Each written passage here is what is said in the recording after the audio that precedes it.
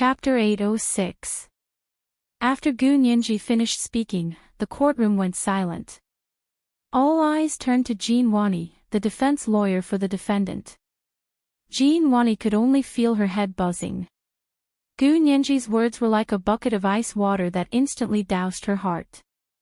Her heated head finally cooled down, and Jin Wani looked at Gu Nianji with a complicated expression. She was momentarily speechless.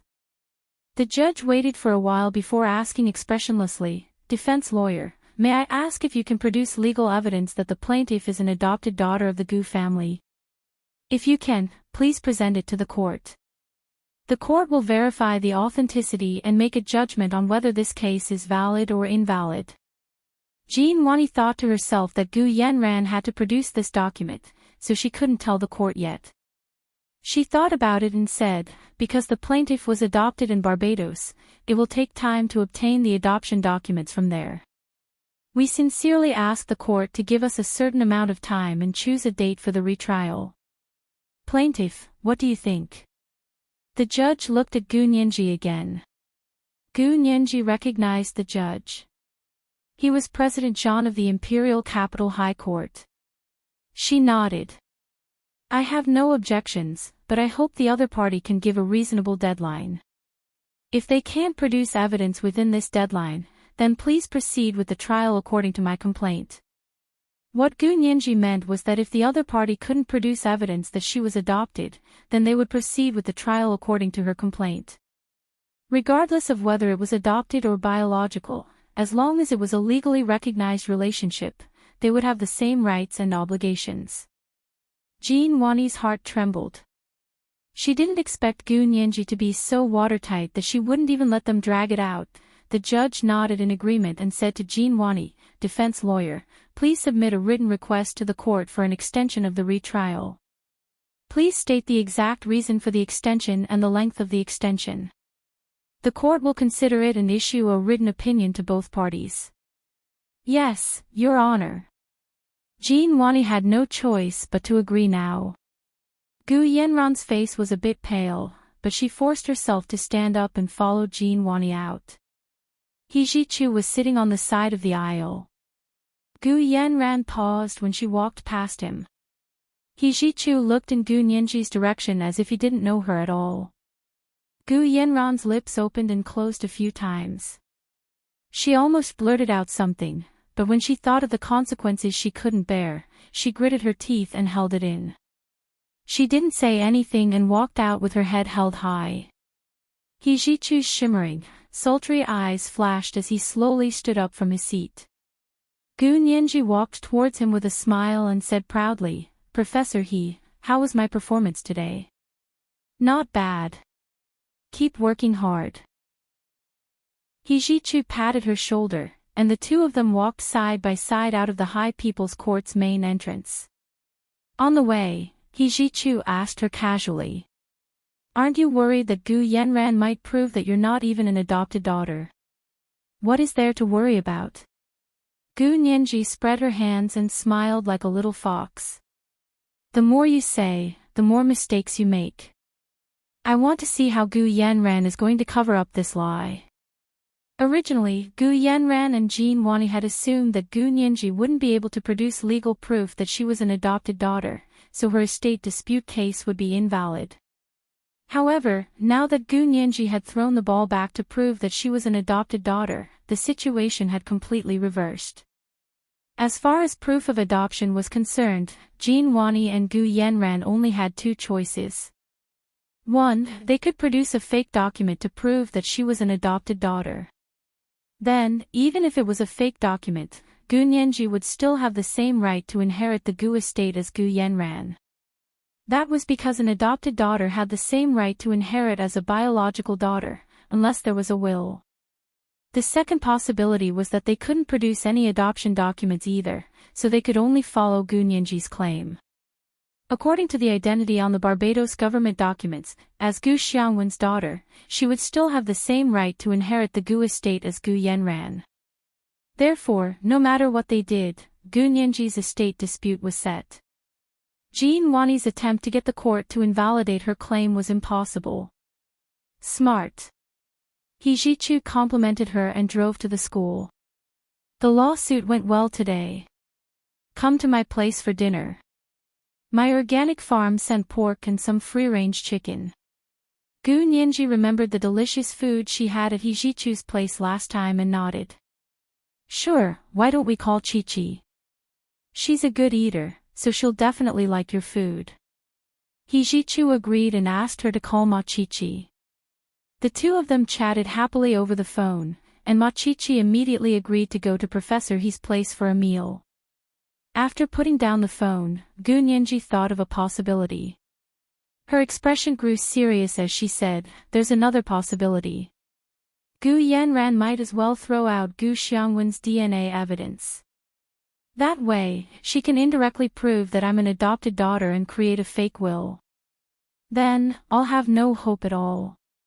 When fighting a lawsuit, one had to consider all the circumstances in order to be invincible in court. Hijichu laughed when he heard that. She wouldn't dare. Why not? Gu Nianji was very curious. She bowed and looked at Hijichu. But I think this is the only thing she can rely on. This is also her biggest flaw. Hijichu drove into the campus and said dryly, if she dares to throw out this evidence, the consequences will be too severe for her to bear. Oh. Gu Nianji sat back and thought about it. She smiled. Professor He, don't be so sure. Only smart people can think of the so-called consequences. With Gu Yanran's intelligence, what if she can't think of the serious consequences? The ignorant are fearless. Don't you agree? Hijichu froze. He realized that Gu Nianji's words made sense. He actually didn't know what to say. So I still have to be prepared, Gu Nianji muttered to herself. Gu Nianji muttered to herself. She closed her eyes and began to calculate the various reactions the other party would make and how she would respond. Ma Chi-Chi ended the call with Gu Nianji and packed her things to go to Hijichu's building for lunch. Just then, Yin Shixiang called. Chi-Chi, what are you doing? Ma Chi-Chi heard Yin Shixiang's voice and was very happy. Brother Xiong. Long time no see. What have you been up to? Yin Shixiang looked at the pigsty that he had cleaned and the fat pigs that were snorting after eating their fill. He smiled bitterly and said, of course I'm busy with work. What about you? What have you been doing recently? Are you free this weekend? Ma Chi-Chi held her phone in one hand and reached for her bag with the other. I was just about to go to Professor He's place with Ninji for lunch. Professor He has an organic farm, and I heard they gave him organic pork today. It's delicious. Yin Shixiang smelled the stench as soon as he heard pork. He turned to look at the pigsty and shook his head. Okay, Chi-Chi, I'm going to work now. Talk to you later. He hung up and began to clean the pigsty that had been dirted again.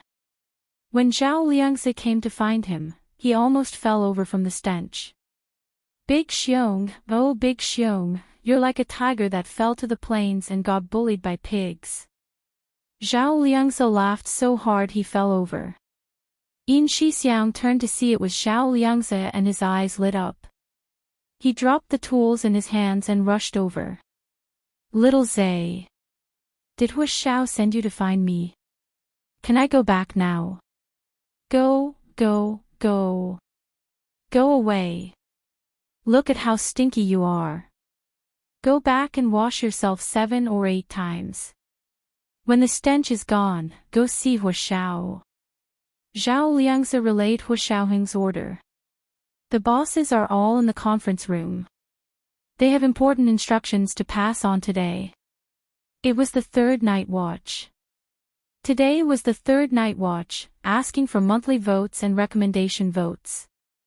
It was Monday, especially recommendation votes. P.S. Today is the last day of the fan festival. Remind everyone to vote for The Legend of Kamwu. Also see if you can get a Kamwu Alliance fan title. Thank you. Chapter 807. Gu Nianji followed He Jichu to his professor's building. Before Ma Qiqi arrived, He Jichu asked Gu Nianji with a complicated expression, "Nianji, do you really want to have parents?"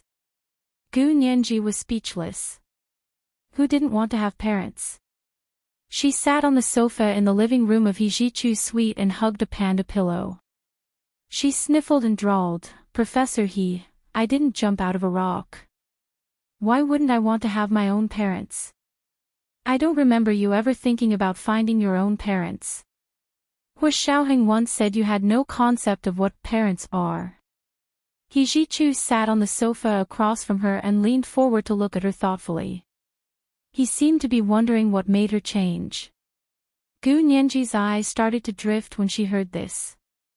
When did she suddenly want to find her own parents? It must have been after returning from Germany, right? Her relationship with Hu Xiaoheng had reached a dead end. Or rather, she realized she had placed too much hope in Hu Xiaoheng. In the end, she couldn't find the sense of security she once had, so she naturally turned to parents who gave their children a sense of security. Although she still didn't have a specific impression of what her parents were like, she could feel the deep love and the pink diamond crown Gu Xiangwen had given to the one-year-old Nianji as a birthday present. People change. Gu Nianji didn't want to analyze her emotional journey with He Jichu, so she cleverly changed the topic. "Professor He, I was just thinking that if Gu Yanran must throw out the evidence that Gu Xiangwen and my DNA don't match, I'm afraid I still have to find people and things related to the real Gu Xiangwen. Also, I still feel like I have to personally investigate the island in the Indian Ocean where the plane crashed. That can be investigated later." He Jichu shook his head disapprovingly. "I think what you should do now is first investigate how much Gu Xiangwen has. That's the main focus of your estate dispute case. If you only want to investigate Gu Xiangwen's whereabouts, why are you fighting an estate dispute case?" Gu Nianji composed herself and quickly said, "Thank you for the reminder, Professor He. I understand now. I was almost led astray by myself." Her original intention in fighting for the inheritance was to make Gu Yanran lose everything. Only then would she be able to cut off Gu Yanran's hands that were reaching everywhere and preventing her from investigating the truth. Everything had its priorities. For now, the most important thing was to make Gu Yanran lose everything and leave the family with nothing. Once Gu Yanran was beaten back to her original state, she would have more clues, resources, and abilities to track down Gu Xiangwen and the whereabouts of the mother that Gu Yanran rarely mentioned. Yin Shixiang washed himself 3 or 4 times before going to the Special Operations Forces conference building to see Hu Xiaoheng. He couldn't shake the feeling that he hadn't washed it clean. His nose still had the lingering smell of a pigsty.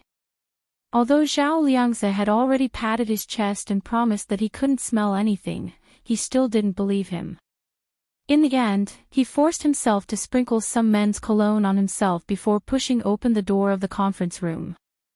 In the spacious conference room, there was only the desolation of people leaving and the tea cooling. The big shots had already left, and the trial was still playing on the big screen. Hu Xiaoheng sat alone in the conference room with a remote control in his hand. He was practically replaying every scene. In the beginning, he looked at Gu Nianji more often. Later on, everyone's expressions and actions in the courtroom couldn't escape his replay. In the end, Gu Yanran's every move as she walked past He Jichu became a scene that he played for a long time. When Yin Shixiang came in, he saw on the big screen that Gu Yanran kept advancing, stopping, retreating, advancing, stopping, and retreating. However, He Jichu didn't move. He didn't even move his eyes. He sat upright in his chair and looked ahead with an indifferent expression. His gaze was only focused on Gu Nianji. Yin Shixiang walked over awkwardly and saluted Hu Xiaoheng. "Reporting to Chief, Lieutenant Colonel Yin Shixiang reporting for duty." Hu Xiaoheng didn't even turn his head. He only raised his hand and waved. "Sit." Yin Shixiang quickly sat down on the chair diagonally behind Hu Xiaoheng. He said attentively, "Hu Xiao, what are you looking at? Little Zay said the higher-ups are in a meeting and have important instructions. Hu Xiaoheng still didn't turn around. He held the remote control in one hand and kept pressing forward, pause, rewind, and play. His eyes were glued to the big screen. He said nonchalantly, "It's the live broadcast of the estate dispute between Nianji and Gu Yanran. The standing committee of the military just left. You're late." Yin Shixiang lowered his head and sniffed himself guiltily. "I took a shower just now. Sorry for the delay." Hu Xiaoheng smelled the faint fragrance coming from Yin Shixiang's direction. He smiled and pointed at the big screen with the remote control. "Did you see anything?" Yin Shixiang nodded quickly. "You replayed it so many times. Even a blind person could see it." "Yeah, what did you see?" Gu Yanran seemed to have something to say to He Zhichu, but he ignored her. She forced herself to swallow her anger. Look at her throat. It's so obvious when she swallowed. Also, her hands were shaking the whole time. She even clenched her fists. Yin Shixiang was good at reading people's expressions. He even noticed things that Hu Xiaoheng didn't notice, such as the slight swallowing movement in Gu Yanran's throat. This movement was very subtle. It wasn't as obvious as Yin Shixiang said. Hu Xiaoheng's personal secretaries all had their own irreplaceable skills. He nodded approvingly. "That makes sense. It wasn't a waste for me to call you back from the pigsty."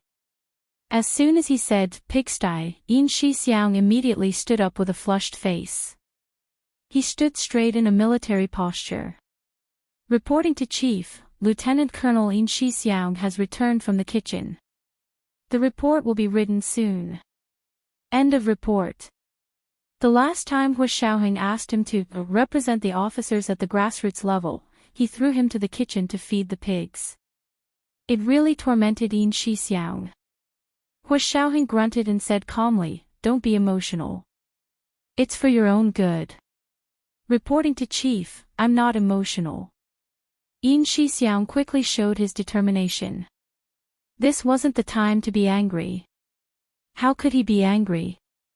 As soon as he thought of those fat pigs and their pigsty, he lost all his anger. Hu Xiaoheng rested his elbow on the conference table. He clenched his fist and rested the back of his hand on his chin. He looked at the video of the trial and said slowly, "This case concerns Gu Xiangwen's fate. It's very important to us." Yin Shixiang finally understood. He dragged a chair to Hu Xiaoheng's side and looked at the documents in his hands. He whispered in confusion, "Didn't you discover that there's something wrong with this Gu Xiangwen?"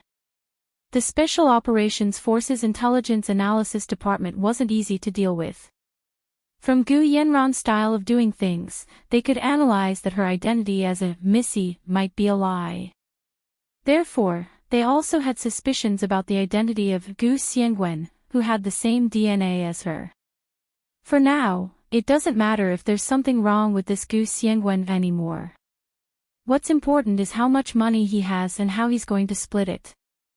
Hu Xiaoheng's voice faded. He looked at the screen that continued to replay the live video of the trial. He remained silent and tapped his fingers on the table. His expression didn't change much. "But we can't give up on finding Gu Xiangwen's whereabouts. The Standing Committee of the military has instructed us to do everything we can to find the real Gu Xiangwen's whereabouts. We don't have to expose this imposter for now. We can just leave it here as a cover to attract the attention of other countries." Yin Shixiang thought about it and understood. He whispered, "Then do we have any clues?" Hu Xiaoheng didn't say anything else. He placed the remote control on the conference table. Yin Shixiang scratched his head and tried to start a conversation. "I called Chi-Chi when I came over just now. She was very happy and said she wanted to go to Professor He's place with Nianji for a meal." As he spoke, he carefully observed Hu Xiaoheng's expression. Hu Xiaoheng finally turned to look at him. "You didn't forget to call Chi-Chi when you were feeding the pigs, Did you want to feed the pigs for a few more days? Hua Xiao, you've wronged me. I'm doing this for your sake. Yin Shixiang quickly stood up. Nianji is furious this time. Hua Xiao, you haven't appeased her yet. Hua Xiaoheng recalled Gu Nianji's attitude, and a thoughtful look flashed across his eyes. Yeah, let's ignore her for now. She can do whatever she wants. I've been busy with work lately, so I don't have time. Aw. This is not like you. You're giving up just like that. Yin Shixiang was agitated. You can't do that. How sad will Nianji be if she finds out? Hua Xiaoheng looked up at him and said with certainty, you care about Nianji a lot. I'm not as concerned as you. Yin Shixiang waved his hand vigorously. Why don't you go coax her? Hua Xiaoheng turned to look at the screen. Not as good as you. Yin Shixiang was just short of bowing to Hua Xiaoheng. Hua Xiao, please forgive me. I don't have any other intentions. I just want to see you and Nianji live well. You know we're both human. Hua Xiaoheng finally couldn't take it anymore. He smirked at Yin Shixiang's words and kicked him. Who's your human? Behave yourself. Yes, Chief. Yin Shixiang secretly wiped his sweat and told Gu Nianji in his heart, Nianji, Brother Xiong can only help you so much. If you keep acting like this, Hua Xiaoheng might really dump you. After all, what kind of person was Hua Xiaoheng? In all these years, they had only seen him coax one person, and that was Gu Nianji. Unfortunately, the little girl didn't know how lucky she was. Yin Shixiang was sighing when he heard Hua Xiaoheng say with a stern face, what should be done has been done. More haste makes waste. It's time for her to reflect on herself. Yin Shixiang shuddered. That was harsh. Before he could think of a way to persuade Hua Xiaoheng not to stoop to the little girl's level, he saw Hua Xiaoheng take out a cigarette and light it. He held it between his fingers and played with the Zippo lighter Gu Nianji had given him. He said calmly. The little girl I raised can't only harm me. I have to let her harm others. He blew out a mouthful of smoke. His expression was hidden in the swirling smoke. Even Yin Shixiang, who was the best at reading people, couldn't tell what he was thinking. This was the first night watch. He suddenly saw that the monthly vote had increased to 6,400 again. He still had to watch the third night watch today, friends. Remember to vote for him every day too. He added another night watch for the monthly vote of 6,400 at 1 p.m. The third night watch at 7 p.m. Chapter 808. At lunchtime, Ma Qiqi finally arrived at He Zhichu's suite in the professor's building. Gu Nianji opened the door for her and smiled. Qiqi, you came just in time. The food just arrived and it's piping hot. Ma Qiqi sniffed and her eyes lit up. She said intoxicatedly, this smell is amazing. Did Professor He make it? I didn't expect Professor He to be such a good cook. Gu Nianji snickered. Professor He's cooking skills are on par with mine. Qiqi, will you praise me?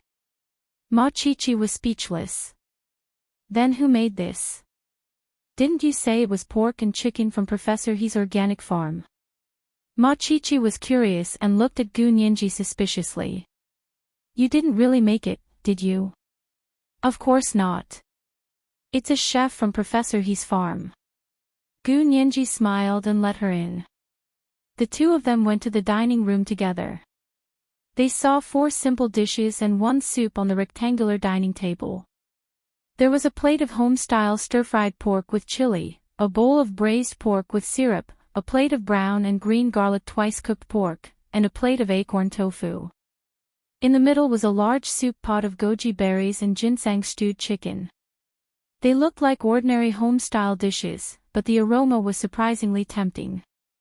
Ma Qiqi immediately felt her taste buds swell. She quickly sat down with Gu Nianji and asked curiously, these are all vegetables and meat from Professor He's organic farm. Hijichu nodded slightly. They're all home-style dishes. Nyenji ordered them. He glanced at Gu Nyenji and didn't comment on her taste. Gu Nyenji giggled and picked up her chopsticks to say to Ma Chichi, "Chichi, try some." I've always believed that true culinary skills are demonstrated in home-style dishes. Everyone knows that abalone, ginseng, shark's maw is good food, so it's not surprising that it's delicious. But it's not easy to make simple home-style dishes taste like exotic delicacies. Keep bragging. Even if these home-style dishes are delicious, they're just home-style dishes. Machichi argued with Gu Nyenji as she casually picked up a piece of stir-fried chili pork with the serving chopsticks and put it in her bowl. When she put the stir-fried meat with a few strands of green chili peppers into her mouth, the meat aroma that made her taste buds extremely comfortable immediately made her squint her eyes. She almost meowed like a cat that had eaten a good fish. It's delicious, isn't it? Gu Nyenji smiled as she picked up a piece of stir-fried pork with chili peppers with her chopsticks. I won't lie to my beloved subject. Bah! Machichi glared at Gu Nyenji. I've eaten all over the country, but your dishes are only ranked first. What are you showing off for? Ha, as long as you like it. Gu Nyenji made a face at her, and the two of them ate happily. Hijichu looked at the dishes and didn't have much of an appetite at first, but when he saw the two of them eating so happily, he also took a bite with his chopsticks. Hijichu chewed slowly and allowed his taste buds to adapt to the aroma of the food. He couldn't help but eat another bowl of rice. After lunch, the three of them were a little lazy. Gu Nyenji managed to overcome her laziness and went to the kitchen to make 3 cups of cappuccino. Machichi sipped the cappuccino as she chatted with Gu Nyenji. Nyenji, when I came, Brother Xiong just happened to call and asked what I was doing.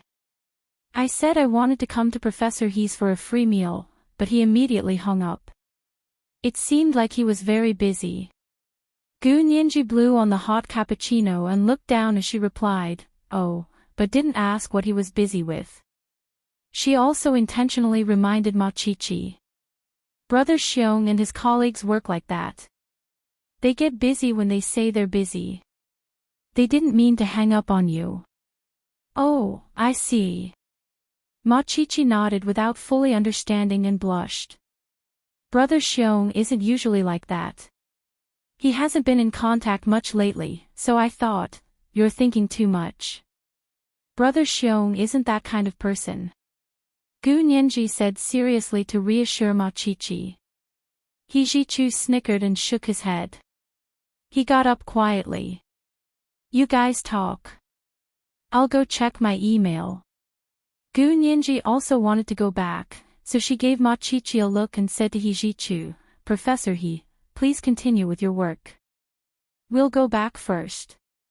With Machichi there, Hijichu couldn't just ask Gu Nyenji to stay, so he could only nod. Go back and prepare well. You can look for me if you have any difficulties. Oh. Thank you, Professor He. Gu Nyenji replied crisply and left Hijichu's building with Machichi. They chatted and laughed along the way.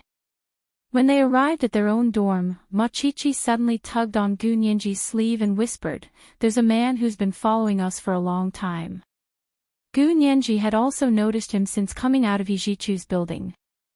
However, unlike Machichi, Gu Nyenji recognized the man. He was Yi Xian, Gu Yenran's little wolf dog. Yi Xian didn't say anything. He only followed them at a moderate pace, so Gu Nyenji didn't say anything. Anyway, it was noon, and they were walking on the campus's main road. There were students and staff coming and going, so even if Yi Xian wanted to do something bad, he wouldn't be that stupid. Was he tired of living to do something bad in front of so many people? Also, Gu Nyenji wasn't completely defenseless. She had a bottle of pepper spray, a small extendable electric baton, and a sharp knife in her bag. If possible, she really wanted to bring a gun. Of course, it was just a thought. The Xia Empire prohibited guns, so it would be illegal for her to bring a gun with her. She didn't expect Yi Xian to follow them all the way to the female graduate student's dorm. Gu Nianji said to Ma Qiqi, "You go up first." "Are you okay?" Ma Qiqi looked at Gu Nianji worriedly, then looked at the tall man standing under the tree in front of the building. The man had two thick black eyebrows, deep eye sockets, a high nose bridge, and thin lips. He had the appearance of a typical mixed-race person, and he was a particularly handsome mixed-race person. He didn't look like a bad person, but there was something wrong with his gaze. He stared straight at Gu Nianji like he wanted to see through her heart, liver, spleen, lungs, and kidneys. Gu Nianji shook her head. "I know him. You go up first." She paused, then said, "If I'm not back in half an hour, call my phone." "Okay." Ma Qiqi agreed readily and went back to the dorm alone. Gu Nianji walked to the tree in front of the dorm and looked at Yi Xian. She said calmly, "Mr. Yi Xian, Gu Yanran isn't here. You've come to the wrong place." Yi Xian stared at her with a conflicted expression on his face. With both hands in his trouser pockets, he subconsciously stomped on the ground with one foot and very stiffly called out her name, "Gu Nianji." "Yes, you're here for me." Gu Nianji's hands were also casually in her coat pockets. Her eyes flickered as she said disdainfully, "What's the meaning of sneaking around behind us?" Yi Xian looked down awkwardly. When he looked up again, his dark hair fell across his forehead, making his deep-set eyes look even more mesmerizing. There was an indescribable attraction in his amber eyes. However, Gu Nianji didn't really appreciate his hesitant way of speaking. Birds of a feather flocked together. After spending so much time with Gu Yanran, Yi Xian had also been infected with the same womanly habits. In Gu Nianji's eyes, Yi Xian was the same kind of person as Gu Yanran. "Okay, if you have something to say, then say it. If not, please leave our school and stop following me. Otherwise, I'll call the police." Gu Nianji took out her phone and waved it. "I'm very busy. I don't have time to play riddles with you." Yi Xian's emotions were so complicated that he couldn't put them into words. He didn't even know how he got through the past few days. He was muddle-headed, just like a walking corpse. When he thought about how he might have gotten the wrong person, and not only did he not keep his promise to Uncle Gu to stay by her side for the rest of his life, take care of her, and protect her, but instead conspired with a liar to repeatedly harm her, Yi Xian felt like his insides were burning. He wanted to stab himself a few times. Gu Nianji saw that Yi Xian still had his head down and didn't speak. She also felt annoyed and said dryly, "Okay, then I'm going up." She turned to leave. Yi Xian finally reached out and grabbed her arm. He begged, "Don't go. I have something to tell you." Gu Nianji looked back with a cold expression and looked at his hand holding her arm. "Let go." Yi Xian could only let go and said, "Gu Nianji, I really have something to tell you." You really don't remember me?" Gu Nianji shook her head in amusement. "Yi Xian, is there something wrong with you? Or did Gu Yanran send you to be a lobbyist? I'm telling you, there's no need. Go back and tell her that I'm going to fight this lawsuit. I'm also going to fight for the family assets. I'll say it again. Tell her to wash her neck and wait for me to skin her." Yi Xian frowned. "You're going to fight for the family assets with her? Do you know how much Uncle Gu left behind?" "I don't know. That's why I have to fight this lawsuit." Gu Nianji spread her hands. "Of course, it's impossible to make her spit it out herself, so I have to go to court." This was the second update, and the monthly ticket had been delivered with 6,400 plus updates. Dear friends, remember to vote for me every day. 7 p.m., the third update. Chapter 809.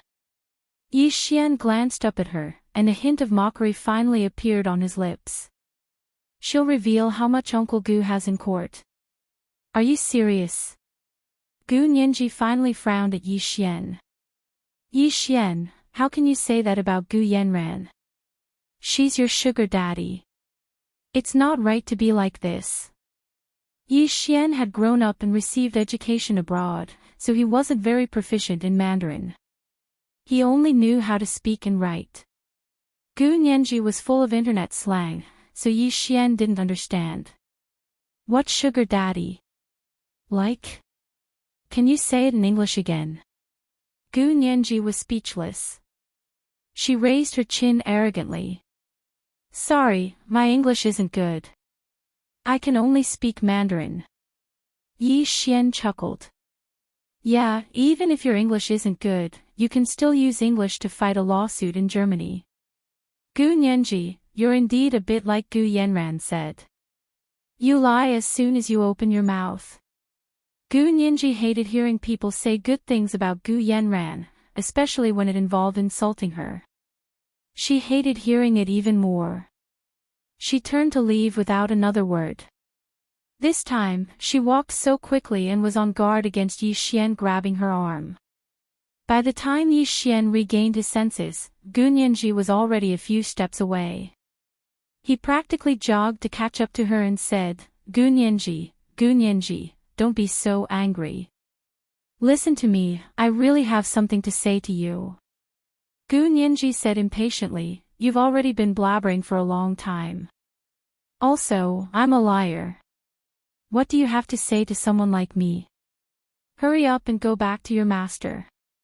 Don't piss me off or I'll call the police to arrest you. Yi Xian was tall and had long legs. Coupled with his jogging, he finally caught up to Gu Nianji and stopped her. He said somewhat awkwardly, Gu Nianji, let's talk. Let's go to your school's Starbucks, okay? Gu Nianji squinted at him. Yi Xian, do you really have something to talk to me about? You're not here to plead for Gu Yanran. I've never even spoken to you before. How can I plead for Gu Yanran?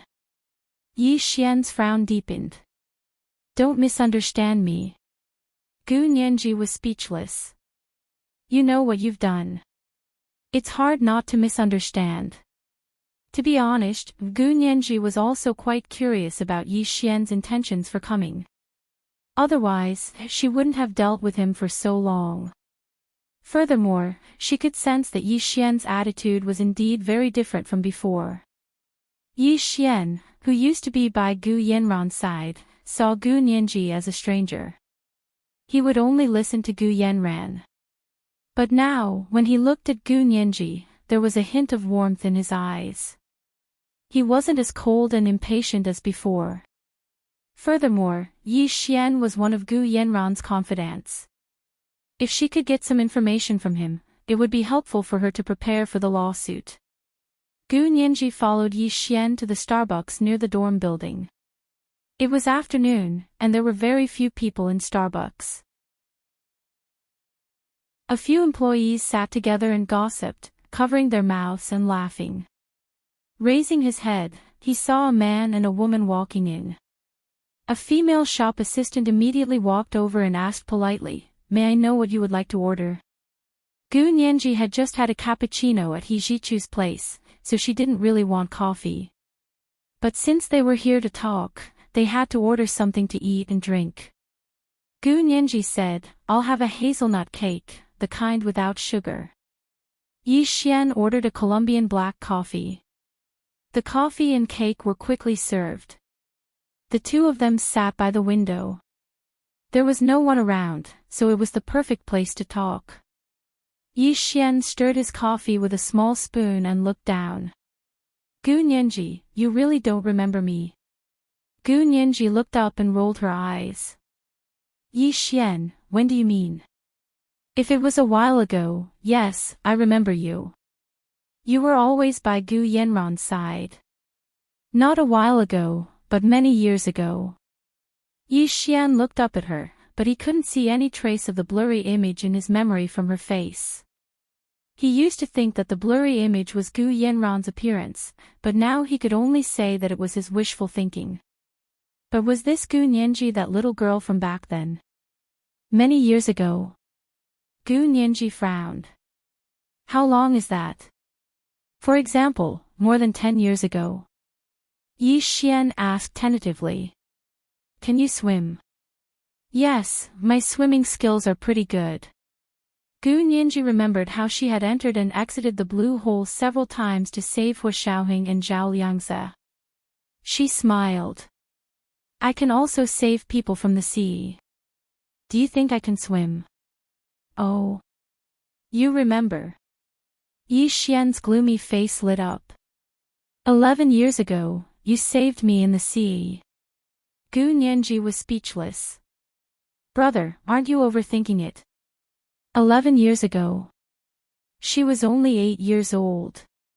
Of course, Gu Nianji didn't remember what happened when she was 8, but she looked at Yi Xian and asked, How old are you? Oh. What do you mean? Yi Xian didn't understand such genteel words at all. I mean how old you are.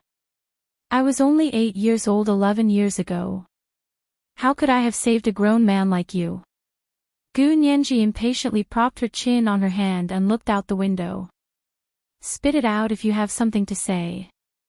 I'm really busy and have classes in the afternoon. I'm only 3 years older than you. I'm 22 years old this year. 11 years ago, I accidentally fell into the sea and was saved by you. Yi Xian spoke carefully, but when he looked at Gu Nianji, he really couldn't see any similarities between her and the chubby little girl from back then. Gu Yanran's eyes even looked quite similar to that little girl's. And Gu Nianji's eyes were too big. Although they were beautiful, it was hard to imagine that the little girl with thin eyebrows and eyes would have such big eyes. Gu Nianji couldn't listen anymore and threw away the spoon she used to eat the cake. She crossed her arms and said coldly, What do you mean? Even if I saved you 11 years ago, so what? What are you trying to say? Yi Xian was lost in his memories. He looked at the black coffee in front of him and murmured, You saved me, but you became seriously ill yourself. Uncle Gu didn't let me see you. He said you were sick and would contact me when you recovered. Later, I was sent to boarding school in the United States and never saw you again. At that time, Uncle Gu didn't even tell him who had saved him and only said it was his daughter. Yi Xian didn't know his daughter's name and certainly didn't know her age. Thinking about it now, it was quite strange. Yi Xian shook his head and threw the thought to the back of his mind. He sank into his memories. At that time, he woke up from his coma and found himself in a hospital. A handsome man wearing a white coat told him that it was his daughter who had saved him, but because she had saved him, she had become ill and might have sequelae in the future. He asked if he was willing to stay with her for the rest of his life and take care of her. Yi Xian was an honest person. When he learned that the man's daughter had become ill because she had saved him and might have sequelae, his heart tightened and he agreed to the man's request without hesitation. The man's attitude toward him was much gentler. He even patted his head and said, I was just testing you. Uncle Gu was very happy that you agreed to this request, but I don't need you to take care of my daughter. I just want you to help her when she needs help in the future. Yi Xian insisted at the time, Our director taught us to be honest and to do what we say. Since I promised Uncle Gu, I will definitely do it. You're still too young. The handsome man wearing the white coat rubbed his head emotionally. You have no idea what such a promise means, but as long as you're happy. The man didn't think Yi Xian would keep this harsh promise at all. But he kept it in his heart. Soon, he was sent to boarding school in the United States by the man with the surname Gu. He majored in computer technology and minored in finance and accounting. Other than Uncle Gu and Gu Yanran, no one knew that he was not only a genius in computer technology but also a good financial manager. Gu Nianji finally heard it. The handsome man in the white coat was her father, Gu Xiangwen, right? Gu Nianji's tears welled up again. She tried her best to suppress her emotions and secretly turned on the record button on her phone to start recording. This is the third watch. Dear friends, remember to vote for me every day. Good night, dear friends. Chapter 8:10. You mean, the man in the white coat is my father, Gu Xiangwen. Gu Nianji composed herself and couldn't help entering trial mode. She began interrogating Yi Xian, hoping to get more information from him.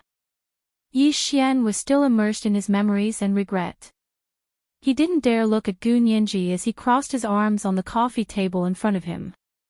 Looking down, he nodded slightly. Yes, it's Uncle Gu. He's a very, very good person. He donates money to our orphanage every year and sponsors me to attend the most expensive boarding school in the United States. The tuition for that kind of school was sky high even for middle-class Americans, but Gu Xiangwen didn't hesitate to sponsor Yi Xian for 7 years. You went to the United States when you were 11 and only returned to Barbados when you were 18. You didn't come back even once in between. Gu Nianji asked in confusion and thought it was a bit unbelievable. Yi Xian looked up and smiled at her. His deep-set eyes squinted a bit like a certain Hollywood male celebrity with Asian ancestry. Yes, I didn't come back even once. That's not a big deal for an orphan. What did you come back for? To visit the orphanage. Yi Xian said nonchalantly. Also, my academic schedule was very full. In 7 years, I not only finished middle school and high school, but I also finished university. It was obvious where he spent his time. Gu Nianji also graduated from university at 18, so she wasn't surprised by Yi Xian's situation. She nodded and asked, then what does my father do? Wearing a white coat. Was he a doctor? Uncle Gu was a genius. Everyone called me a genius when I was young, but I knew I couldn't even compare to one of Uncle Gu's toes. Uncle Gu began his MD and PhD studies at the age of 16. Others would take 8 years to complete, but he finished it in 3. After that, he worked as a resident doctor for 2 years and became interested in physics. He applied for a PhD in physics from the top-ranked MIT at the age of 20 and graduated in only 3 years. After he got his PhD in physics, he went to Harvard University to get his PhD in biology. He was only 27 when he received all 3 PhDs from world-class universities. Yi Xian's face was full of admiration when he talked about Gu Xiangwen. His eyes almost sparkled. Gu Nianji also became more excited as she listened. This kind of scholar was the same as her. She was even more certain that she was Gu Xiangwen's biological daughter. How could Gu Yanran be Gu Xiangwen's biological daughter? Don't let her dream too beautifully. Gu Nianji couldn't help but laugh. My father is so amazing, but why did Gu Yanran go to a butler school? Yi Xian froze. Gu Yanran studied at a butler school. Yeah, you don't know. If you don't believe me, you can ask her yourself. Gu Nianji spread her palms. She didn't want to waste time on irrelevant people, so she changed the topic and asked excitedly, then what kind of person is my father? I've always heard you say that he's very capable, that he's very good at studying, and that he has many inventions and patents. But what kind of person is he? Do you have a picture of him? Gu Nianji had a strong desire to see what her father looked like. There was no need to mention the person in a vegetative state on the hospital bed. Gu Nianji was now 100% sure that that person wasn't her father, Gu Xiangwen. However, she had used different methods to search for Gu Xiangwen, as well as Kevin Ku. She knew that he had published many papers in academic journals, but none of the journals had published his picture. Gu Nianji had never seen a person who had achieved so much and yet managed to hide it so well. Why was that? Gu Nianji couldn't understand. She looked at Yi Xian eagerly, wanting to get more information about Gu Xiangwen from him. She didn't want to know only the dry labels attached to him, such as a scholar, a great inventor, or an invisible tycoon. Yi Xian stared at Gu Nianji's large, bright eyes. Her eyes were so dark they shone like the brilliant night sky. He only needed to reach out and grasp them, and he would be able to grasp a hand full of starlight. The adoration and childish admiration on her face infected Yi Xian, and his voice involuntarily softened. Uncle Gu is a very good person. He is gentle, generous, kind, and tolerant. I have never seen anyone better than him. He loves his daughter the most, and I have never seen a father who loves his daughter more than him. It's a pity. Yi Xian's mood quickly sank when he thought of the man on the hospital bed who had changed beyond recognition. He looked down and took out a wallet from his pocket. He took out a 4-inch photo from the compartment where he kept his driver's license. Uncle Gu doesn't like to take photos. This is the only photo I have with Uncle Gu. Gu Nianji's heart was about to jump out of her throat. She took the photo from Yi Xian with trembling hands. The first thing she noticed was that the photo had been taken with a disposable Polaroid camera. The photo paper was a bit old, but the quality was still good. The color hadn't faded, but the color wasn't very bright either. It couldn't be compared to the high-fidelity photo paper of today.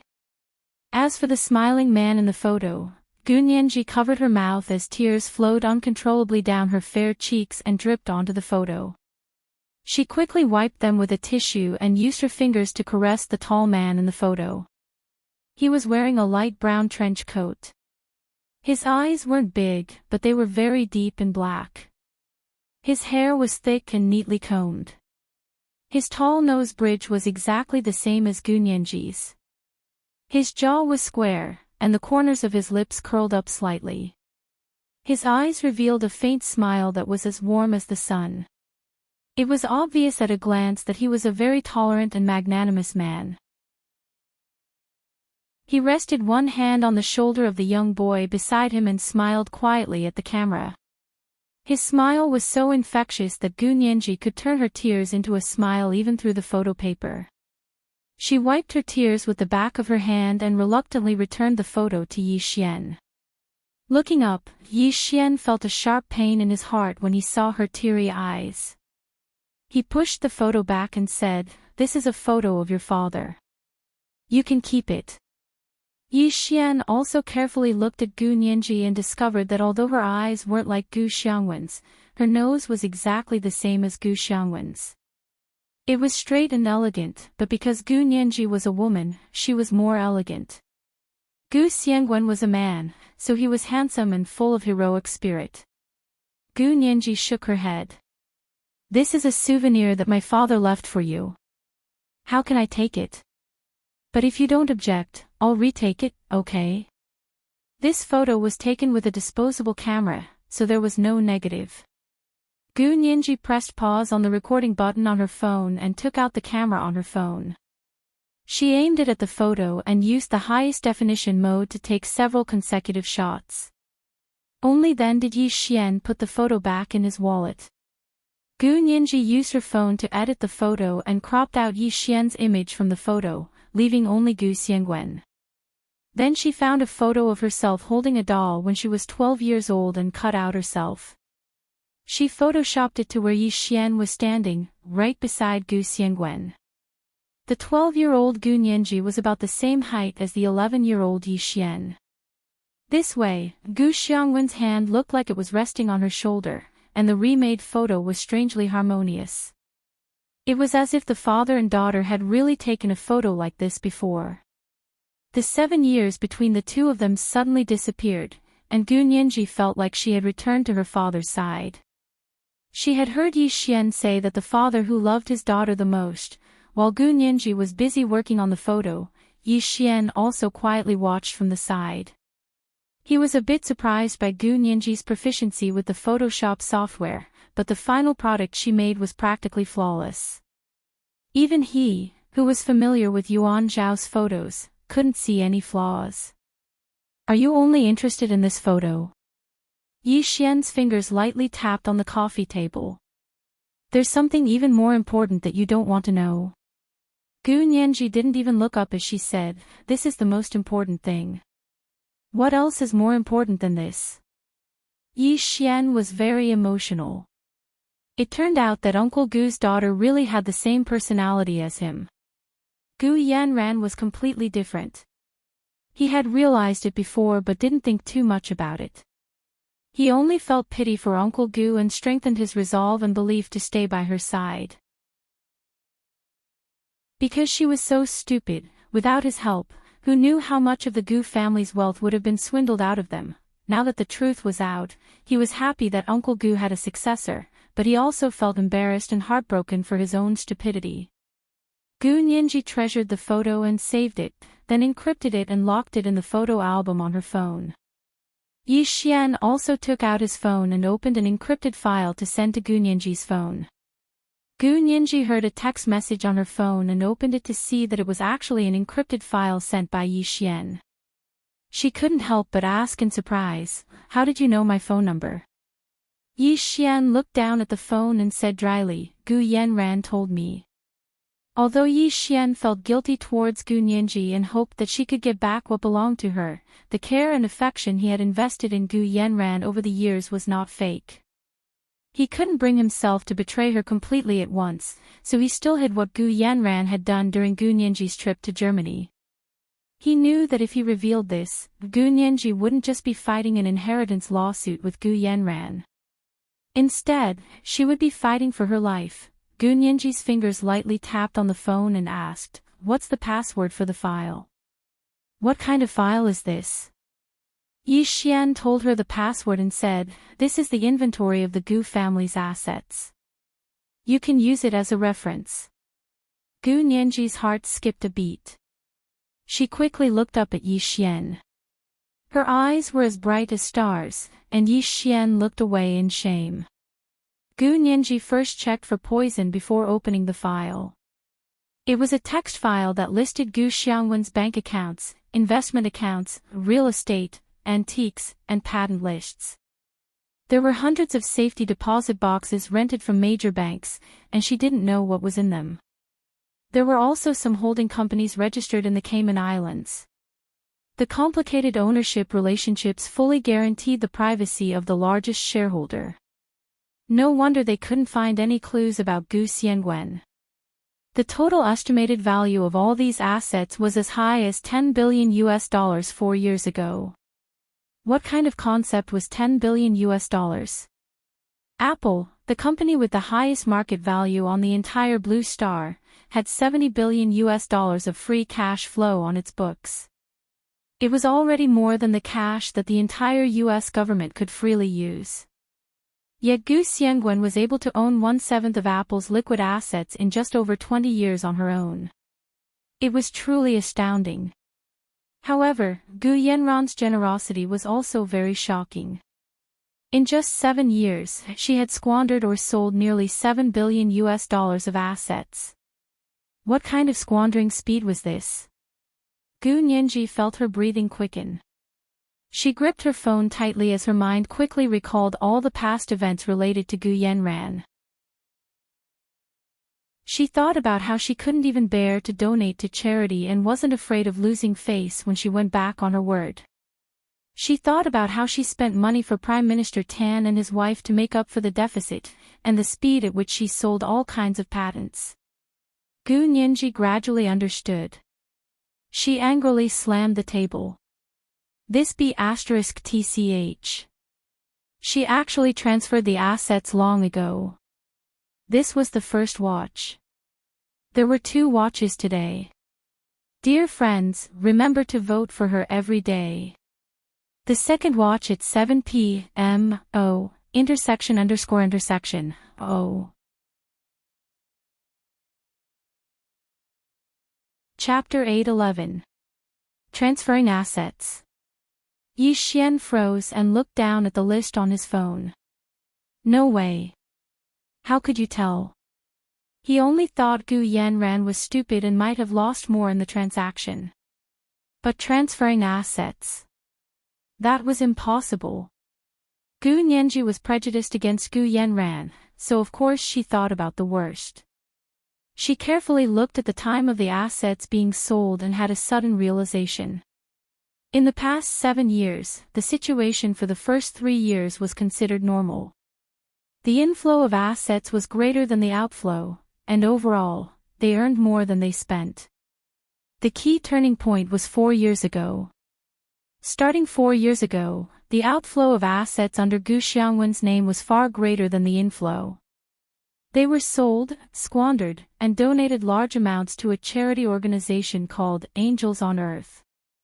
Yi Xian explained, I helped Gu Yanran manage the assets, but she was the one making the decisions, so I couldn't overstep my authority. I could only give her advice on the key issues. As for what to do, it was still up to her. Gu Nianji believed Yi Xian's words.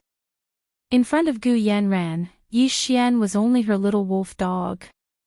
She wouldn't give him too much attention. But with Gu Yanran's intelligence, could she really make such a systematic move to transfer assets? Gu Nianji pondered and asked Yi Xian, tell me honestly, what role did you play in the Gu assets? If you really used your financial management talents, how could the Gu assets have shrunk by more than half in the past 4 years? Yi Xian smiled bitterly. I majored in computers and minored in finance, so after I came back, Gu Yanran made me the computer supervisor.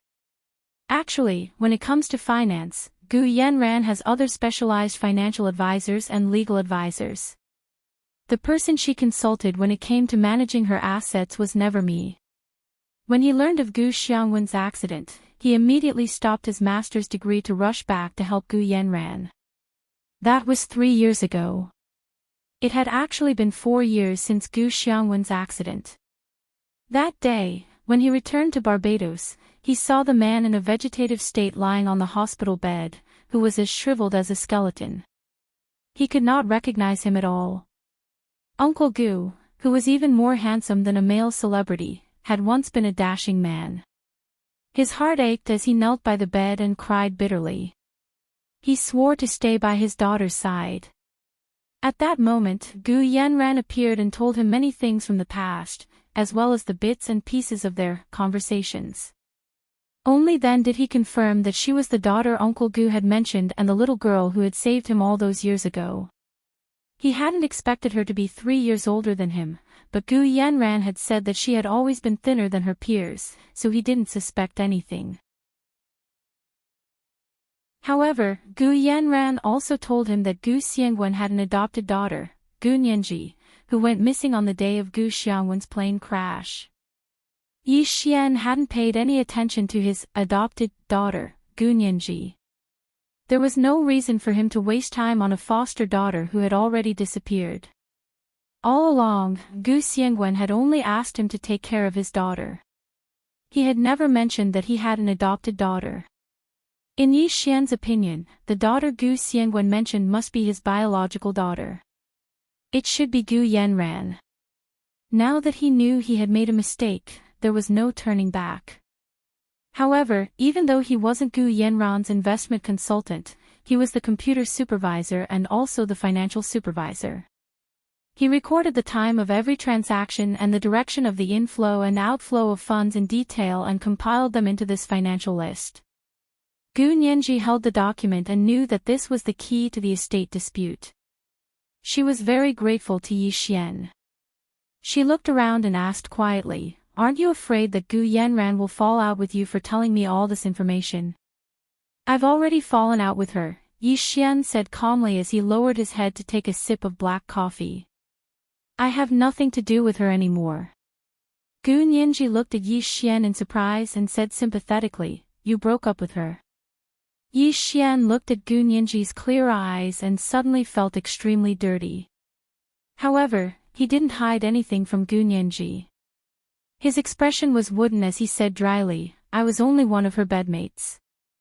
There was no such thing as a breakup." Gu Nianji clicked her tongue and didn't know what to say. Was Gu Yanran raising a boy toy? Did she see herself as a queen or empress dowager? Gu Nianji pouted disapprovingly and said to Yi Xian, "You don't have to be sad. The bad doesn't go away, and the good won't come. In the future, Find a good girl to marry and have children with, and let Gu Yanran see you live happily. That's the greatest revenge for her. Yi Xian smiled and pointed at Gu Nianji's phone. I thought that was the greatest revenge. He was referring to the list of the Gu assets that he had sent to Gu Nianji. Gu Nianji smiled meaningfully. Yes, this is indeed the greatest revenge. Gu Yanran will definitely bleed a lot this time. After they finished talking about business, they fell into silence again. After all, they weren't familiar with each other, so it was impossible for them to talk too much. It was already very good that their first conversation had ended like this. Gu Nianji finished eating the cake, and Yi Xian also finished his coffee. They stood up at the same time. Sorry to disturb you today. Yi Xian nodded slightly at Gu Nianji and handed her a business card. You can find me if you need anything in the future. This is a software company that I opened myself. It specializes in making antivirus software. Gu Nianji accepted it and smiled. Then I'll have to congratulate you on making a lot of money. Thank you. Yi Xian looked at Gu Nianji and couldn't help asking after a while, where do you plan to go after graduation?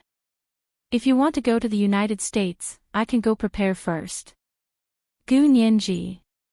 Why did Yi Xian need to prepare where she would go after graduation? Seeing Gu Nianji's confused expression, Yi Xian calmly explained, I promised Uncle Gu that I would stay by your side and take care of you for the rest of my life. Gu Nianji's lips twitched, and her mind was in a mess. Yi Xian, you don't have to be like this. Didn't you say that my father was only testing you? He didn't want you for the rest of your life. Talking to a stranger about the rest of his life was too illogical. Gu Nianji walked out of the door disapprovingly. Yi Xian followed her out and followed her all the way to the dormitory. He looked at her with determination and said, Don't feel pressured. I will be more loyal to you than Gu Yanran.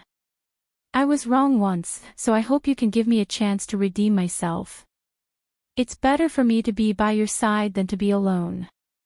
No matter what, you can ask me to do it.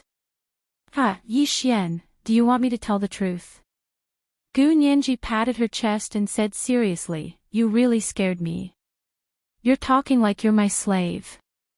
I don't care if Gu Yanran treats you like a slave or not. I definitely won't. My father adopted you and paid for your education because he wanted you to help me when I needed it. You've already done it, so you don't have to stay by my side. You have your own life and your own lifetime to live. Yi Xian looked at Gu Nianji's serious expression and smiled slowly. His gaze was firm, and his handsome face was very moving. He said calmly, I promised Uncle Gu to take care of you for the rest of your life. Even if it's a minute or a second less, it's not a lifetime. This person was really stubborn. Gu Nianji's expression turned serious. Yi Xian, do you think that it's my honor to have you by my side for the rest of my life? That I have to accept it? Yi Xian froze. That's not what I meant. But that's what you're showing. Gu Nianji hardened her heart, and a fierce expression appeared in her eyes. Yi Xian, Gu Nianji, am also very picky. Even if you're willing to stay, I still have to be willing to take you. Yi Xian looked at her in shock. After a while, he looked up at the sky and smiled cleanly. Gu Nianji, do you think that I also want to be your bed partner? Of course, if you need it, I definitely won't refuse. Gu Nianji's face instantly turned red. She stomped her foot. I don't need a little wolf puppy. You can find someone else to be a little wolf puppy. Little wolf puppy.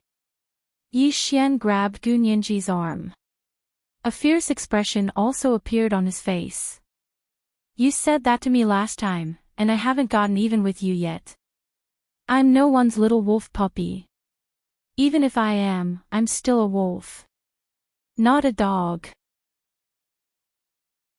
Gu Nianji pursed her lips. She really wanted to retort, but she remembered that she wasn't familiar with Yi Xian, so she held back. Also, she had always been a very cautious person. The only person she had ever trusted wholeheartedly in her life was Hu Xiaoheng. Yi Xian wouldn't be her little wolf puppy. Even if he were to be her guard dog, it would take a long time to prove that he was worthy of Gu Nianji's trust. Gu Nianji waved her arm and said angrily, "Let go. Don't make the gratitude I had for you disappear." Yi Xian refused to let go. He still held on to her arm, but before he could say anything, they heard the sound of a car horn nearby. It was very noisy. Gu Nianji looked up to see that it was actually a shiny black Mercedes-Benz SUV. It was Hu Xiaoheng's car. This was the second watch. There were 2 watches today. Dear friends, remember to vote for me every day.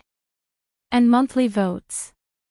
Just poke the underlined recommendation votes and monthly votes, and you can vote. Forgot to change it. Chapter 8:12. Although no one got out of the car, the sound of the car horn was like a warning and a reminder. Yi Xian didn't turn around. He didn't know whose car it was, but he also understood that it was inappropriate for him to act like this in front of the girls' dormitory. Slowly releasing Gu Nianji's arm, Yi Xian frowned and said icily, "I'm just fulfilling my promise to Uncle Gu. Don't overthink it. You're not my type at all." With that, he turned around and left. He passed by Hu Xiaoheng's car without looking sideways at all. She didn't know if he recognized whose car it was. Gu Nianji shook her arms and silently cursed, "Psycho." Then she looked at Hu Xiaoheng's SUV. Yi Xian quickly walked far away, his figure disappearing on the sidewalk. Hu Xiaoheng sat in the car and only got out of the car when he received news from a member of the Special Operations Forces that Yi Xian had already left the B University campus. Leaning against the car door with his hands in his trouser pockets, he narrowed his eyes and looked at Gu Nianji, who was standing on the steps of the dormitory building with a faint, relaxed smile. Gu Nianji originally thought she had guessed wrong and that the person in the car wasn't Hu Xiaoheng because no one got out after waiting for a long time. Just as she was about to turn to leave, she saw the car door open and Hu Xiaoheng's long legs stride out. She watched as he stood in front of the car and closed the door behind him. Then he leaned against the door and nodded at her. Gu Nianji hesitated for a moment before walking down the steps to stand in front of Hu Xiaoheng. She looked up at him and said, "Hu Xiao, you saw everything. Yi Xian came to find me." He didn't tell Gu Nianji that as soon as he received news of Yi Xian's appearance at B University, he rushed over from the base as fast as lightning. He only revealed a steady smile and said, "Why did he come to see you? Is it for Gu Yanran?" Gu Nianji thought that what Yi Xian told her must be very important to Hu Xiaoheng and the others. After all, it involved all of Gu Xiangwen's patents, especially those related to the military. Lowering her head, she took out her phone from her pocket and forwarded the list of the Gu assets that Yi Xian had sent her to Hu Xiaoheng. "He gave this to me. I think you guys need it more." Hu Xiaoheng felt his phone vibrate. He took it out and looked at it. His heart skipped a beat. He tapped on the screen a few times and roughly read the content. "He gave this to you. Can he be trusted? It should be believable. Because I can't think of a reason why he would mislead me about this." Gu Nianji shrugged. "Okay, anything else? If not, I'm leaving." Hu Xiaoheng put away his phone and continued to ask, "That's it? He came to you today just to give you this list?" "Yeah." Gu Nianji thought about it and decided to tell him about the photo. "Right, he also gave me a photo of him and my dad when he was young. This is my first time seeing what my father looks like." Remembering that Hu Xiaoheng and the others were still investigating Gu Xiangwen's whereabouts, Gu Nianji felt that it would be more helpful for them to archive the photos. Gu Xiangwen's photo. Hu Xiaoheng was stunned again. Yi Xian actually has a photo of Gu Xiangwen. They had searched all over the world but could not find a single photo of Gu Xiangwen that had been published. Gu Nianji opened the photo album on her phone and showed Hu Xiaoheng the photo she had taken of Yi Xian and Gu Xiangwen together. Of course, she was too embarrassed to show him the photoshopped photo. "Send me one." Just as Gu Nianji thought, this was a very important clue. Hu Xiaoheng straightened and was very cautious. "Okay." Gu Nianji immediately forwarded it to Hu Xiaoheng. Seeing that he was staring at the photo, she said happily, "Isn't my dad very handsome? I've never seen a man more handsome than him." Hu Xiaoheng snorted and didn't comment. However, even by Hu Xiaoheng's standards, he had to admit that Gu Xiangwen was indeed very handsome. Moreover, it was the kind of eye-catching handsomeness that was much better looking than many celebrities. However, Hu Xiaoheng's brows furrowed imperceptibly. Then he searched through the photo album on his phone and found the photo of the Gu family of 4 that he had taken at the Gu's Island villa in the Caribbean Sea. He passed it to Gu Nianji. "Take a look. Who is this?" Gu Nianji leaned over and glanced at Hu Xiaoheng's hand. Her pupils suddenly contracted. This photo was obviously a family portrait of a family of 4. A gentle and elegant man and a quiet and gentle woman sat in the middle. There were 2 girls standing next to them. The older girl was about 16 or 17 years old, and the younger girl was about 11 years old. The older girl was obviously Gu Yanran because her current appearance was not much different from when she was 16 or 17 years old. Gu Nianji could recognize her at a glance. However, the younger girl was definitely herself from 7 years ago. The quiet and gentle woman sitting had a round face and slender eyes. They were the standard almond-shaped eyes and 2 curved eyebrows. She did look somewhat similar to Gu Nianji when she was young. Could this woman be her mother? Gu Nianji's gaze also became fervent. The man sitting next to the woman was very elegant. If one looked closely, they would notice that this person's expression seemed to be somewhat similar to Gu Nianji's. He seemed to be smiling even when he wasn't speaking, giving people the feeling of a spring breeze. "Who is this man?" Gu Nianji asked curiously. "What about this woman? Could she be my mother?" Hu Xiaoheng placed the photo on her phone next to the family portrait on his phone. He compared them and said, "I originally thought that the man in this photo was your father, Gu Xiangwen, and the woman was your mother, Grace." "Oh. How is that possible? My father is definitely not this person. That person is my father." Gu Nianji pointed at the handsome man in the photo with Yi Xian and said resolutely. To be honest, the man in the family portrait of 4 people was gentle and elegant. He was also quite good-looking. Of course, he wasn't as eye-catching as the man in the photo with Yi Xian. Gu Nianji was obsessed with voices, but she was even more obsessed with looks. She was used to looking at faces, so she was certain that the man in the photo with Yi Xian was her father, Gu Xiangwen. Hu Xiaoheng knew about this bad habit of hers, but he didn't think there was a need to correct it. She had higher standards, so he wouldn't have to worry too much. Because she refused to admit that the man in the family portrait of 4 people was her father, Gu Nianji also refused to admit that the woman was her mother. Although she didn't have any evidence and was only relying on her intuition. Hu Xiaoheng looked down and carefully compared the 2 photos. He didn't speak for a while. Gu Nianji was anxious. She was worried that Hu Xiaoheng would think that the man in the family portrait of 4 people was her father.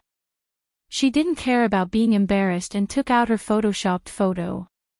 "Look, this person's nose is exactly the same as mine. From his appearance, this man should be my father as well." Hu Xiaoheng finally saw Gu Nianji's photoshopped photo. He glanced at her and was slightly moved. His deep voice softened. "Yeah, I also think that the man in Yi Xian's photo should be your father, Gu Xiangwen." Ever since Hu Xiaoheng confirmed that the time he and Gu Yanran were in danger in Barbados, it was very likely that Gu Yanran had directed and acted on her own. He began to have doubts about all the evidence from that time, including this family photo. In order to not cause Gu Nianji any trouble, he didn't take it out. Until Yi Xian took out a photo with Gu Xiangwen.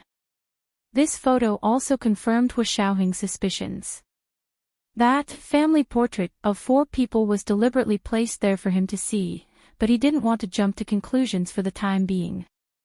Gu Nianji breathed a sigh of relief, but a new question quickly surged in her mind. She looked at Hu Xiaoheng suspiciously. Where did you get this photo? Because Gu Yanran was in it, Gu Nianji immediately asked, did Gu Yanran give it to you? To a certain extent, it was indeed arranged by Gu Yanran. Hu Xiaoheng thought about it for a while and nodded. Sort of. Yes means yes, no means no. What do you mean by sort of? Gu Nianji asked anxiously. She finally had a new lead, so she didn't want to give it up. Hu Xiaoheng briefly recounted the time when he was in danger with Gu Yanran in Barbados. Gu Nianji knew that Hu Xiaoheng had stayed on the island with Gu Yanran because of that. She had felt sour at the time. But now that she heard about it again, she realized that she actually didn't feel sour at all. She only sighed.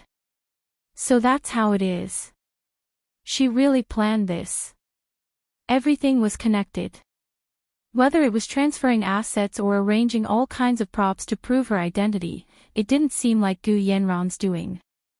Gu Nianji gripped her phone and frowned as she paced back and forth in front of Hu Xiaoheng. She mused. I think there's someone behind Gu Yanran. Someone was helping her plan to seize the property of the Gu family with a purpose. Hu Xiao, did you know? Gu Yanran even started transferring assets 4 years ago. Tell me, she's clearly already the eldest daughter of the Gu family. Also, before she saw me again, what reason did she have to transfer assets? At that time, the Gu assets were hers to begin with. Why would she take the risk? Hu Xiaoheng nodded and said honestly, I originally thought the person behind her was Yi Xian.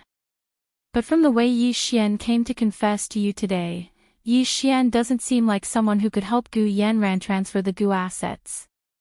Yi Xian is very loyal to my father. He's protecting the Gu family, not someone from the Gu family. Gu Nianji understood this very well.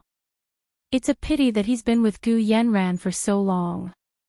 Gu Yanran has led him astray and reduced him to the position of a servant. I think that's definitely not my father's original intention of paying for his education. Looking at Gu Nianji's serious little face, Hu Xiaoheng's eyes became solemn. He said calmly, yeah, so does that mean he'll have to follow you from now on? You can help him correct his values. This was the first watch.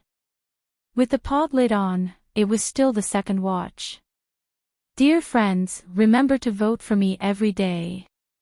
The second watch at 7 p.m.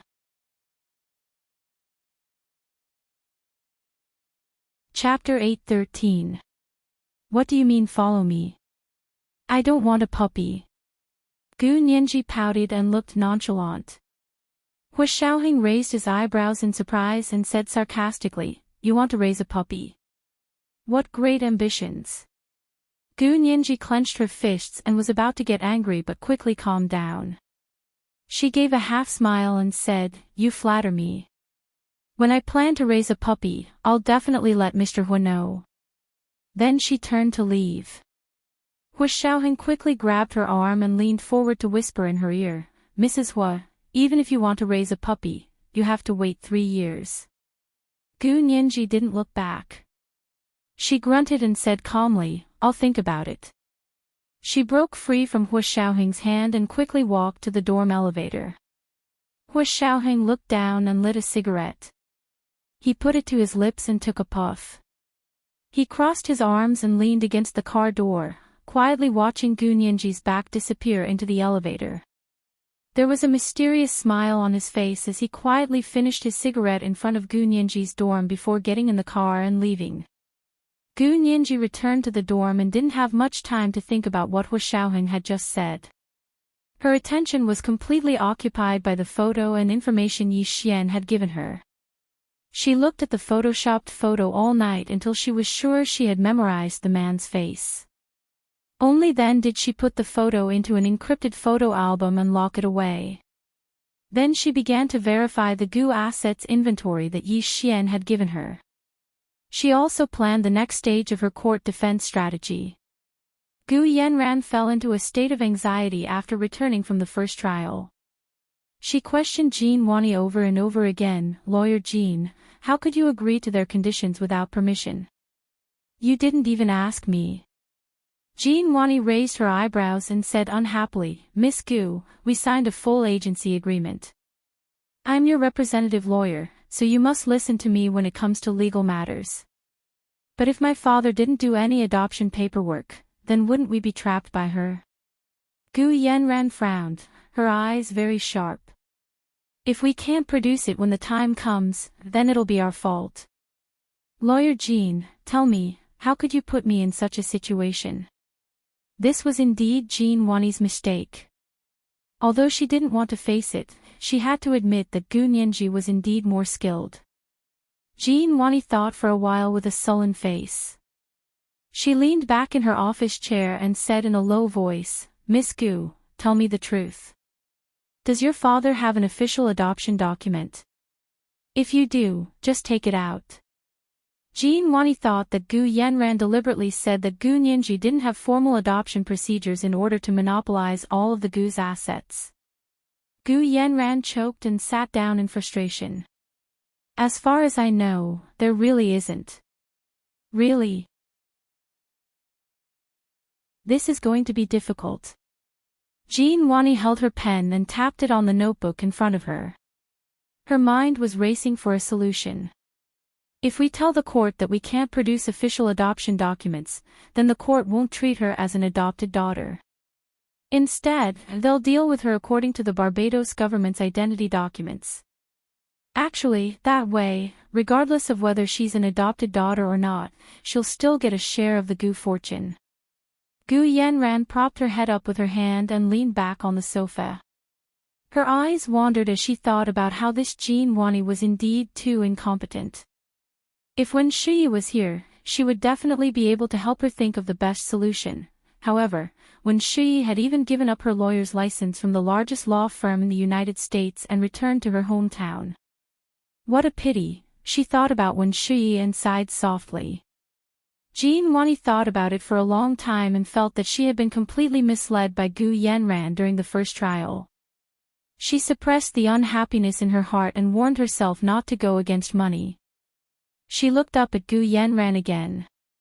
Jean Wani had already recovered her standard professional smile. She said amiably, "Miss Gu, why don't you give me the contact information of your father's lawyer? I'll contact him and see if he has legal adoption documents or a will or something like that." Gu Yanran slowly looked up at her. A hint of caution flashed across her eyes. "I'll contact the lawyer. Lawyer Jean, please help me get the official extension documents that the court needs first." Jean Wani could tell that Gu Yanran was wary of her, but she still smiled and nodded. "Okay, then I'll wait for the good news." In reality, Jean Wani had already given up on the idea of making a fuss about Gu Nianji's adoption documents. From Gu Yanran's behavior, Gu Nianji was basically Gu Xiangwen's adopted daughter. However, Jean Wani was too embarrassed to take out the legal documents. That would be a complete slap in the face. Therefore, she could pretend to get by. Even if she couldn't produce the adoption documents, she would still have to fight the estate dispute lawsuit. Therefore, Jean Wani began to prepare for the next step. She asked Gu Yanran, "Oh right, can Miss Gu give me a copy of the inventory of the Gu fortune? That way, I'll be able to answer Gu Nianji's questions in court." This item had to be handed over, but what kind of inventory would be handed over would depend on Gu Yanran's mood. After leaving Jean Wani's office, Gu Yanran got into her private car with a heavy heart. She rubbed her phone and pondered for a long time. Finally, she ordered the driver to stop the car and went to a convenience store by the road. Borrowing the convenience store's landline, she called a number that she thought she would never have to call. The phone rang for a long time before it was picked up. Gu Yanran quickly told the person what had happened to her recently. There was a moment of silence on the other side. Then, a woman yelled, "Gu Yanran, you piece of trash. Please help me one last time." Gu Yanran didn't get angry no matter how the other person yelled at her. "I've been poor for a long time. Gu Yanran, I think I've already done enough for you." The person on the other side actually refused to help. Gu Yanran was silent for a while before saying, "I don't want to force you, but if I lose the lawsuit, Gu Nianji will become the richest person in the world. Also, I won't be able to resist telling others what you've done. Are you threatening me?" "I wouldn't dare. But even a dog will jump over a wall when it's desperate, let alone a person." Gu Yanran calmed down and grabbed the person's weakness to think of a solution. After the person yelled at her, although she wasn't happy, she still gave her a few suggestions. Gu Yanran felt enlightened all of a sudden. After the call, Gu Yanran returned to her apartment in the third ring road of the imperial capital. Her mood was obviously much better. She hummed a tune and changed her clothes. She wrapped a towel around her head, wore an apron, and put on sleeves. She happily cleaned the apartment inside and out. Whenever she was in a good or bad mood, she liked to clean. It was a rather strange way for her to relieve stress. The call just now had indeed relieved a lot of her stress. No matter how difficult a task was, it was a piece of cake when it came to that person. There were still differences in people's abilities. Jean Wani's lawyer was really too lousy. Compared to that person, she couldn't even compare to her pinky finger. By the time she finished cleaning up her apartment, it was already dark. Gu Yanran took another shower and ordered a table of Japanese takeout from a 4-star Michelin restaurant in the imperial capital. She also opened a bottle of red wine from Bordeaux. She lit candles on the dining table, and piano music floated in the living room. There was also a bouquet of roses near the door. Gu Yanran looked at everything proudly. Snapping her fingers, she called Yi Xian. "Xian, have you had dinner? Come and eat with me. I've prepared your favorite Japanese Kobe steak and French Bordeaux red wine." Gu Yanran's raspy voice was teasing and seductive. Yi Xian had never been able to resist her charm. The breathing on the other side of the phone suddenly became heavy. Gu Yanran looked at herself in the mirror and smiled regretfully. This was such a cute little wolf puppy. She wanted to give him one last chance. "Xian, come. Let's forget our past unhappiness and get back together. As long as you come, we'll register our marriage tomorrow." Gu Yanran continued to seduce Yi Xian. She thought about it. No matter what, as long as Yi Xian was still on her side, she wouldn't lose. That person had also said that if Yi Xian could be won over, then she had to settle it immediately. If she couldn't, then she could only reluctantly give up. Gu Yanran still really liked Yi Xian.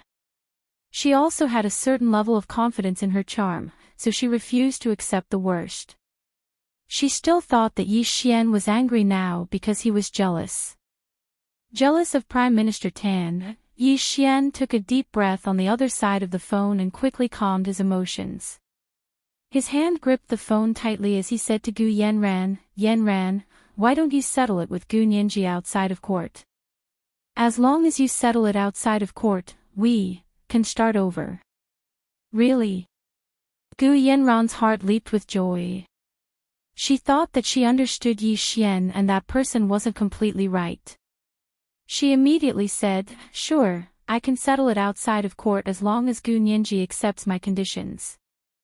Yi Xian was silent for a while before saying, Yan Ran, I've already given the inventory of the Gu assets to Gu Nianji. You just have to split the assets with her according to the inventory. What? What did you say? Say it again if you have the guts.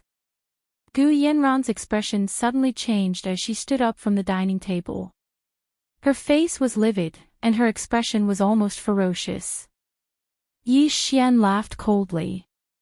So what if I say it again? I'm telling you, I gave the inventory of all the Gu assets to Gu Nianji. Return it to its rightful owner. What's wrong with that? Yi Xian was both disappointed and saddened by Gu Yanran's reaction. This was also the woman he had truly liked. Although he had gotten the wrong person, the feelings he had given to her weren't wrong. What's wrong with me? Yi Xian, how dare you say something like that? What right do you have to give something that belongs to the Gu family to an outsider? Do you really think you're a member of the Gu family? Gu Yanran scolded him sternly. Yi Xian only thought it was ridiculous. He rubbed the top of his head and suddenly burst into laughter. He laughed until he was almost out of breath before saying, Gu Yanran, I've never seen anyone lie to themselves to the extent that you do. I advise you to see a psychologist. If you don't want to see a psychologist, then I'll pass on Uncle Gu's words to you as my last words. Don't think that a lie can become the truth if you repeat it 1,000 times. A lie will always be a lie, and it will never become the truth. Similarly, Gu Yanran, don't go overboard and exhaust the last bit of affection between us. Affection. Yi Xian, when you disregarded my wishes and arbitrarily dealt with the Gu assets, we no longer had any affection between us. You're on your own now. Gu Yanran said as she threw the phone down. The phone smashed against the dining room wall. She still couldn't calm down and flipped the entire dining table. She only felt better when she saw the steak and red wine scattered all over the dining table. It seemed like that person was right. If Yi Xian couldn't be on her side, then there was no need for him to stay. Because he knew too much about her. It was the second watch. Dear friends, remember to vote for me every day. Wax. Oh, ___. Oh.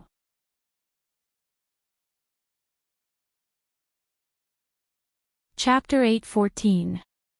Gu Yanran stood in her apartment and looked at the mess. She took 2 deep breaths to calm herself down. Then, she carefully recalled the advice the person on the phone had given her.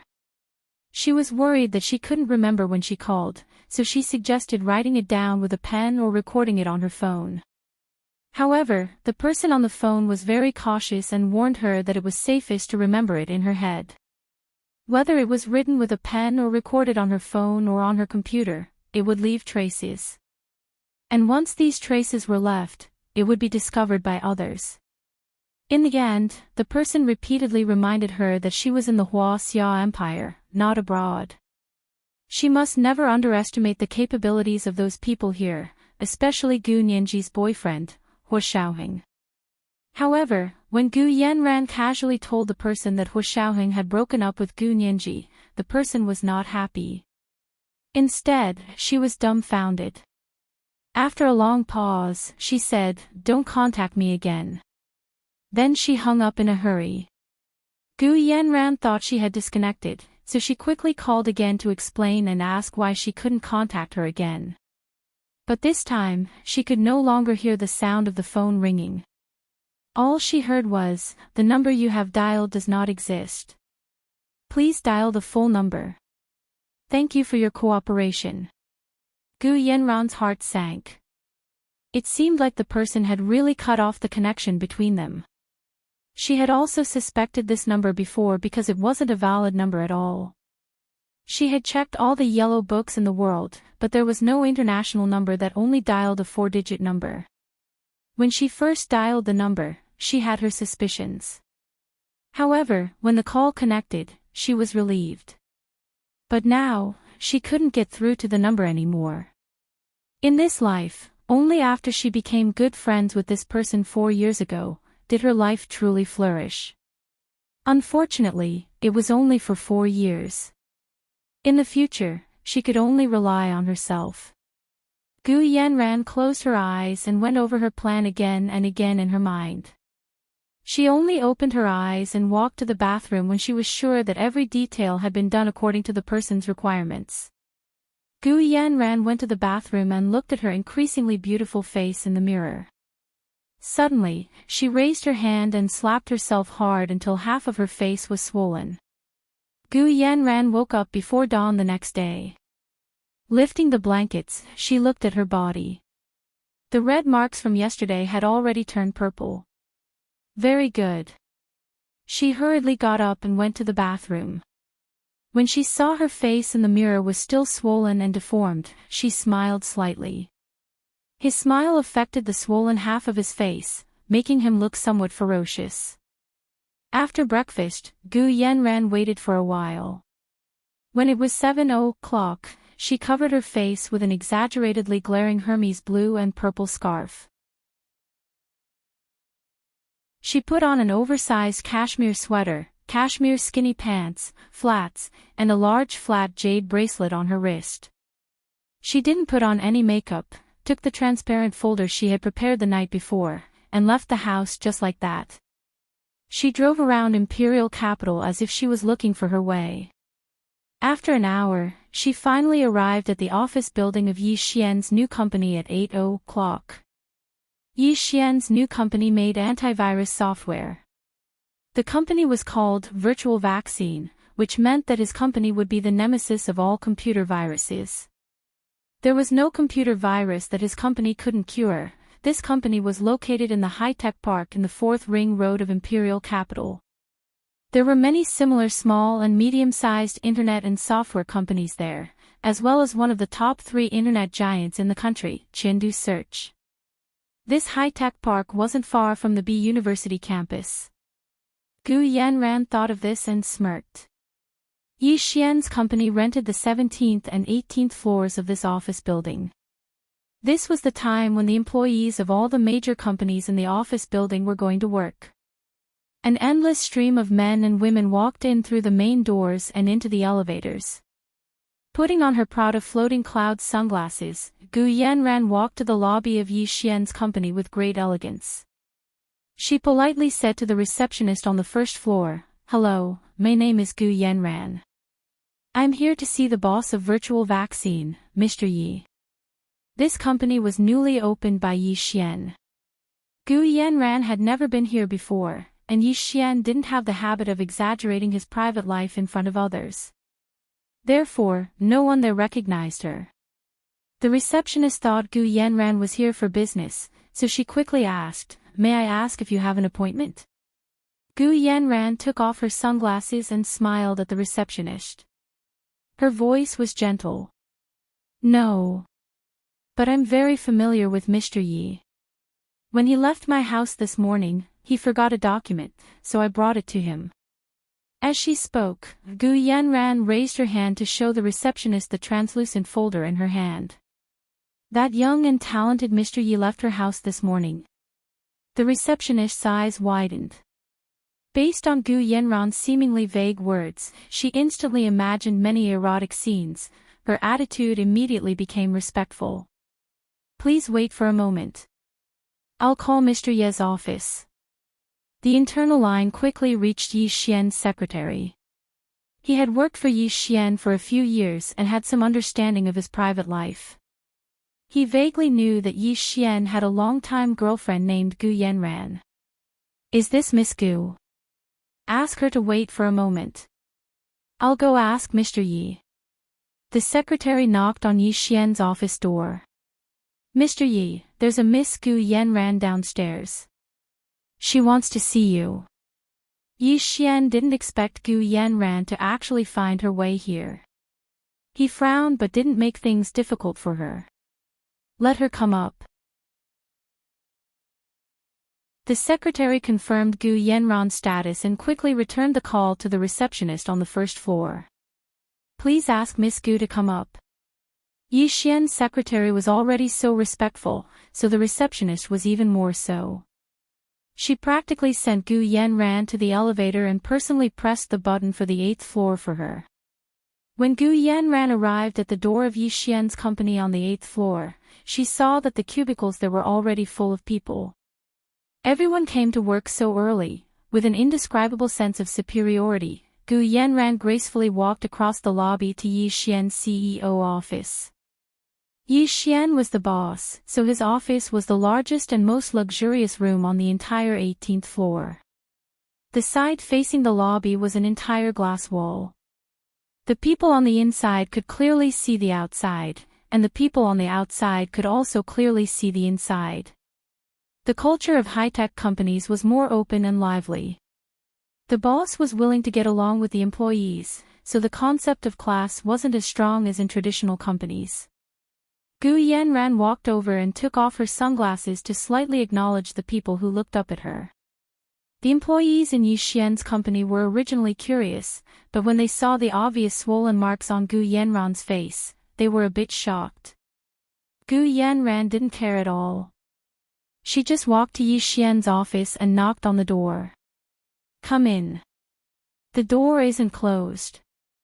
Yi Xian's clear voice came from inside. Gu Yanran smiled and opened the door to enter. Yi Xian's office was like a transparent fish tank.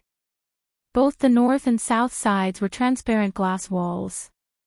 Looking out from the glass wall on the south side, one could see the entire high-tech park at a glance. Gu Yanran gently closed the door but skillfully left a small gap. The door wasn't closed tightly. But from Yi Xian's angle, he couldn't see it at all. In reality, he was very displeased with Gu Yanran's sneaky actions and said disapprovingly, "Why did you close the door?" Now that things had come to this, was there anything between them that couldn't be said to others? Anyway, everyone knew. As soon as he thought about Gu Nianji calling him Gu Yanran's little wolf dog, Yi Xian was a bit upset. Gu Yanran smiled at him, revealing 8 snow-white teeth. Yi Xian had never been able to resist her smile. When she saw that Yi Xian had indeed looked away, Gu Yanran's smile became even sweeter. She walked over to Yi Xian and said, "Xian, it was my fault last night. I'm sorry. Please forgive me." As she spoke, she even bowed to him. Yi Xian froze and put down the mouse. He clasped his hands together on the desk and frowned. "What do you mean?" "I was wrong. I was really wrong. I beg you, don't force me anymore, okay? Do you know what a father means to me?" Gu Yanran's tears came without warning. They rolled down her cheeks as she cried in front of Yi Xian. Yi Xian looked at her in shock and couldn't help but take a tissue from the desk for her. "Why are you crying? As long as you keep your word and don't make things difficult for Gu Nianji, what can I force you to do?" Gu Yanran took the tissue to wipe her nose and cried even louder. "Yi Xian. You have no conscience. I've been with you for so many years. I've given you everything, and you're still not satisfied. Do you have to force me? Don't you want the inventory of the Gu family's assets? I'll give it to you." As she spoke, she threw the transparent folder at Yi Xian. He didn't know if it was because the documents inside hadn't been properly placed, but when she threw it, the white A4 paper inside flew out and scattered all over the floor. Yi Xian thought about the years he'd spent with Gu Yanran had been very sweet. He couldn't help but say sadly, "As long as you agree to the conditions I mentioned yesterday, I can let bygones be bygones." Gu Yanran heard that and cried even harder.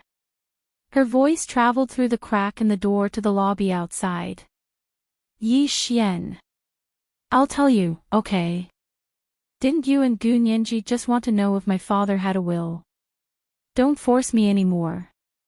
I can't take it anymore. I'll tell you, okay? My father's lawyer, Mr. Vanderbilt, is in Little Rock, Utah. Go look for him. See if there's anything you want. I've had enough. My father is still alive. He's alive. I'm not as heartless as you and Gu Nianji. My father is still alive, yet you want to carry out his will. You've gone too far. As she spoke, Gu Yanran turned around, opened the door to Yi Xian's office, and ran out in tears. The employees in Yi Xian's office all craned their necks to listen to the gossip. A few people near Yi Xian's office even turned on their phones and began to secretly record it. Yi Xian originally thought that Gu Yanran had changed her mind and wouldn't make things difficult for Gu Nianji anymore. He didn't expect her to still be stubborn. His expression turned ugly, and he angrily slammed his desk. You're on your own. Don't let me see you again. Gu Yanran ran out of Yi Xian's office in tears. As soon as she reached the lobby on the first floor, she moaned and fainted in front of the elevator. The people waiting for the elevator at the door panicked, and everyone quickly called an ambulance to take Gu Yanran up. When the doctor in the ambulance gave Gu Yanran first aid, he unbuttoned her shirt and was shocked to find many bruises on her neck and arms. This is the first watch. Cover the pot and say, it's still the second watch today. It'll be the third watch tomorrow. My friends are anxious. My friends must also remember to vote for me every day. The second watch at 7 p.m.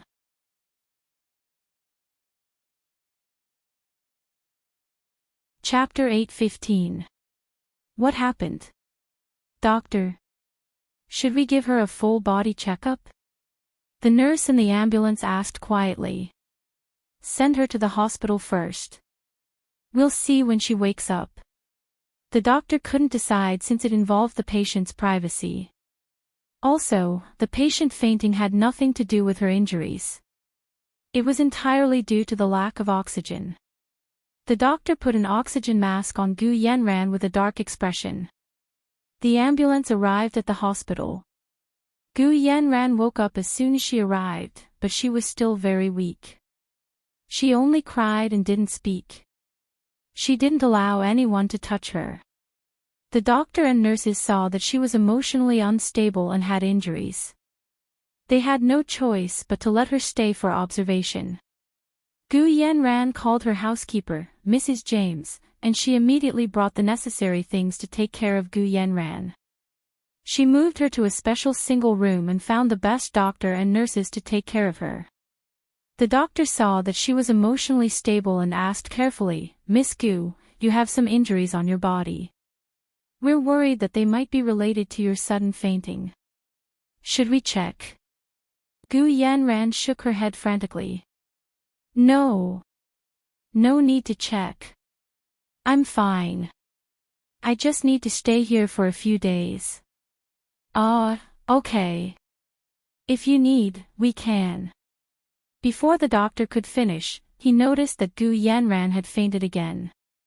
This time, Mrs. James was there, so she could help Gu Yanran. She signed the consent form and allowed the doctor to check Gu Yanran's body. The results made the doctor and nurses furious. Miss Gu was abused. Mrs. James, do you know who did it? The doctor asked angrily. Who would be so crazy? Mrs. James immediately thought of Yi Xian, who often spent the night with Gu Yanran. However, she also knew that Yi Xian and Gu Yanran had a special relationship. Although they seemed to have fallen out because Gu Yanran had slept with another man, who knew what young couples were thinking.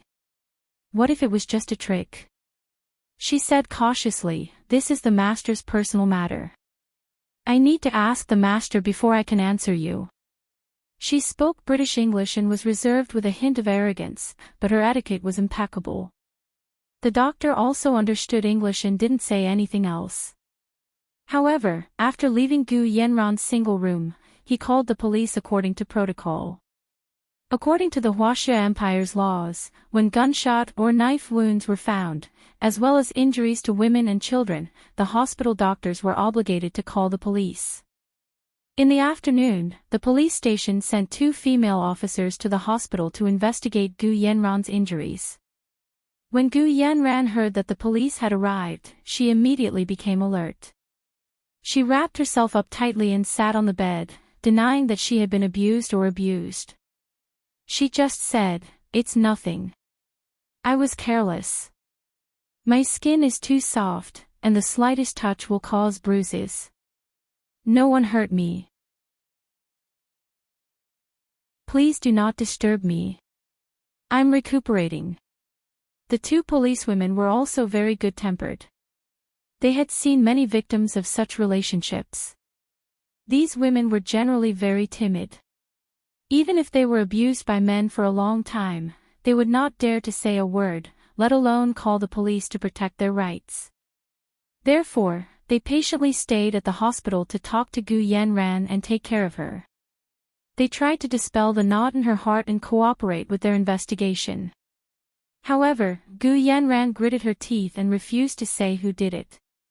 She insisted that she did it herself. At night, after the two policewomen left, Mrs. James asked Gu Yanran worriedly, "Miss Gu, why did you hide it for him?" "Him? Who are you talking about?" Gu Yanran frowned. From the corner of her eye, she noticed that the door to the room was slightly open. It seemed like someone was standing in front of the room. "Of course it's Yi Xian. Is he still fighting because of you and someone else?" "Actually, if I had to say, unmarried men and women are free to choose. Why does he need you to be loyal to him? Does he deserve it?" Mrs. James's attitude was very dismissive when she talked about Yi Xian. Yes, she looked down on Yi Xian and felt that he was like a prostitute. He was only Gu Yanran's boy toy. However, Gu Yanran shook her head and said sadly, "Don't say that. I shouldn't have. I shouldn't have wanted to break up with him." As she spoke, she began to cry again. That night, Gu Yanran pinched herself all over again. Especially on top of the old wounds, she added new ones. The next day, when the doctor came to check on her, he discovered that her old wounds had not healed, but new ones had appeared. His expression changed. "What exactly is going on?" Gu Yanran smiled good-naturedly, but tears streamed down her cheeks. "I told you. Actually, I accidentally did it myself. There was no one else.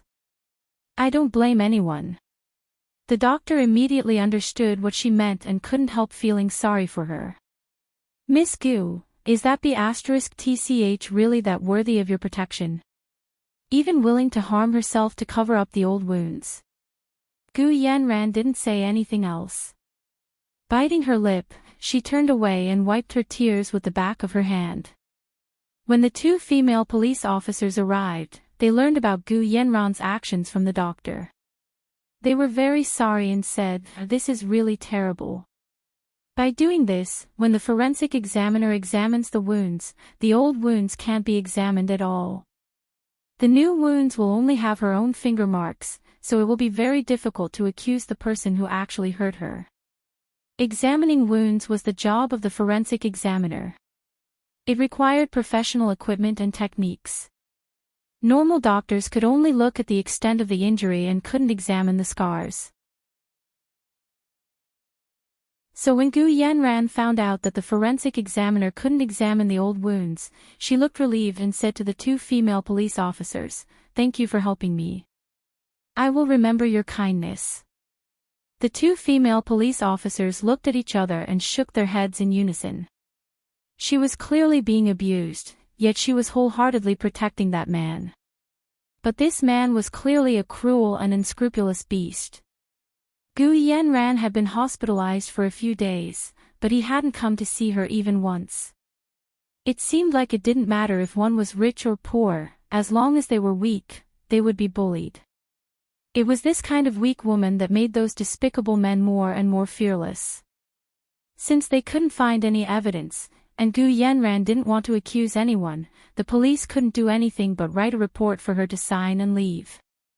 Since they couldn't find any evidence and Gu Yanran refused to press charges, the police had no choice but to write a report for her to sign and leave. She refused to return to the apartment in the third ring road of the imperial capital and ordered someone to put the apartment up for sale on the real estate market. She refused to return to the apartment in the third ring road of the imperial capital and ordered someone to put the apartment up for sale on the real estate market.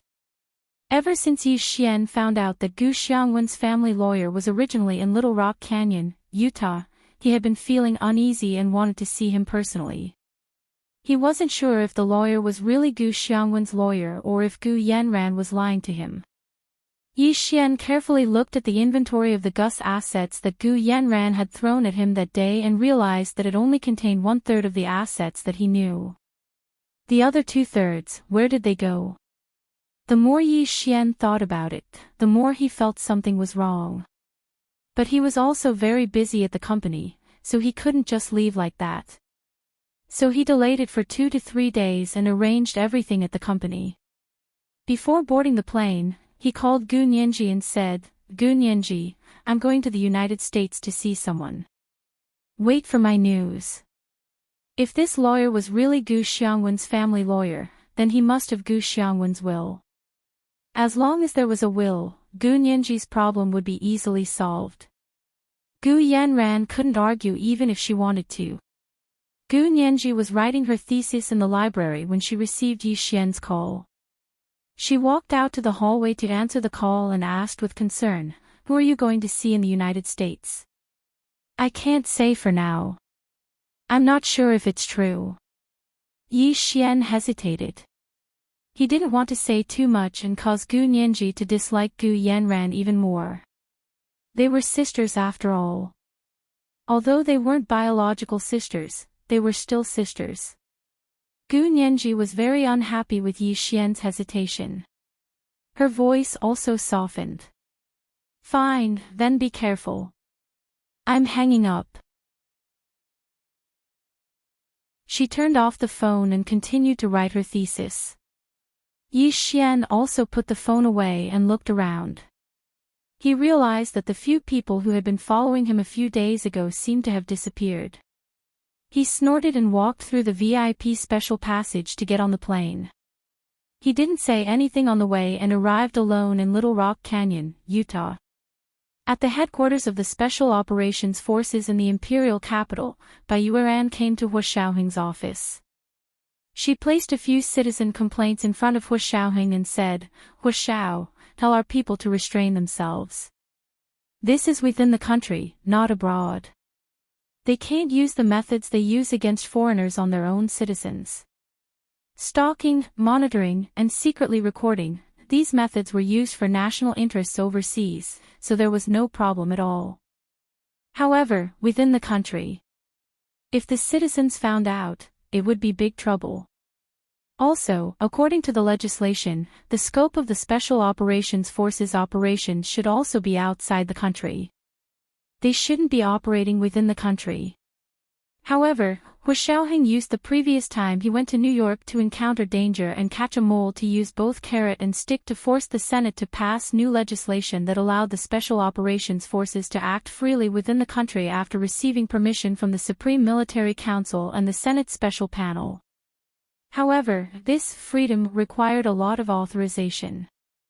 This way, the possibility of keeping it a secret would be greatly reduced. Therefore, Hua Xiaoheng normally didn't act within the country. There was no other reason than it was too easy for secrets to be leaked. This time, in order to smoothly proceed with the estate dispute between Gu Nianji and Gu Yanran, he made an exception and used the excuse that Gu Xiangwen's assets involved important national interests to apply for special permission from the Senate and the Supreme Military Council to monitor Gu Yanran. However, Gu Yanran seemed to be doing something again this time. She first fell out with Yi Xian and sent him away. At the same time, for some reason, she actually discovered that someone was stalking her and specifically complained to the Senate about the Special Operations Forces. She even hinted that Hua Xiaoheng was abusing his power for personal gain by using his own power to help Gu Nianji fight for the estate. The complaint document in Bai Yueran's hands was submitted by Gu Yanran. She had already fallen out with Gu Nianji, so she wasn't afraid of offending her or Hua Xiaoheng. Therefore, even though she knew that Gu Nianji and Hua Xiaoheng had broken up, she still followed that person's suggestion and filed a complaint. This way, Hua Xiaoheng would have some reservations and not secretly help Gu Nianji because he still had feelings for her. Hua Xiaoheng flipped open the complaint document in front of him. His eyes flashed as he said, "A real name complaint. But Gu Yanran is not a Huaxia citizen. Even if we monitor her, it's not against the law, right?" Bai Yueran smiled and nodded. "I told the Secret Service the same thing, but they still insisted that this is within the Huaxia Empire. In terms of territory, we can't overstep our boundaries. Even if we want to monitor Gu Yanran, they have to do it." Hua Xiaoheng was speechless. "I've already received permission from the Senate to act. If they're dissatisfied, they can look for Speaker Long." Hua Xiaoheng finished speaking and pushed the complaint documents back to Bai Yueran. "I'll have to trouble Director Bai with the rest." "Okay, I finally understand why our people are so domineering. So it's because, if the higher-ups like it, the people below will like it even more." Bai Yueran smiled as she took back the documents. "Since Hua Xiaoheng is so domineering, I won't embarrass him. Wait for me to respond to their inquiries." However, Bai Yueran changed the topic. "Hua Xiaoheng, you better withdraw the people monitoring Gu Yanran." "Why?" Hua Xiaoheng didn't even look up. He didn't want to continue this topic. "I'm talking to you about this as a lawyer." Bai Yueran's expression became serious. "If your surveillance hadn't been discovered by Gu Yanran, then it wouldn't have mattered. But now that your surveillance has been discovered by Gu Yanran, I'm afraid that when the time comes in court, Gu Yanran will use this as an excuse to claim that a lot of the evidence was obtained illegally and not allowed to be used in court. This will have an extremely negative impact on Gu Nianji's estate dispute case." This was the second watch. Cover the pot and say, "It's still the second watch today. Tomorrow will be the third watch. Dear friends, remember to vote for me every day. Good night, dear friends."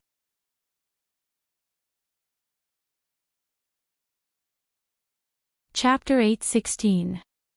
After Bai Yueran left, Hua Xiaoheng sat alone in his office and thought about it for a long time as he stared at the blue screen of the computer. Bai Yueran's words made sense. He had obtained authorization from the military and the Senate to monitor the cabinet. He had also taken advantage of the fact that Gu Xiangwen's patent involved national interests to monitor Gu Yanran. Later, because Yi Xian had taken out the inventory of the Gu family's assets, he had also monitored Yi Xian. But from a legal perspective, monitoring a public authority like the cabinet was a completely different concept from monitoring ordinary citizens like Gu Yanran and Yi Xian. Why did the Snowden incident in the United States cause such a ruckus and cause the US government to be disgraced? It wasn't because it monitored government officials, but because it indiscriminately monitored ordinary American citizens. This was a heinous violation of personal privacy in modern society. Although the United States had its own Patriot Act to protect its surveillance, in reality, it also knew it was untenable, so it never dared to make it public. As everyone knew, after this incident was publicized by Snowden, it was immediately condemned by the world's public opinion. No one considered whether this kind of behavior was legal or not, and the political impact it had on the US government was extremely negative. Moreover, in modern society, whether it was legal or not was a relative concept. The legislature could create many unimaginable laws at any time, and they could also abolish many laws that were taken for granted at any time. And for high-ranking officials like him, other than the law, they also had to consider the influence on the citizens, especially the political influence on the Special Operations Forces. He would never forget that when the Special Operations Forces was established, the Senate, the Cabinet, and the military's upper echelons were very suspicious of one thing. Would they expand their scope of operations into the country if they had too much power? And had he indeed invested inappropriate attention into Gu Nianji's case? If Gu Yanran knew about these actions, there was no doubt that it would cause an unexpected blow to Gu Nianji in court. The entire estate dispute case might even be twisted into the Hua Xia Empire's military attempting to use public power to seize the private assets of foreigners. If that happened, Gu Nianji would have no chance of winning at all. And it would push the behind-the-scenes organization, the Special Operations Forces, to the forefront. No matter which aspect it was something he couldn't bear. He couldn't let the credibility of the Special Operations Forces he had established suffer a fatal blow, but he also couldn't let Gu Nianji suffer in silence. After thinking about it, Hu Xiaoheng only had one conclusion: Gu Yanran had a master behind her, and this master was very familiar with the Hua Xia Empire's way of doing things. He stared ahead expressionlessly, fiddling with a round gold coin in his hand. Suddenly, he slammed the gold coin onto the table and pocketed it with his fingers.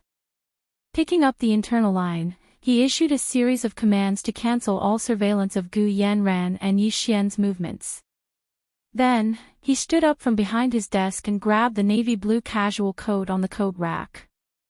With a shake of his arms, he put it on over his shirt and strode out of the office. After getting into the car, Hu Xiaoheng drove directly to the second-hand house that Gu Nianji had bought in Hepingli on the 4th Ring Road. As he opened the door with the key card, he texted Gu Nianji, "Come to the new house in Hepingli. I have important matters to discuss." He rarely texted Gu Nianji, but this time, in order to be cautious, he texted her. Gu Nianji had just walked out of the classroom when she saw Hu Xiaoheng's text. She had 2 classes in the morning, which she had just finished. She had to go to the library to catch up on her homework. She hesitated for a second when she saw the text, but she still called back. Hu Xiaoheng was sitting on the deck chair on the balcony and had just lit a cigarette when he heard his phone ring. He took it and unlocked it. His deep and magnetic voice said slowly, "Nianji. Class is over." Gu Nianji nodded. "Hu Xiao, what's up?" "Yeah, come over when you're free." Hu Xiaoheng looked up at the sky outside. It was a bit gray, and the northwest wind was blowing from the grasslands, carrying sand and cold. The temperature was dropping quickly. What can't be said over the phone? Gu Nianji got on her bike. "I still have to go to the library to do my homework." Hu Xiaoheng got up to turn on the air conditioner in the living room and set the temperature to a constant 23 degrees. He said, "It's better to say it in person. It's safer here. Their security measures here could guarantee that their conversation wouldn't be overheard by others." Gu Nianji immediately understood. "I'll be right there." She didn't return to the dormitory. Instead, she got on her bike and rushed to the Hepingli district. She had originally bought an apartment near the school for convenience. Gu Nianji only spent 15 minutes to take a shortcut to the Hepingli district. She locked her bike in the gazebo downstairs and went upstairs alone with her backpack. When she arrived at her room, she had just taken out the key card when the door was already open from the inside. Hu Xiaoheng's tall and straight figure appeared behind the door. "Come in." Hu Xiaoheng turned to the side to make way. His expression was calm, and his gaze was calm. His calm demeanor calmed Gu Nianji's anxious heart. She walked in with a smile and looked at her room first. "When did Hu Xiao get here?" "Less than half an hour." Hu Xiaoheng acted as if he was in his own home. "What do you want to drink?" "Can I drink beer?" Gu Nianji said with a half-smile. She put down her backpack and threw it on the sofa. "Of course not." Hu Xiaoheng didn't even think about it. He turned to the kitchen. "I'll get you some milk." "Pfft, why did you ask if you knew?" Gu Nianji secretly made a face in her heart but didn't say it out loud. She sat on the sofa and stretched her legs. She let out a long sigh. After a while, Hu Xiaoheng came out with a tray. There was a glass of warm milk and a small plate of muffins. Gu Nianji had just finished class and was indeed hungry. She took the tray and drank half a glass of milk first, then ate a muffin. Hu Xiaoheng held a cup of tea and sat on the sofa opposite her. He looked at her without blinking.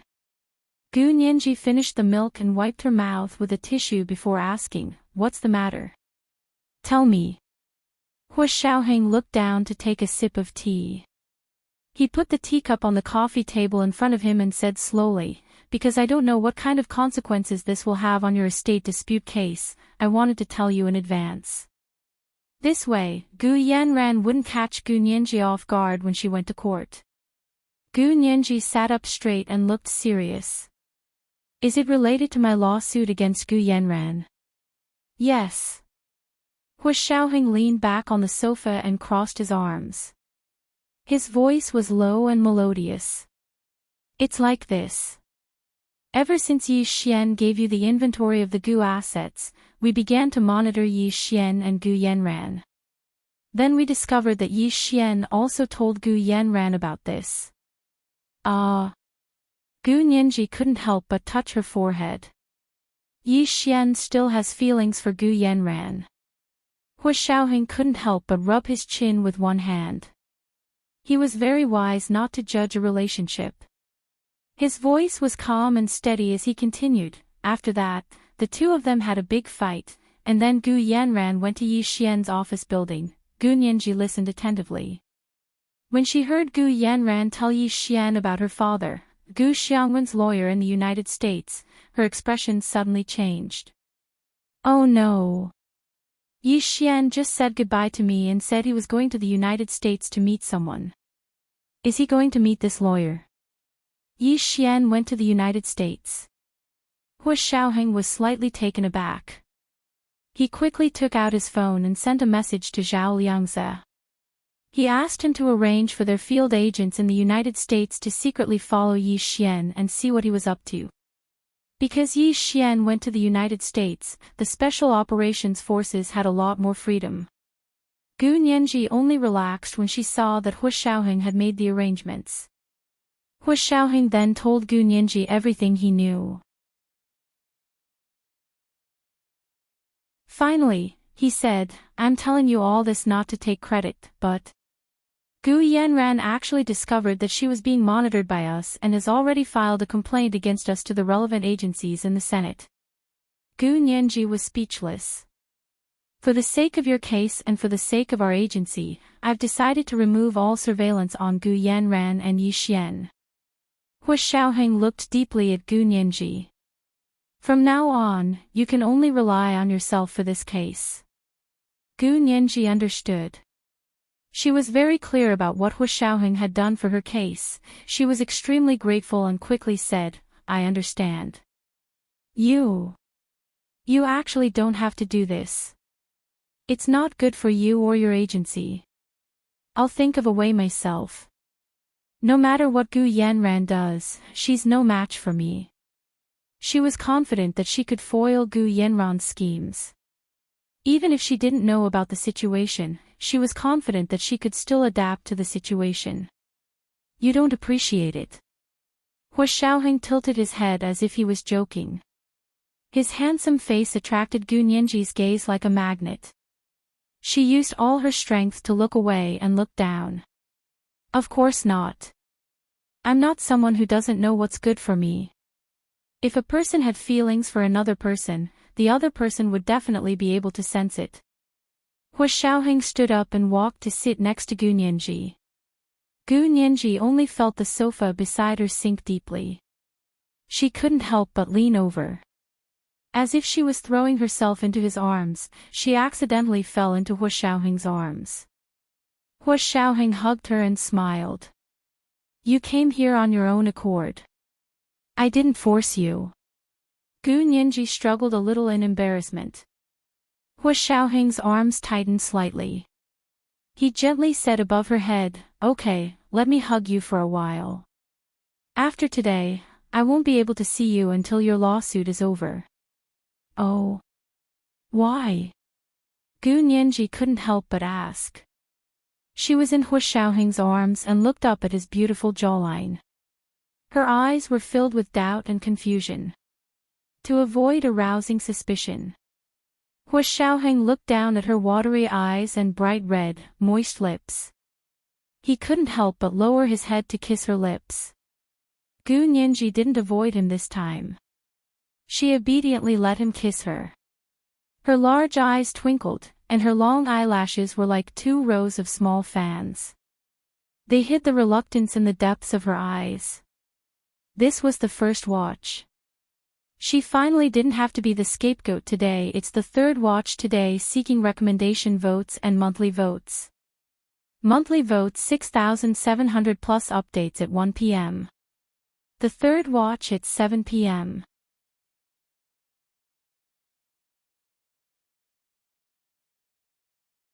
Chapter 8:17. The two of them sat quietly on the sofa in the living room. The sky outside the floor-to-ceiling window was getting darker and darker, and the wind was getting louder and louder. The withered leaves fell to the ground, and then were blown away by the wind, dancing in the air. It was just like his emotions, up and down. It wasn't that Hua Xiaoheng wasn't worried. The estate dispute, which he thought was a sure win, suddenly had a twist. It seemed like Gu Yanran still had a lot of cards up her sleeve. He didn't know if Nianji could handle it. He looked down and wanted to say something, but Gu Nianji had already fallen asleep in his arms. Her breathing was calm and light, and her long eyelashes didn't move, covering the dark circles under her eyes. Hua Xiaoheng carefully studied her sleeping face and discovered that she must have been very tired recently. Her face was so pale it was almost translucent, and the color of her cheeks was very, very light, like a touch of cherry blossoms in April. Her lips were very healthy, but upon closer inspection, she must have applied lipstick. Hua Xiaoheng frowned and picked up a tissue from the coffee table. He wiped her lips very gently to remove the lipstick. There were only a few coral red marks left on the tissue. Then, he held her neck with one hand and wrapped the other around her knees, lifting her up horizontally. Opening the bedroom door, he saw that the bed had been changed. Hua Xiaoheng's mind flashed back to the day when the two of them had fought on the bed and actually collapsed the bed. He couldn't help but smile. He placed Gu Nianji on the bed and covered her with a thin blanket. Hua Xiaoheng also lifted the blanket and sat down. He didn't sleep. Instead, he sat on the bed and took out his phone to check work emails and the progress of all parties at the same time. Time passed, and the bedroom was very quiet. The windows were very soundproof, and the thick gold velvet curtains had an insulation layer to block out light and completely cover the large window that was half the height of the wall. Gu Nianji hadn't had such a relaxing sleep in a long time. It seemed like ever since returning from Germany, her sleep had been terrible. Therefore, she adjusted her schedule and was used to staying up late at night to write papers and do homework. She tried to find time to sleep during the day. However, she sometimes had classes and other things to do during the day, so she couldn't sleep as well as she could at night. As time went on, her fatigue began to show. However, she was not in a hurry. She knew that her experience in Germany had caused a relapse of the trauma that had yet to recover from many years ago. She slowly adjusted her mentality and increased her ability to withstand pressure. This time, she didn't have Hua Xiaoheng to soothe her sensitive and fragile nerves, so she could only reduce her anxiety and uneasiness by sleeping less. Although her method was stupid, it still worked. She could feel that she had gradually broken away from the panic and uneasiness she felt every day when she closed her eyes. She felt more and more sleepy, unlike when she first came back, when she could open her eyes all night and be in a strange state of excitement. Today's sleep was the most solid and deep one she had ever had since she came back. She opened her eyes and vaguely saw a tall figure sitting next to her. She didn't feel flustered. She stuck out her tongue and licked her dry lips. Hua Xiaoheng looked at her. "You're awake." He pulled up the blanket for her and patted her back. Then, he continued to look at his phone, using only one hand to tap lightly on it. Gu Nianji actually hadn't woken up yet. She instinctively looked at Hu Xiaoheng and subconsciously felt that he was the only person who could help her sleep peacefully. Although Hu Xiaoheng was looking at his phone, he was constantly looking at Gu Nianji from the corner of his eye. He couldn't concentrate at all when she stared at him like that. Hu Xiaoheng finally sighed and put the phone down. He lifted her up from the blanket and laid her on his lap. He lowered his head and began kissing her lips. At the same time, he reached his hand under her clothes. Gu Nianji gradually woke up and also felt Hu Xiaoheng's increasingly passionate kiss. She didn't resist, but she wondered why men had to touch when they kissed. Had he touched her when he kissed her before? She tried her best to recall but couldn't remember anything. She only remembered that when he kissed her, she was so dizzy that she couldn't even remember her last name. Her mind was like a pile of paste, and she couldn't remember anything. She had no impression of what he had done. But now that he was kissing her, she could still distract herself from thinking about his actions while she was intoxicated. This was progress, right? Hu Xiaoheng sensed that Gu Nianji wasn't paying attention, so he squeezed her hard before letting her go. When he moved his lips away, Gu Nianji was already panting. "If you don't pay attention, I'm going to punish you." Hu Xiaoheng lowered his head to touch her forehead. "How long has it been since you last slept?" "I have slept." Gu Nianji laughed. Her little mouth seemed to be smeared with honey to trick Hu Xiaoheng. "But I sleep especially well next to you. Hu Xiao, you're like my sleeping pills. Just a small amount is enough. If you take too much, you'll get into trouble. Just take it occasionally." Hu Xiaoheng tapped her lips with his finger. "You've grown up. You know how to use flowery words to trick me." "When did I?" Gu Nianji wrinkled her nose. The tip of her nose touched Hu Xiaoheng's finger. It was warm and smooth. "Not yet." Hu Xiaoheng symbolically patted her but a few times. "You said I'm your sleeping pill. Are you complimenting me or insulting me? How would I dare to insult you?" Gu Nianji pushed Hu Xiaoheng away and got off the bed. "You're the boss. I can't wait to serve you." "Really? Then are you going to serve me today?" Hu Xiaoheng was a bit reluctant to part with the warmth between them. He reached out and pulled her back to lie on the blanket. His fingers were already circling her waist. Gu Nianji looked at his gradually darkening eyes and looked away uncomfortably. She wanted to resist, but her whole body was very stiff. She didn't know how to respond. Hu Xiaoheng looked at her for a while and withdrew his hand. He didn't continue. He kissed the side of her face. "I was just teasing you. Look at how scared you are." Gu Nianji snorted. She definitely wouldn't admit that she was relieved. She still stubbornly said, "Scared? Ha, come on. Who's afraid of who? Really?" Hu Xiaoheng immediately pressed her down on the bed. Gu Nianji immediately admitted defeat. She desperately turned her head away and refused to let him kiss her again. She kept begging for mercy. "Fine, fine, fine. I'm afraid of you. I'm afraid of you, okay? Don't say this kind of thing to men in the future." Hu Xiaoheng pulled her up from the bed. "You only have this little guts, and you still want to provoke me. You're lucky you met me. If it were any other man, they would have eaten you up." Gu Nianji was rebellious. She habitually wanted to say, "Eat me up." But as soon as the word, "you," came out, she knew it was inappropriate.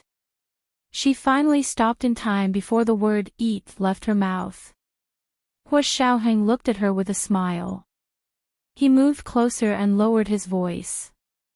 "You what? Why did you stop? You're a good person. You're such a good person. How could you bear to eat me up? Isn't that right, Major General Hua?" She reached out to hug Hua Xiaoheng's neck. Her voice involuntarily became a little delicate. Her bright eyes were like autumn water. She was like a fairy that could suck people's souls. Hua Xiaoheng's heart was racing. He thought that the little fairy was growing into a big fairy. It was indeed getting harder to fool. When he wanted to do something, Gu Nianji quickly pushed him away and got up to wash up in the bathroom. When she came out, Hua Xiaoheng had already calmed down. He stood in front of the large mirror and adjusted the buttons on his military uniform. He asked her without looking back, "I'll take you back to school. I rode my bike here. I can go back myself." Gu Nianji refused without thinking. "Wait for me to leave before you leave." Since she wanted to avoid arousing suspicion, she should avoid it completely. Hua Xiaoheng nodded and didn't say anything else. As long as she didn't resist him, it was a good start.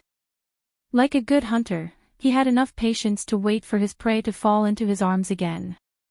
Gu Nianji rode her bike alone and left the house in the Hepingli district. When she returned to the dormitory, she raised her wrist to look at her watch. It was already past 4 in the afternoon. It would be dinner in an hour. She parked her bike in the shed in front of the building and returned to her dormitory. That night, after she finished her homework, she began to reorganize her court defense strategy. It was indeed as Hua Xiaoheng had said. Gu Yanran suddenly acted like she was enlightened this time. She must have had an expert behind her.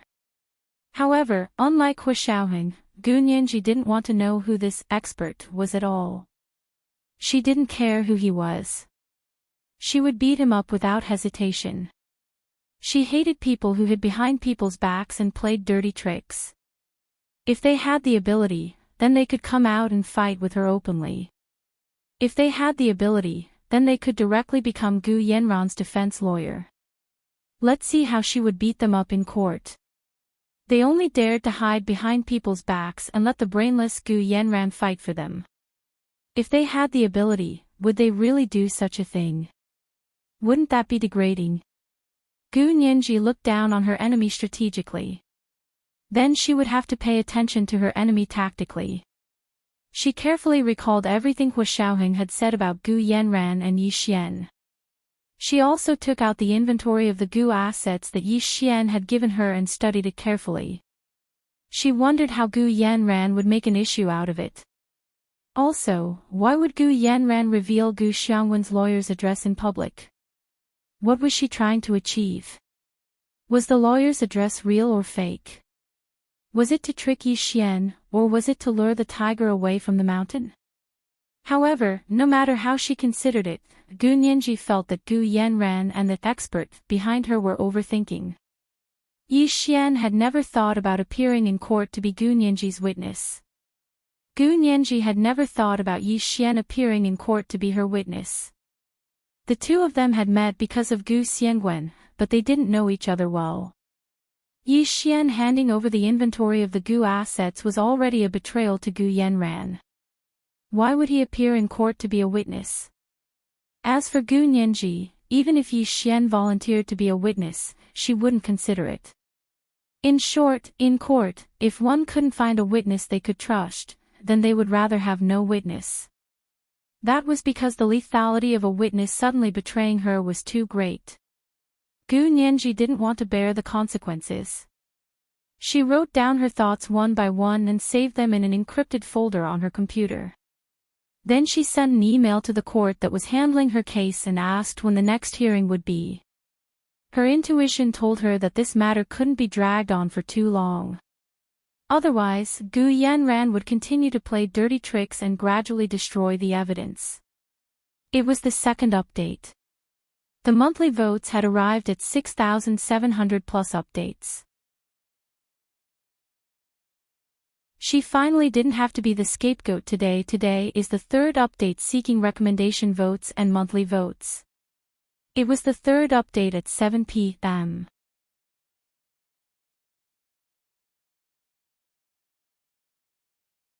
Chapter 8:18. Gu Nianji wrote in an email to the court. Because the property case requires a lot of time to verify, I do not wish for the court to spend too much time on the adoption documents. I suggest that it be done at the same time as the property review. After she sent this email, it was taken seriously by the court that accepted her case. In fact, the court did not want to waste too much time on the adoption paperwork. They were not fools. According to the law, whether it was adopted or not, as long as there was no additional will, adopted daughters and biological daughters had the same inheritance rights. Therefore, they did not understand why Gu Yanran would want to make an issue out of the adoption documents. Even if she couldn't produce the adoption papers, she still had Barbados government documents to prove that Gu Nyenji was a daughter of the Gu family. Gu Nyenji had no idea what was wrong with Gu Yanran. After Gu Nyenji's email was sent, Jean Wani's request to postpone the trial was finally delivered to the court. When the court saw this, they wanted to delay the trial for 3 months just to find an adoption document. You seem to be in contempt of court. Therefore, the court accepting the case accepted Gu Nyenji's suggestion and rejected Jean Wani and Gu Yanran's request to delay the trial. On one hand, he set a date for the next court hearing, which was next Wednesday. On the other hand, he made Gu Yanran submit the inventory of the Gu assets for verification. At the same time, he gave Jean Wani and Gu Yanran 3 months to continue searching for the adoption documents.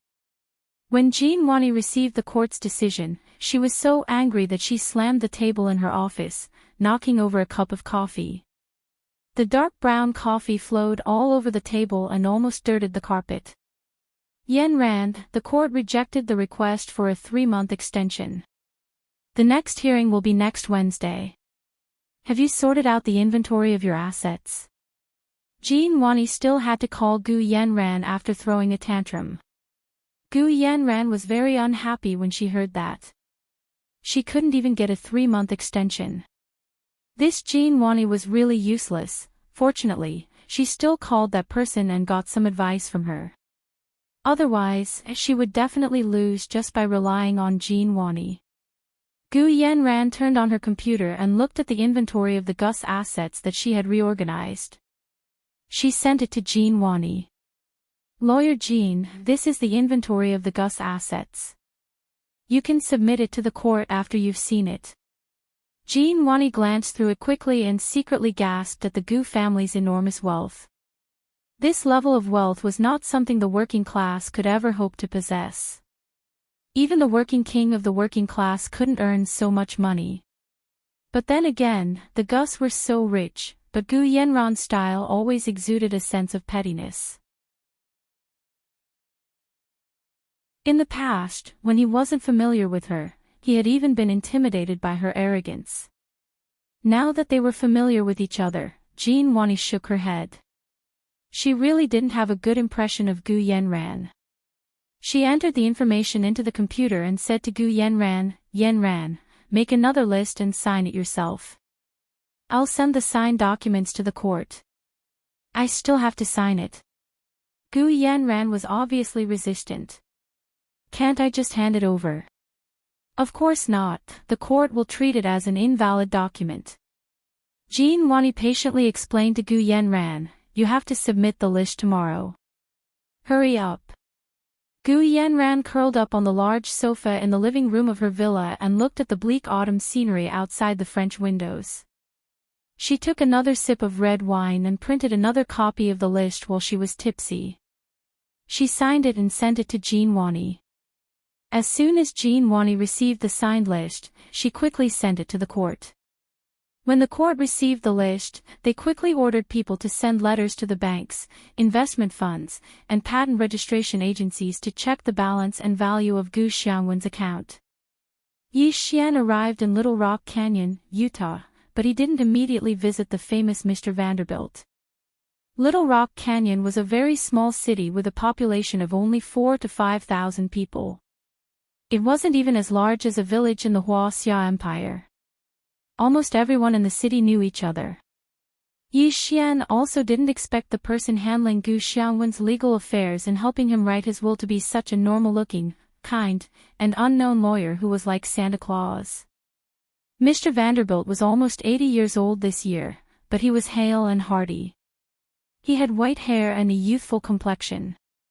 Every day, he took his 2 grandchildren out for walks with his dog. "Hello, Mr. Vanderbilt. Are you going for a walk or walking your dog?"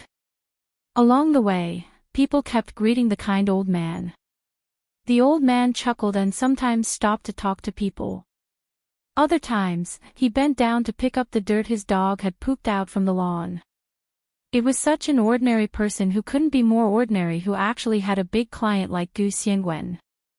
At first, Yi Xian thought it was unbelievable, but after observing the old man for a few days, he became more familiar with him and more certain that he was the lawyer handling Gu Xiangwen's legal affairs.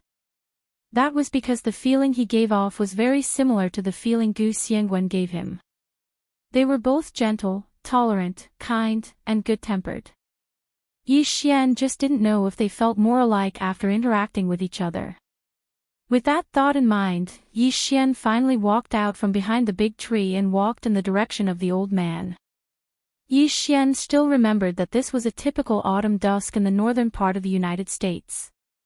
The setting sun stretched out the shadows of everything. Yi Xian walked towards the setting sun and said to the old man, "Hello." Vanderbilt narrowed his eyes and looked at him. He smiled kindly and said, "Kid, you're finally here. You noticed me early on." Yi Xian was a bit surprised. "Yes, you're too obvious. Although you change into different clothes and shoes every day, your aura hasn't changed at all. Whether you're wearing a plumber's uniform or a deliveryman's uniform, your aura is the same. If you really want to pretend to be someone, it's best to thoroughly study that person before pretending." The old man smiled and looked at Yi Xian with a little delight at his own judgment. Most old people at this age had dementia. They wouldn't even be able to recognize their partner of decades, let alone a stranger who had observed them for a few days. However, this old man clearly had a clear line of thought and spoke methodically and logically. Yi Xian now completely believed that this person was Gu Xiangwen's legal advisor. "Mr. Vanderbilt, please forgive me for disturbing you." Yi Xian bowed politely. "My name is Yi Xian. Are you familiar with the name Kevin Ku?" The old man was smiling very peacefully, but when he heard the name Kevin Ku, the smile on his face froze for a moment. However, it quickly returned to normal and he shook his head. "No, you've got the wrong person. Mr. Vanderbilt, Uncle Gu has been in a vegetative state for 7 years. Are you really going to ignore your biggest client?" Yi Xian clenched his fists and almost grabbed the old man's shoulder and shook him desperately to wake him up. It was the 3rd watch. "I finally don't have to be the scapegoat today. It's the 3rd watch today seeking recommendation votes and monthly votes. Good night, dear friends."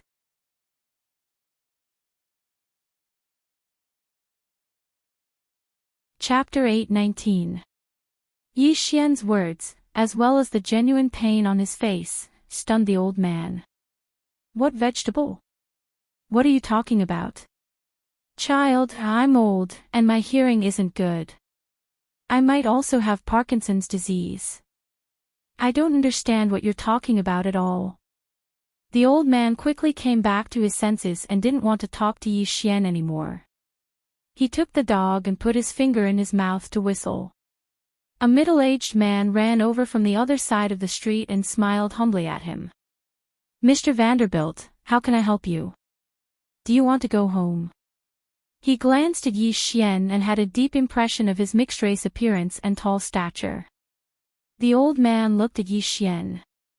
He originally wanted to chase Yi Xian away, but when he saw the dazed, disbelief, and confusion on his face, he changed his words. "Take the dog back. I want to walk a bit more." "Yes, sir." The middle-aged man was the Vanderbilt family's housekeeper. He bowed to Yi Xian and took the dog away. Yi Xian looked coldly at the man's custom-made Armani suit and felt disdain in his heart. In this unknown little town, even the housekeeper could wear this kind of clothing. How could he make so much money with just his resume? This despicable old lawyer still dared to say he had nothing to do with Uncle Gu. Yi Xian was filled with anger. His eyes were about to burst into flames. Before he came, he had already used his hacking skills to check the lawyer's resume. Unexpectedly, the more he checked, the more he felt that this lawyer was the kind of lawyer Uncle Gu would use. He was low-key and cautious. Although he wasn't famous, he had never made a mistake. This was the kind of person Uncle Gu could trust. But he had received a huge benefit from Uncle Gu, yet he had turned his back on him. The old man looked at Yi Xian's expression and suddenly smiled. He patted him on the shoulder. "Young man, don't be so angry. Anger makes you grow old easily, and it's easy to get sick. Come for a walk with my old man, okay?" Yi Xian suppressed the dissatisfaction in his heart and stiffly said, "Okay."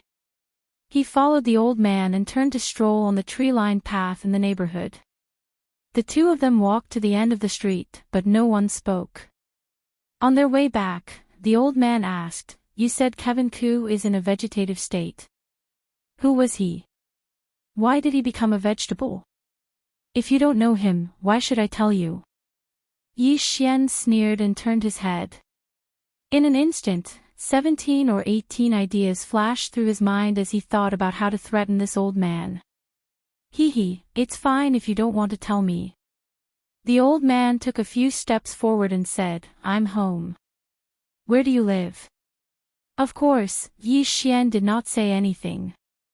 He raised his head to look at the most majestic building in the town. It was like a huge castle built at the very edge of the town. Not far from the castle was a small mountain, and behind the castle was a blue lake. Facing the mountains and facing the water, it was a place with good feng shui. Yi Xian laughed coldly again and said, "I'll visit you again tomorrow. I hope you've already remembered." After he finished speaking, he turned around and left, not leaving any leeway. The old man quietly looked at his back. After a long while, he shook his head and hobbled back to his house. Yi Xian returned to the hotel he was staying at.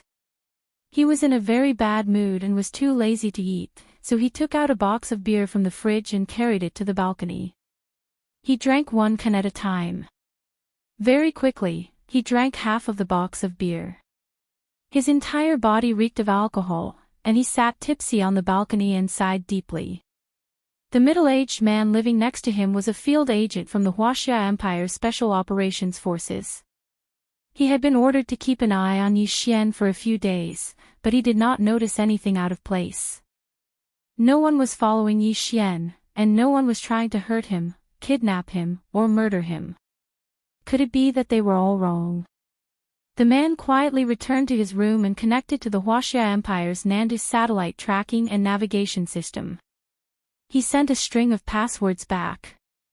At the same time the next evening, Yi Xian went to Vanderbilt's place again and saw him walking his dog. The old man was not surprised to see Yi Xian come. Instead, he smiled at him and said, "You're here again." Yi Xian nodded. His face was very haggard. He walked side by side with the old man and was practically begging him. "Mr. Vanderbilt, I know Uncle Gu must have an agreement with you. Uncle Gu's situation is very bad right now, and his daughter urgently needs your help.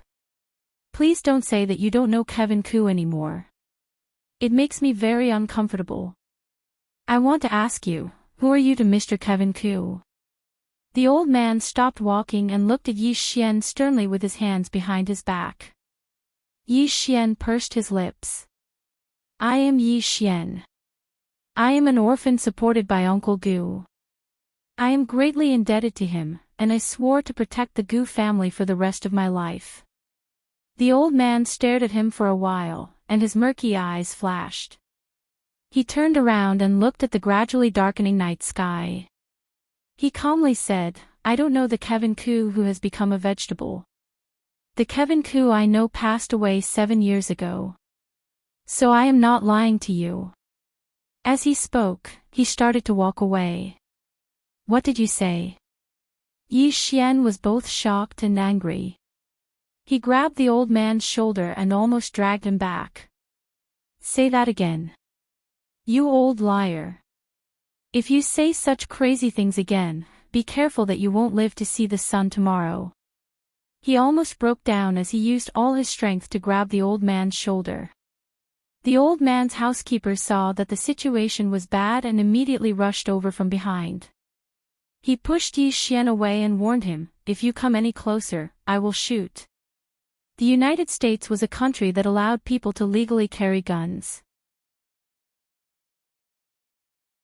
Yi Xian took a step back and didn't argue with this family. He suppressed the waves of shock in his heart and said to the old man, "Thank you. I will come back tomorrow." As he spoke, he turned around and left. He drove restlessly on the way back to the hotel. But this time, he didn't drive for long before the rented jeep stalled.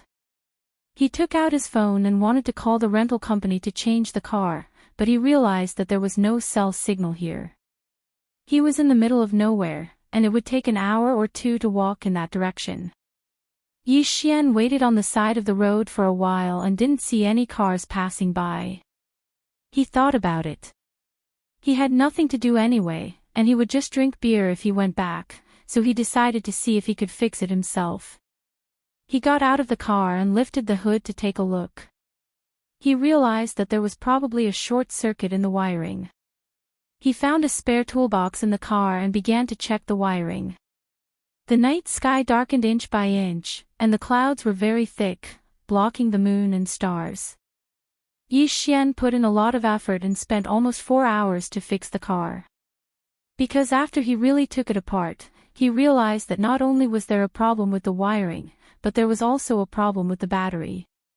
Then he found that the tires seemed to have holes in them. This road was very remote and uninhabited. He had been repairing his car here for 4 hours, but he had not seen a single car passing by. By the time the jeep was completely repaired and could go on the road, it was already 1:00 in the morning. His face was covered in black oil, and so was his body. When he returned to the hotel doorman almost wouldn't let him in. He had to take out his ID and key card to let him in. The Special Operations Forces field agent keeping an eye on him had already returned to the hotel. Yi Xian's movements had been very regular for the past few days. He would always leave the hotel and go to the place where the lawyer lived. He had been surveying the route for the past few days, so he didn't talk to Mr. Vanderbilt. He had chatted with him for the past 2 days, but there didn't seem to be any progress. When he followed him all the way, because the road Yi Xian took was very deserted, the field agent took a different route to avoid being discovered. He returned 2 to 3 hours earlier than Yi Xian. Also, this matter wasn't the main target of the Special Operations Forces, so the field agent planned to finish the investigation report tonight and return to his post the next day. However, not long after Yi Xian returned to his hotel room, a piercing police siren suddenly sounded outside the hotel. Police cars, ambulances, and fire trucks all drove past the main road next to the hotel and sped in one direction. This was a quiet town. Usually, the biggest news was just people getting drunk and racing. However, today's situation seemed to be out of the ordinary. However, the people in the hotel were already fast asleep. The windows of the hotel were very soundproof, so they couldn't hear the siren outside at all. It wasn't until dawn that these people woke up and turned on the TV to watch the morning news that they found out what had happened. At 1:00 this morning, we learned that the residence of the most famous lawyer in town, Mr. Vanderbilt, suddenly caught fire. The entire mansion was severely damaged. According to the police, Mr. Vanderbilt's entire family, including his 2 sons, 3 daughters-in-law, 1 daughter, 1 son-in-law, and 4 grandchildren, were all buried in the fire. The house was almost completely burned to the ground. Only the housekeeper and the cook escaped because they lived in the servants' quarters more than 200 feet away from the main house. The cause of the accident is still under investigation. The female anchor of the morning news had a solemn expression. She wore a small black suit and appeared on camera as if she was broadcasting an obituary. Mr. Vanderbilt was highly respected in Little Rock Canyon, and everyone respected him. After the news ended, everyone thought that everything was fine. They just treated it as a tragic accident and sighed a little. Suddenly, the television station switched back to the address where Mr. Vanderbilt's house was almost completely burned to the ground. The local sheriff was holding a press conference. His expression was grim as he said into the microphone that was extended to him. "We have just verified that the fire at Mr. Vanderbilt's house was not an accident, nor was it a natural disaster. It was man-made. There were traces of highly concentrated volatile gasoline spilled at the scene, and someone reported that someone had been harassing Mr. Vanderbilt recently and had issued threats and warnings. If you have seen this suspect, please call 911 immediately. We will immediately send someone to arrest him." The photo that was displayed on the television was a photo of Yi Xian with a gloomy face and Mr. Vanderbilt parting on bad terms. It was obvious that the photo was accidentally taken from the angle of one of the houses on the street. Mr. Vanderbilt's housekeeper also confirmed that he had seen the young man arguing with the sir. He also said that the sir had mentioned to him that the young man had been following him for several days and did not know what he wanted to do. This time, the American police were surprisingly efficient. Yi Xian was still asleep in bed when a group of armed police officers kicked open the door to the hotel room and shouted, "Freeze!" This was the first night watch. Today was the second night watch asking for recommendation votes and monthly votes. Tomorrow was the third night watch. The second night watch was 7 p.m.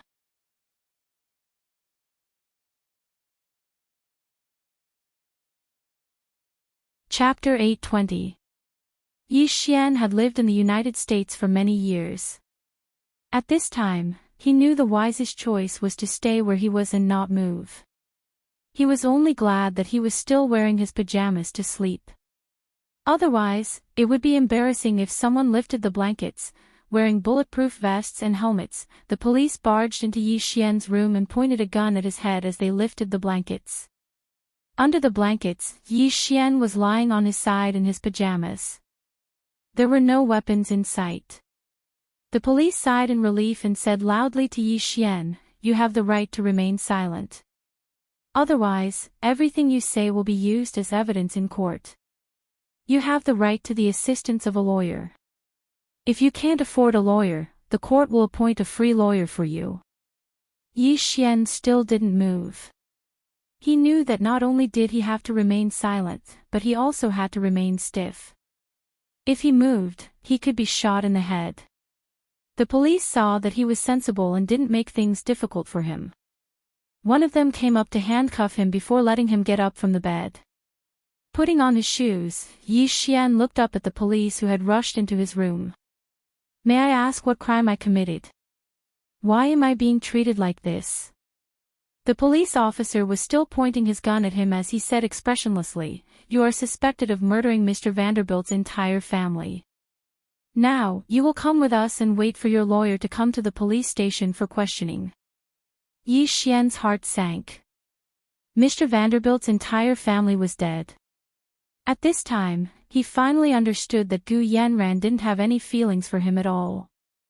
All these years of companionship meant nothing to Gu Yanran.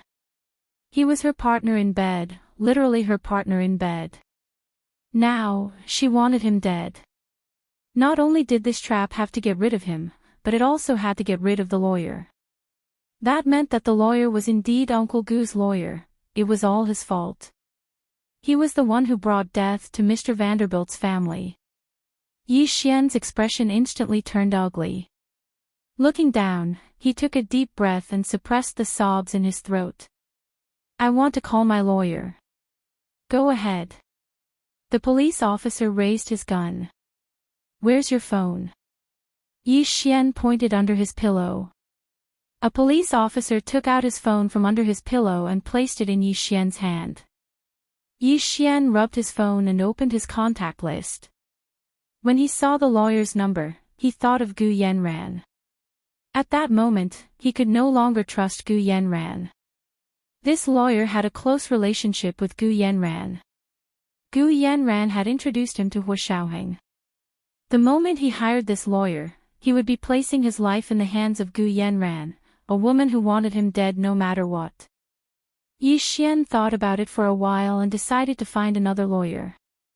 He searched the internet for a while and found the closest lawyer who charged the highest fees to be his lawyer.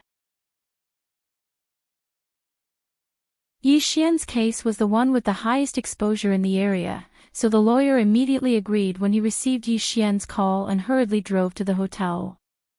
As soon as the lawyer arrived, he grumbled to the police about Yi Xian's rights and then expressed that he wanted to bail him out. The police did not comment and said that they would take him back to the police station first. This was normal working procedure. The lawyer also followed Yi Xian. Armed police officers left the hotel with a hooded man, and it soon became clear that this was connected to the arson at Mr. Vanderbilt's house. The Special Operations Forces field agent quickly sent a message back home. When Hua Xiaoheng received the news, it happened to be past 8 at night back home. What? That lawyer's entire family was killed. Then the local police said that Yi Xian is the suspect? Hua Xiaoheng frowned as he looked at the emergency report his subordinate submitted. He stood behind his desk and leaned forward. Clenching his fists on the desk, he stared at the report for a long time before replying in a low voice, "What is real is fake, and what is fake is real. This is killing 2 birds with 1 stone. Not bad." Zhao Liangse and Yin Shixiang both stood across from him, their expressions very serious. Zhao Liangse said, "I've already translated the secret report from the field agent." "Did you see it?" Hua Xiaoheng nodded. "I saw it. Go do what you need to do. I'll discuss it with Big Xiong." Zhao Liangse was also responsible for summarizing the large-scale intelligence of the German Federal Intelligence Service. He was so busy every day that he didn't even have time to rest. He immediately saluted and left. Yin Shixiang asked Hua Xiaoheng worriedly, "Hua Xiao, does this mean that the lawyer is real?" Gu Yanran didn't lie this time. This woman was too cunning. She lied too much. Even when she told the truth once in a while, people would treat it as a lie. It was impossible to guard against. Hua Xiaoheng thought so too, but he wouldn't shirk his responsibility because of that. From the looks of it, it should be true. Hua Xiaoheng stood up straight. It's not that she's cunning. It's that the person behind her is an expert at manipulating people's hearts. Not only is he an expert, but he also has a lot of ability to mobilize people. Hua Xiaoheng turned on the wall-mounted TV in the office. "Look, this is the American TV news report on this case." Yin Shixiang turned to look at the TV screen and saw a small town with green hills and clear waters hidden in the midst of a pale yellow mountain range. As the TV news footage changed, Hua Xiaoheng picked up the laser pointer and drew a circle around the burned house. Look, such a big house was burned down in one night without anyone knowing. Not a single person inside escaped, and then they conveniently framed Yi Xian. This case looks very difficult to believe that it was done by one person. You're saying that someone bribed the local mafia to do this? Yin Shixiang immediately looked down to search for information. Do we have information on the American mafia in Utah? Hua Xiaoheng leaned against the desk and crossed his arms. His legs stretched out lazily in front of him. He thought about it and said, "It might not be the local mafia. If you've paid attention to the problem of illegal immigrants in the United States, you'll know that the Americans are hiring these illegal immigrants from South America to commit crimes for only $500 per life." Yin Shixiang was speechless. You're saying that this case was done by a local illegal immigrant in the United States who was bribed? It's only a possibility. Of course, it could also be the local mafia. Hua Xiaoheng smiled. Since it's just a guess, we should still consider all kinds of situations. He returned to the desk and sat down. Without looking up, he said to In Shixiang, "Go see Chi-Chi and leak this to Nianji while you're at it." In Shixiang was speechless. He knew the importance of this matter and immediately agreed. He turned around to pack his things and prepared to go to the university to find Ma Chi-Chi. Ma Chi-Chi received a call from In Shixiang saying that he was coming to see her and would take her and Gu Nianji to dinner. He asked if they were free. Ma Chi-Chi replied happily, "Yes, yes." Ma Chi-Chi quickly arranged a place to eat with In Shixiang and went next door to find Gu Nianji. Nianji, brother Xiong is coming to treat us to dinner. Can you go?" Gu Nianji happened to be free that day. Although she hadn't finished her thesis, she was exhausted from the past few days and wanted to rest. She would be going to court for the second time tomorrow, so she needed to relax. Just like many students who would play like crazy before a big exam, Gu Nianji also wanted to release some stress. She agreed immediately and immediately went to shower, apply a facial mask, and change her clothes. After a while, it was time for In Shixiang to pick them up. Gu Nianji and Ma Chi-Chi got into In Shixiang's car. She consciously sat in the back seat while Ma Chi-Chi sat in the front passenger seat. In Shixiang turned around to look at her and smiled. "Nianji, you're not busy today." "I have to go to court tomorrow, so I can relax today." Gu Nianji said nonchalantly and started playing games on her phone. "You two chat. Just pretend I don't exist." Ma Chi-Chi blushed and pretended to cough. "Nianji, what nonsense are you talking about?" She turned around and happily chatted with In Shixiang. Although In Shixiang also thought it was funny, he liked listening to Ma Chi-Chi talk, so he also chatted with her. The two of them echoed each other, and the car suddenly became lively. Gu Nianji wished she could put on headphones to calm her ears for a while. Fortunately, they arrived at In Shixiang's restaurant not long after. It was a private restaurant of the Tan family, so normal people couldn't make reservations. In Shixiang had booked it under Hu Xiaohing's name. He had planned to eat there with more privacy, so it would be easier to talk. Unfortunately, as soon as they walked in, they realized things didn't go as planned. Gu Yanran and Jean Wani were actually eating there as well. It was the second watch. 2 updates today seeking recommendation votes and monthly votes. Tomorrow at the third watch. Good night, dear friends.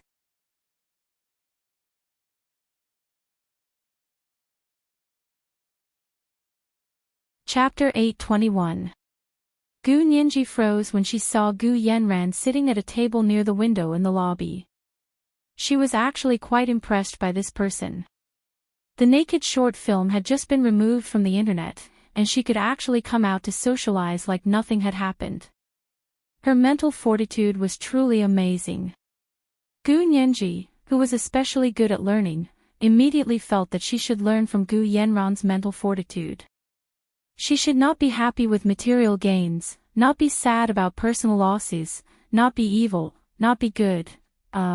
Something seemed wrong with the last 2 sentences. Gu Nianji couldn't help but laugh. She did it on purpose. Her plump, curvy lips curved into a happy smile, and her pretty face lit up with a very infectious smile. Gu Yanran was talking to Jean Wani with a very gentle smile on her lips. She noticed someone was looking at her from the corner of her eye, and her demeanor became even more dignified. As she spoke, she quickly glanced over. When he looked over, he was stunned as well. Her face instantly fell, and tears quickly welled up in her eyes, but she forced them back down. "What's wrong?" "Yanran." Jean Wani followed her gaze and saw Gu Nianji, In Shixiang, and a tall, beautiful young woman eating together. What was the girl's name again? I think she was called Chi-Chi. Ma Chi-Chi. Gu Nianji noticed they were looking at her and waved at them nonchalantly. She smiled and greeted them. In Shixiang and Ma Chi-Chi also looked over. Jean Wani quickly looked away awkwardly and lowered her head to take a sip of mango juice to hide it. Gu Yanran's heart skipped a beat. She stood up with a wooden expression and trembled. I'm going to ask her how she can still smile. As she spoke, she grabbed her Chanel handbag and walked to Gu Nianji's table. Jean Wani quickly chased after her. Yanran, what are you doing?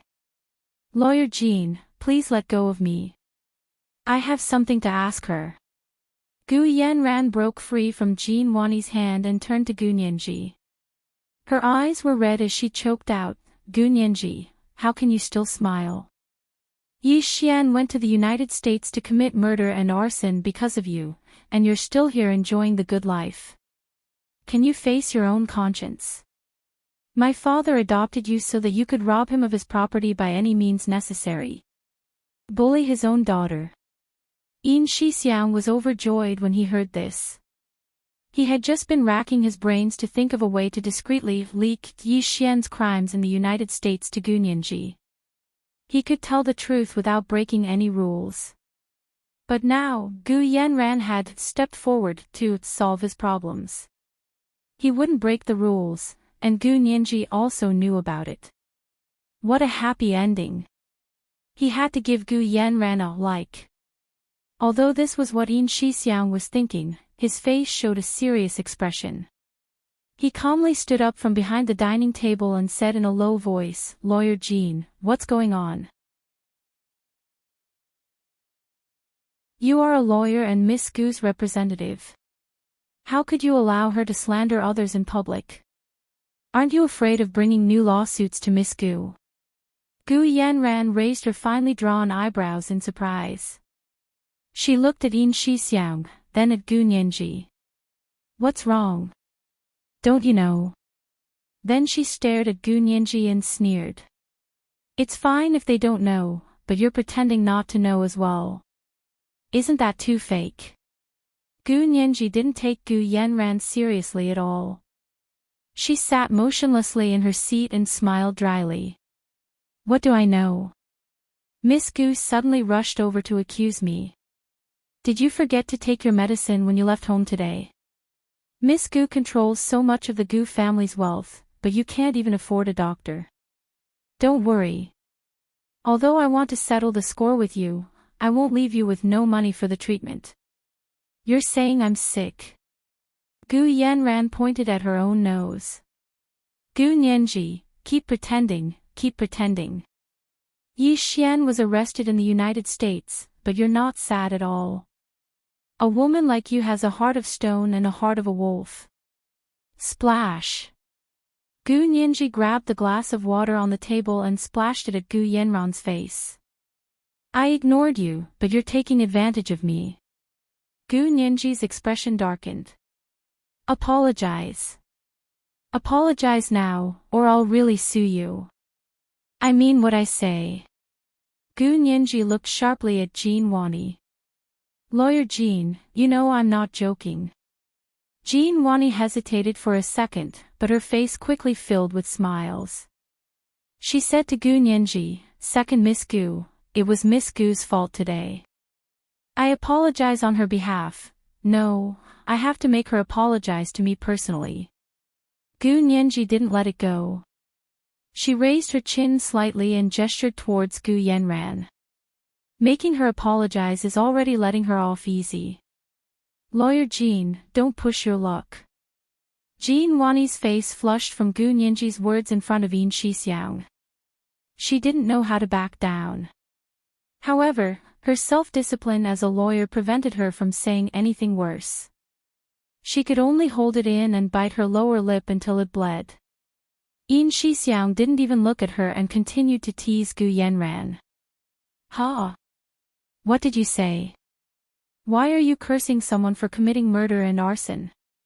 Miss Gu, if I remember correctly, Yi Xian is your, best male friend, right? Yin Shixiang hummed for a long time and used the word best male friend. Ma Chichi snorted and laughed so hard her shoulders shook. Gu Nianji also found it funny and nodded. Brother Xiong is right. Miss Gu, Aren't you afraid of retribution for cursing your own little wolf dog like this? She knew that Yi Xian had gone to the United States to look for Gu Xiangwen's lawyer. She also knew that Hu Xiaoheng had sent Special Operations Forces field personnel to keep an eye on Yi Xian. Therefore, she was very relieved and didn't believe Gu Yanran's words at all. She only thought that Gu Yanran was exaggerating again to purposely distract her. Gu Yanran saw that these people didn't believe her and snorted. She took out her phone and found the video of the United States news. She passed it to Gu Nianji.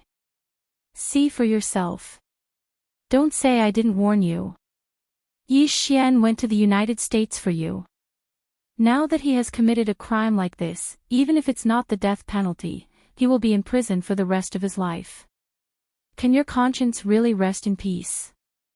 Gu Nianji glanced at the video on Gu Yanran's phone and had a thought. It didn't look fake. Yin Shixiang also came over to take a look and said loudly, who knows if this is real or not. Nianji, search for it yourself. Gu Nianji snapped back to reality and took out her phone to search for the news that Gu Yanran had mentioned. When a series of news reports and videos appeared on her phone, her heart sank. Gu Yanran was actually telling the truth. Gu Yanran saw that Gu Nianji was looking down at her phone and didn't speak anymore. She finally put away her phone and said loudly, see, I wasn't wrong, right? Yi Xian is willing to sacrifice his life for you. He can even do something so illegal, yet you're still trying to slander me and say that he's my little wolf dog. Aren't you afraid of retribution? Gu Yanran returned Gu Nianji's words. Her heart felt like she was eating ice cream during the hottest days of summer. She had been losing ground to Gu Nianji recently and was very sullen. Fortunately, that person was smart and powerful. He helped her recover the situation as soon as he made a move. Everyone said that Gu Nianji was smart, but in Gu Yanran's eyes, she couldn't even compare to one of that person's fingers. Gu Nianji quickly finished reading all the news and videos and turned off her phone. She looked up calmly at Gu Yanran and said, Miss Gu, do you think I don't understand English? The news only said that a certain man with the surname Yi was the suspect. How could you directly convict him? The court hasn't even tried it yet. Also, the news only said that the surname was Yi. How did you know it was Yi Xian? Could this matter have something to do with you, so you knew it was him the moment you saw the news? The muscles on Gu Yanran's face twitched instinctively. She never thought that Gu Nianji would be able to see so many twists and turns just by watching a piece of news. At this moment, she decided not to act on her own. That person told her not to say anything in front of Gu Nianji to prevent her from using it against her. However, she thought that today was the perfect opportunity to build momentum and use it as evidence in court tomorrow. She didn't think that the more she said, the more mistakes she would make. Gu Yanran looked down at the table to hide the hint of panic in her eyes. She remained silent. Jean Wani finally said. When Yi Xian went to the United States, he had a huge argument with Miss Gu. He asked for the lawyer's address and said he wanted to help Miss Gu. Miss Gu saw the address on the news, and the person who got into trouble was Mr. Gu's lawyer. The suspect's surname was Yi, so it wasn't a big deal for her to make such a logical deduction, right? Miss Gu is also a lawyer. Are you going to question such a logical deduction? Gu Nianji glanced at Jean Wani and smiled. I was just asking. Lawyer Jean and Miss Gu don't have to be anxious. Alright, we're going to eat. If there's nothing else, please give us some peace. Seeing that Gu Nianji already knew about the news, Yin Shixiang secretly sighed in relief. He didn't want to eat there anymore, so he waved for the head waiter to come over. Is there a private room? The head waiter was a bit troubled.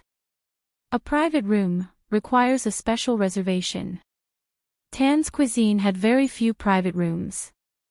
Not only did it require a special reservation, but it also required someone with a certain status to make the reservation. Yin Shixiang quickly used Hua Xiaoheng's card. Hua Xiao asked us to make a reservation. Can you do us a favor? The head waiter quickly said, please wait a moment. I'll go ask the manager.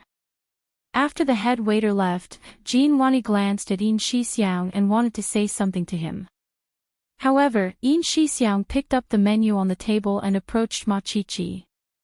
Chi-Chi, what do you want to eat?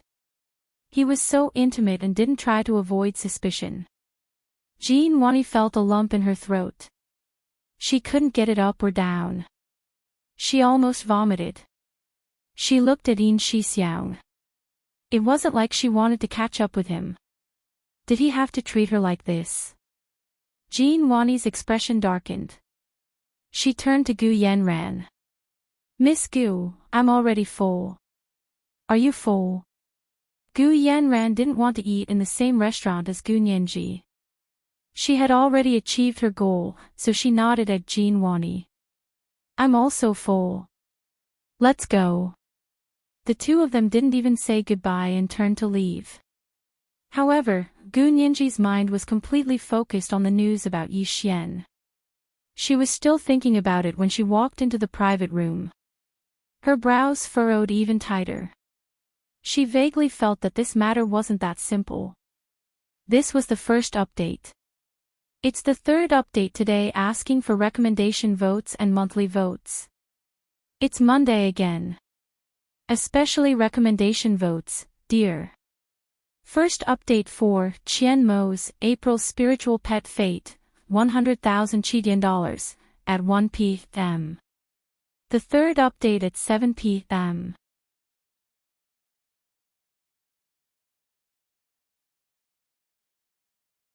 Chapter 822. When it was time to order, Gu Nianji was still distracted. Ma Chi-Chi wanted to remind her, but Yin Shixiang gave her a look and whispered, don't disturb her. We'll just order.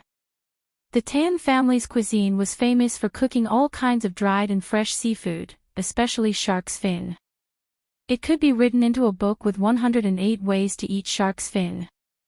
Yin Shixiang first ordered stir-fried duck liver, oysters with vermicelli and garlic, and 5 spiced little silver fish as appetizers. He then ordered braised shark's fin as the main course. The braised shark's fin was made from hens that had been roasted with remania. The chicken meat was almost cooked into juice, and it matched with the thick and smooth shark's fin. It was fresh, soft, and not greasy. She looked at the menu again and finally ordered a clear broth with bird's nest as dessert. It was called a clear broth, but it was actually a clear broth. Just the chicken, duck, ham, scallops were countless. Ma Chi-Chi had never eaten such delicious food before, so she couldn't take her eyes off the food. There was no one else in her eyes except for the food on the table. She looked at the food lovingly, and Yin Shixiang felt like he was jealous of the food. However, Gu Nianji didn't like the taste of the food. She only stuffed the food into her mouth mechanically and ate until she was full. To her, the shark's fin was like vermicelli. Yin Shixiang saw this but didn't disturb her. Gu Nianji must be using her smart brain to think about such an important matter, so he didn't want to disturb her. After the meal, Ma Chi-Chi burped. Gu Nianji finally snapped out of it and looked at Yin Shixiang. Does Hua Xiao know about this? Yin Shixiang poured himself some yellow wine and twirled the wine glass in his hand. Normally, foreign affairs are compiled into internal reports. I don't know if this incident was included. Gu Nianji understood Yin Shixiang's meaning when she heard his words. Hua Xiao probably knew, but it wasn't convenient for him to tell her. Gu Nianji smiled knowingly when she recalled Yin Shixiang's words and actions after Gu Yanran said those words. Yin Shixiang had specially invited her and Ma Chi-Chi to dinner today, so it was most likely because of this matter. Hua Xiaoheng sent someone to keep an eye on Yi Xian. If anything happened to Yi Xian, Hua Xiaoheng would know immediately. Gu Nianji was very worried about the field agent Hua Xiaoheng had sent to keep an eye on Yi Xian. She was afraid that something had happened to him. Gu Nianji still felt bad about the sacrifice of the two field agents in Germany.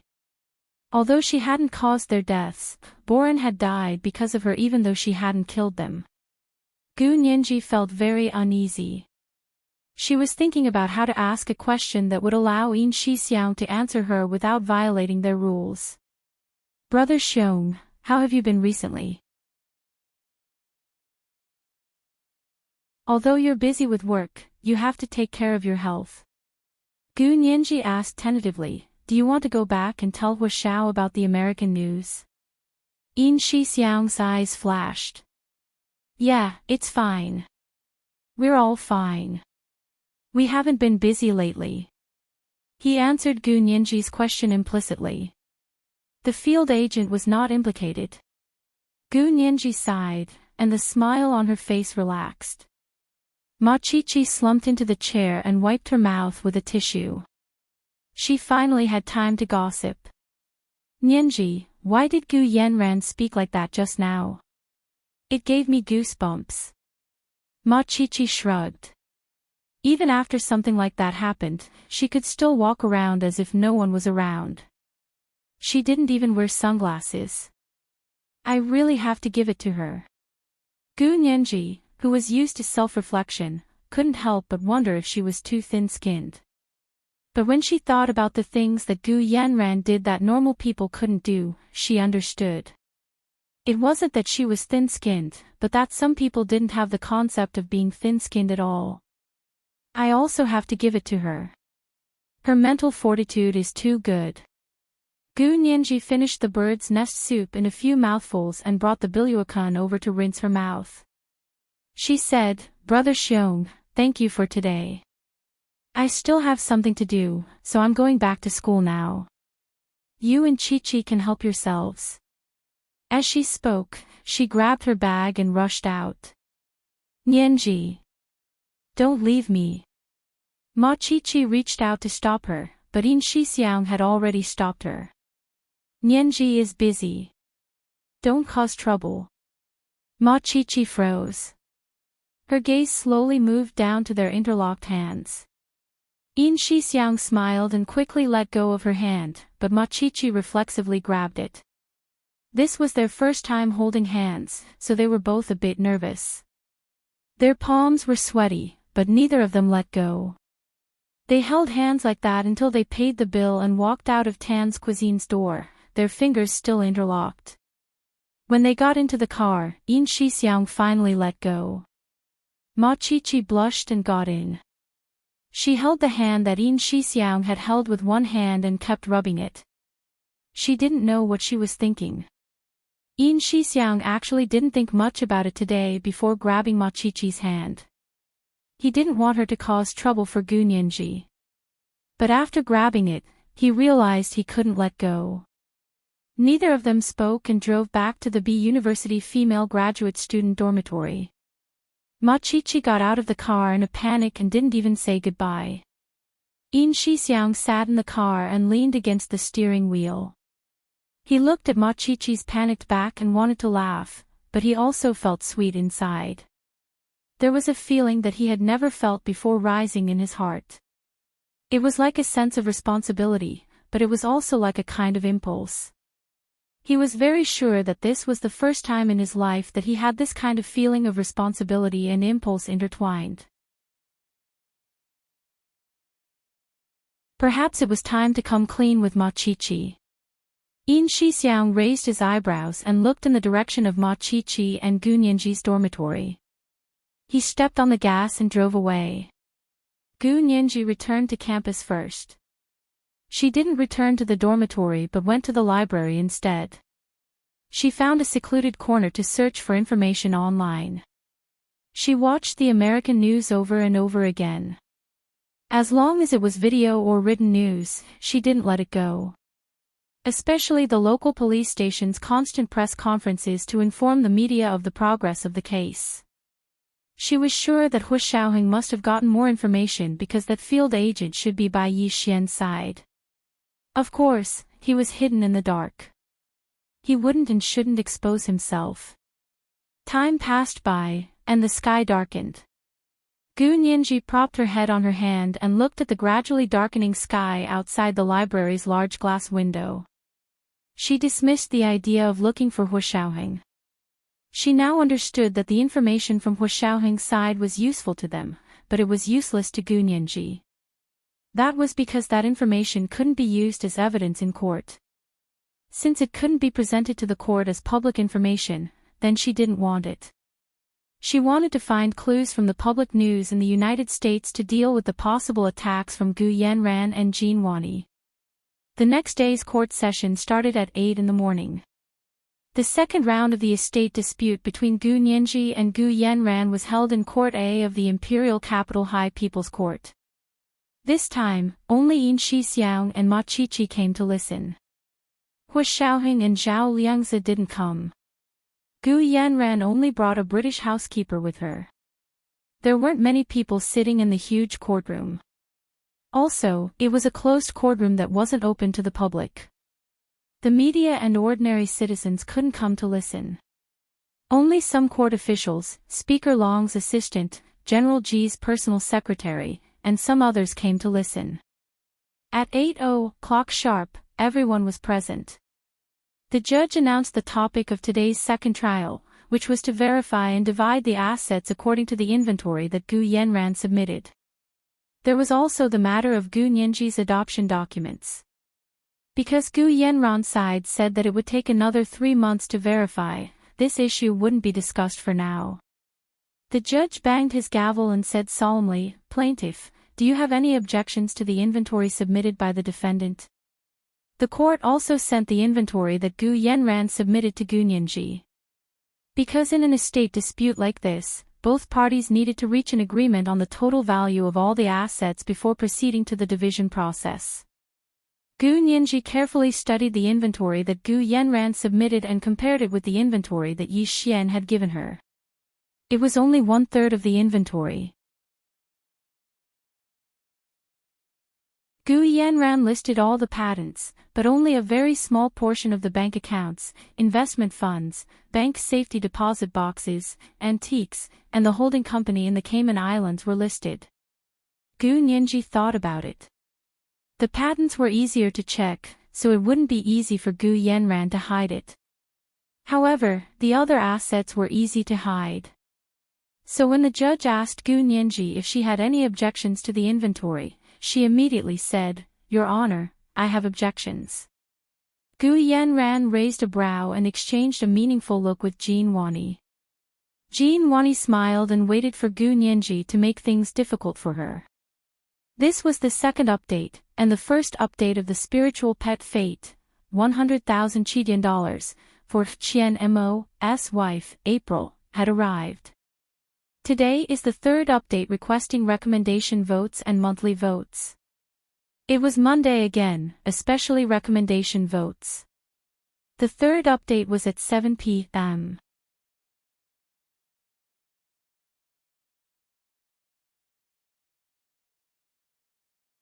Chapter 823.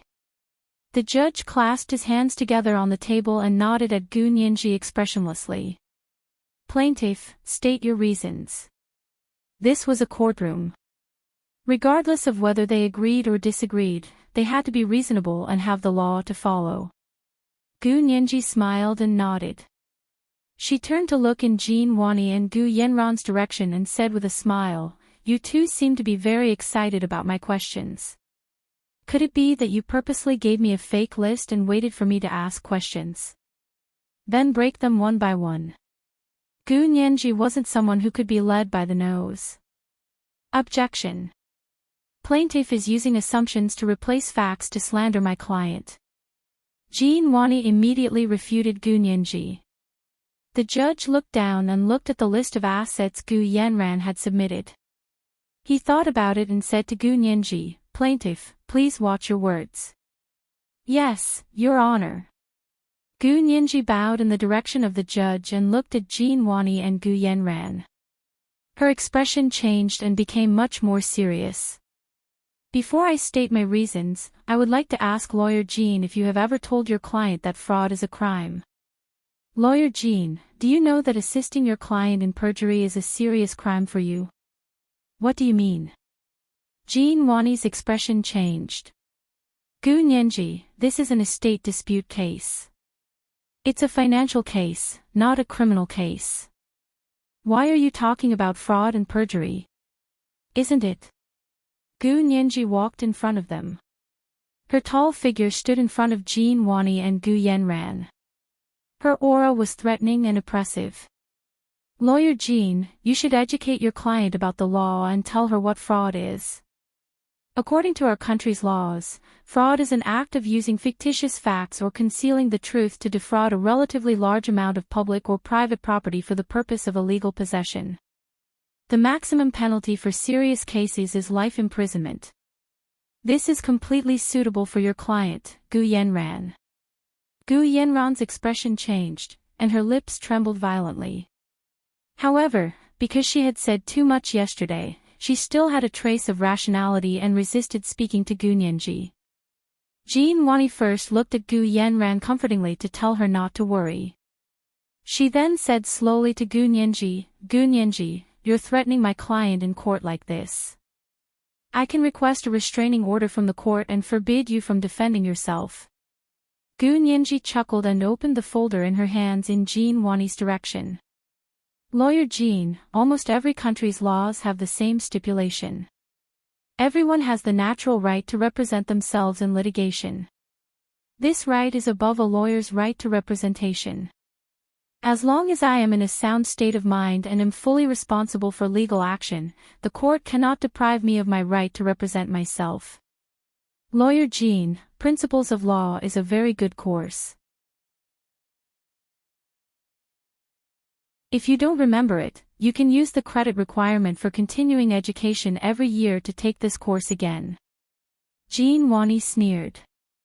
Her aura was no less imposing than Gu Nianji's. Gu Nianji, you're still the same. You haven't improved at all.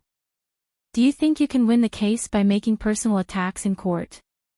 Lawyer Jean, you haven't improved much either. First of all, assault is not a legal definition. Second of all, assault includes attacking another person's body. So your accusation is baseless. First, I didn't break the law. Second, I didn't attack your body. So you saying I'm making a personal attack is a form of slander in itself. Assault is not a legal definition, but slander is. Gu Nianji calmly flipped open her folder. But today isn't the time to discuss these issues. Lawyer Jean, it's useless to argue with me even if you argue until next year. Gu Nianji seemed to be saying something obvious. It was like the sky was about to rain or the trees were about to blow. She didn't look pleased or happy at all. Jean Wani hated Gu Nianji's condescending attitude the most. When she acted like this in court, it made it seem like the truth and the law were on her side. It made people want to curse her. Gu Nianji looked at Gu Yanran with a straight face and said calmly, let's get back to the crime of fraud. Gu Yanran, your lawyer didn't educate you about the law. I'll do it for you today. I'll say this first, I don't charge for educating you. I'm a good citizen of the country. Objection. The topic raised by the plaintiff has nothing to do with the case. Jean Wani had no choice. Seeing Gu Nianji getting further and further off topic, she couldn't let her lead her by the nose. Before the judge could speak, Gu Nianji immediately said, Your Honor, I will prove that my topic is greatly related to the case. Gu Yanran was so angry that even the tips of her ears turned red. What was Gu Nianji trying to prove? Was she trying to prove that she was a swindler?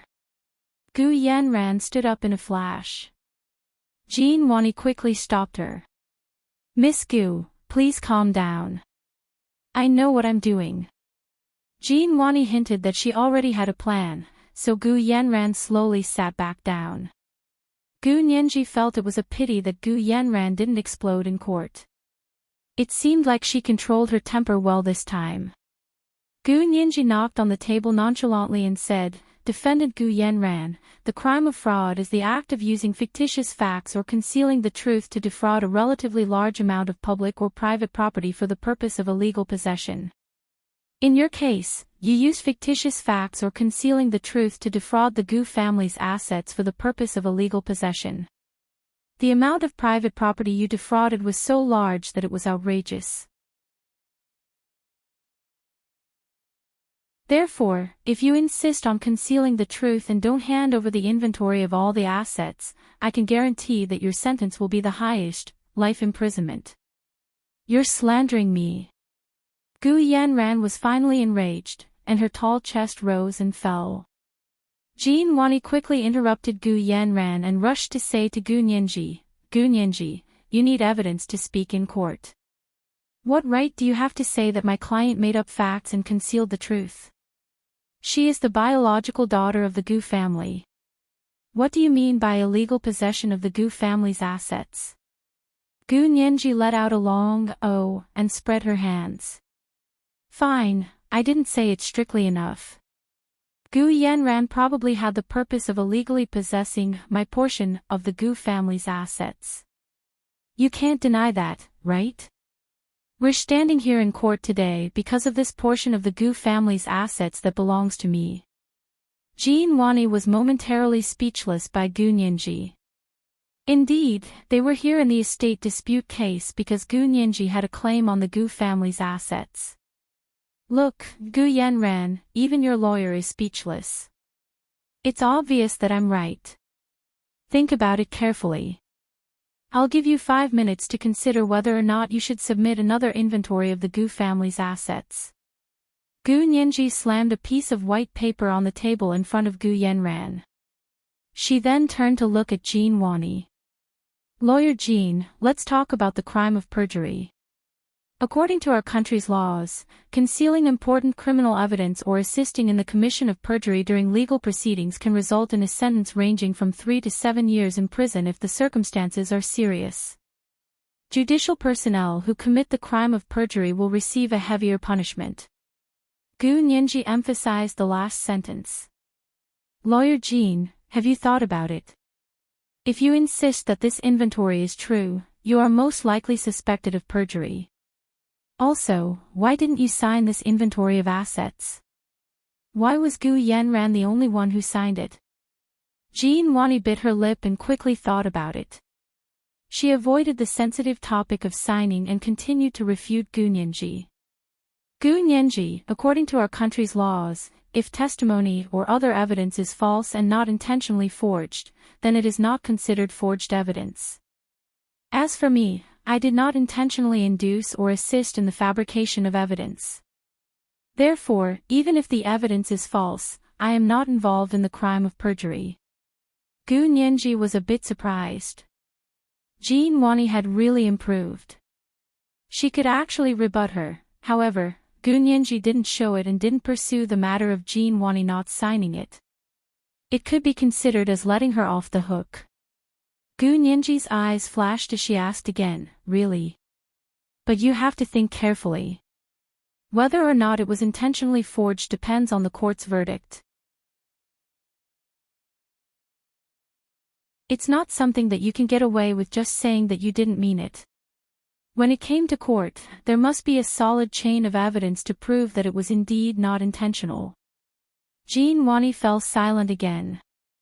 Gu Nianji gained the upper hand by making a show of strength. She wanted to make them doubt her first so that she could carry out the next round of attacks. Your Honor, the reason why I said that the defendant, Gu Yanran, may be suspected of fraud, and the defendant's lawyer, Jin Wani, may be suspected of forging evidence is because I still have an inventory of the Gu assets here. At that moment, Gu Nianji took out the inventory of the Gu assets that Yi Xian had given her and gave it to the court staff to present to the judge. This is the third update. Today is the third update seeking recommendation votes and monthly votes. It's Monday again, especially recommendation votes.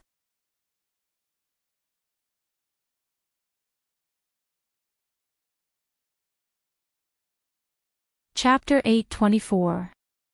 Your Honor, This is a list of the Gu assets that I obtained from other sources.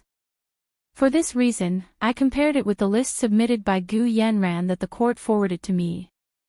I can clearly see that the list submitted by the defendant, Gu Yanran, is at least 2/3 less than the list I have. Therefore, I have reason to believe that the defendant intentionally hid the assets that originally belonged to the Gu family and had ill intentions. Therefore, she is guilty of fraud. Gu Nianji looked in Gu Yanran's direction and enunciated each word slowly. Her eyes stared at Gu Yanran and did not miss a single change in her expression. However, Gu Yanran was probably prepared, so she controlled her expression very well. She showed an appropriate expression of shock, then smiled slightly and shook her head. She seemed to be sighing with an expression of disbelief. The judge looked down at the list submitted by Gu Nianji, then looked at the comparison of the two. After a long time, he looked up and asked Gu Nianji, "Where did you get this list from?" Jean Wani's eyes flashed as she asked the judge, "Yes, Gu Nianji, where did you get this list?" "That's strange. Didn't you lose your memory? How could you remember how much the Gu family had? Also, you left the Gu family 7 years ago. Where did you get the inventory of the Gu family's assets?" Gu Nianji looked at Jean Wani, then at the judge. She purposely hesitated and stammered, "Do I have to say?" "Of course. Otherwise, how would we know if you obtained this list legally? Evidence in court must follow the principles of procedural justice. Once there is a mistake in the procedure, even real evidence cannot be used as evidence in court." Jean Wani immediately spoke with confidence. She appeared to be professional and sharp. "If you cannot state the source, then your list was obtained illegally and cannot be used as legal evidence in the first place." Gu Yanran finally relaxed a little about Jean Wani. She thought that she had spent so much money to hire Jean Wani, so it was worth it. The judge also said, "Plaintiff, please answer the court's question."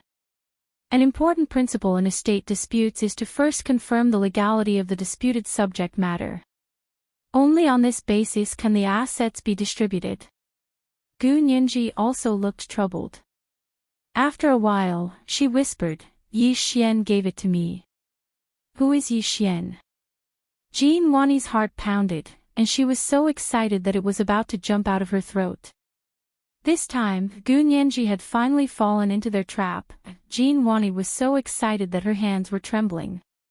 Gu Yanran, on the other hand, closed her eyes and thanked the heavens in her heart. That person could really be said to have taken every possibility into account. However, Gu Yanran also had some doubts. It was that person who told her that her father was Gu Xiangwen's lawyer. She didn't know about it at all. If she had known, she would have dealt with the lawyer a long time ago. "I won't wait until today." But how on earth did they know that? Gu Yanran was confused. Her gaze wandered around the courtroom and unconsciously met Gu Nianji's gaze. Her mind went blank for a moment. Gu Nianji's gaze swept past Gu Yanran's face. Gu Yanran could only remember Gu Nianji's bright eyes. Her eyes were dark, like fine black velvet. They were soft and sparkling under the light, but they were bottomless. They hid all her thoughts and worries. This 19-year-old girl was facing an increasingly difficult situation. How could she have such a calm and composed gaze? Gu Yanran's heart skipped a beat. When she looked again, she saw that Gu Nianji had already lowered her head and was organizing the scattered documents on the table in front of her. The judge banged his gavel. "Plaintiff, who is Yi Xian? Please answer the court's questions." Gu Nianji slowly raised her head and quickly glanced at Gu Yanran before looking back at the judge. She coughed lightly. "Yi Xian is an orphan that my father, Gu Xiangwen, once supported. After my father met with misfortune, he worked under Gu Yanran as the Gu family's computer supervisor and financial supervisor. Therefore, I believe the list he provided. So it's this Yi Xian. No wonder." Jean Wani perked up and immediately dropped her own bombshell. Your Honor, the list of the Gu family's assets submitted by the plaintiff is not credible. On behalf of my client, I ask the court to carefully consider and not accept the contents of the list of the Gu family's assets submitted by the plaintiff. Objection. Gu Nianji immediately refuted Jin Wani's suggestion. This list was provided by the financial supervisor who is most familiar with the Gu family's assets. May I ask why the defendant's lawyer says it cannot be trusted? Jin Wani flashed a victorious smile and bared her pearly white teeth at Gu Nianji. She turned to the judge and said passionately, because Yi Xian is deliberately framing me. Your Honor, you may not know yet, but Yi Xian is indeed an orphan that Mr. Gu Xiangwen supported. However, after Mr. Gu's accident, Miss Gu Yanran was supporting the Gu family on her own. He took advantage of her when she was in danger and had wild ambitions. Not only did he forcibly occupy Miss Gu Yanran, but he also frequently abused her.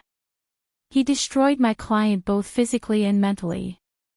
How can you believe the evidence provided by such a scumbag? Gu Nianji revealed a stunned expression. It perfectly showed that she had no idea about this side of Yi Xian. Gu Yanran was secretly pleased. She was even more impressed by that person's strategy of killing 3 birds with 1 stone. What's more, Yi Xian not only wants my client, but also all of the Gu family's assets. My client is only a weak woman. Under Yi Xian's tyrannical power, she had to swallow her anger and deal with him. However, she swore that she would never agree to his demands. Yi Xian saw that he couldn't get any benefits from my client, so he turned to threaten her. He said that if she didn't obey him and hand over all of his assets, he wouldn't let her get a single cent. Jin Wani described it vividly like she was writing a novel. Many people in the courtroom listened with great interest, including Gu Nianji. She widened her big, black eyes and said in shock, "No way. How could Yi Xian be this kind of person?" Lawyer Jin, are you sure you're defending in court and not telling stories in a tea house? Jin Wani's face was a bit hot. Her statement just now was only to create a preconceived impression in the courtroom, so she intentionally exaggerated it. That way, she could gain the upper hand and create a bad image of Yi Xian for everyone. It was a bit out of line, but in a lawsuit, as long as it wasn't illegal, lawyers could do whatever they wanted. Didn't Gu Nianji use many methods in court in the past? Jin Wani silently criticized Gu Nianji and turned to the judge. Your Honor, there is evidence of Yi Xian abusing my client. As she spoke, she presented the photos of Gu Yanran's injuries taken at the hospital a few days ago to the court. These photos are ironclad evidence of Yi Xian abusing my client. Your Honor, please consider carefully and not accept Yi Xian's testimony, Jin Wani said calmly. Gu Nianji's eyes narrowed slightly as she quietly looked at Jin Wani. She now understood that Jin Wani and Gu Yanran's plan was to completely make Yi Xian lose his credibility as a witness. As long as he lost his credibility, all of his testimony would have the possibility of being fake and would not be accepted by the court. The judge looked down at the photos, as well as the doctor's examination report and the police officer's signature. Gu Nianji didn't say anything the entire time. She waited for the judge to finish looking at the photos before saying, Your Honor, can I see those photos? Objection. Jin Wani immediately jumped up. These photos are related to my client's privacy. Your Honor, please seal them and not spread them. Ha! Gu Nianji finally laughed, then retracted her smile. She asked sternly, Lawyer Jin, this is not right of you. How can you take out evidence to support your own point of view and then not allow others to see it? Furthermore, I am not someone else. I am the plaintiff in this case. If you say that your photos have nothing to do with this case, I will definitely not see them. But you are using these photos as evidence to refute the inventory of the Gu family's assets that I submitted. That is not unrelated to this case. May I ask what reason do you have to refuse to allow me to examine the photos? Jean Wani lowered her head and didn't meet her gaze as she said, "These photos are indirect evidence. According to the law, the judge can decide." Okay. Gu Nianji didn't look at her anymore and turned to look at the judge. "Your Honor, I can refuse to look at the photos, but I want to see the doctor's diagnosis report and the police officer's testimony. Also, I want to summon the doctor who treated the defendant, Gu Yanran, and the police officer who came into contact with Gu Yanran at the time. I need to interrogate them in court." The judge nodded. Agreed. As he spoke, he kept the photos but ordered someone to bring the doctor's diagnosis report and the police officer's testimony to Gu Nianji. Gu Nianji didn't want to see Gu Yanran's disgusting photos anyway, so it was better not to let her see them. However, she still had to fight for it. It wouldn't be good if she was too calm and made the other party suspicious. Very quickly, the court staff photocopied the doctor's diagnosis report and the police officer's testimony and placed it in front of Gu Nianji. Then the judge announced, "Due to the appearance of new evidence, today's trial is over. The new evidence submitted by the defendant will be verified by the court, and the doctor and police will be summoned at the same time. The trial will resume next Monday." The gavel struck, and the second trial of the estate dispute case ended just like that. Gu Nianji calmly put away all the documents and photocopies and put them in her laptop bag. Jean Wani and Gu Yanran looked at each other and smiled confidently. Jean Wani smiled as she walked to Gu Nianji and extended her hand. "Lawyer Gu, thank you for letting me win today." Gu Nianji didn't look up, nor did she shake her hand. She didn't even look at her. With a frosty expression, she slammed her laptop bag on the table, zipped it up, and left the courtroom without looking back. Ma Chichi, who was listening by the side, panicked and called out, "Nianji." Gu Yanran couldn't help but laugh. "Oh my. Look at her face, it's never been so dark. She's so ungentlemanly." Jean Wani pulled Gu Yanran's arm and walked out. She laughed quietly. "All right, Yanran. Keep your mouth shut. There's a tough battle next Monday." Gu Yanran immediately calmed down, but the smile in her eyes rolled. She couldn't help it. This is the first update. Today is the third update. I'm asking for recommendation votes and monthly votes. Where are the recommendation votes from the relatives? You don't even give a full vote at the third update. What a sad thing. At 1 p.m., we'll add the second update for the spiritual pet fate, 100,000 Chidian dollars, that Qian Mo's relatives gave in April.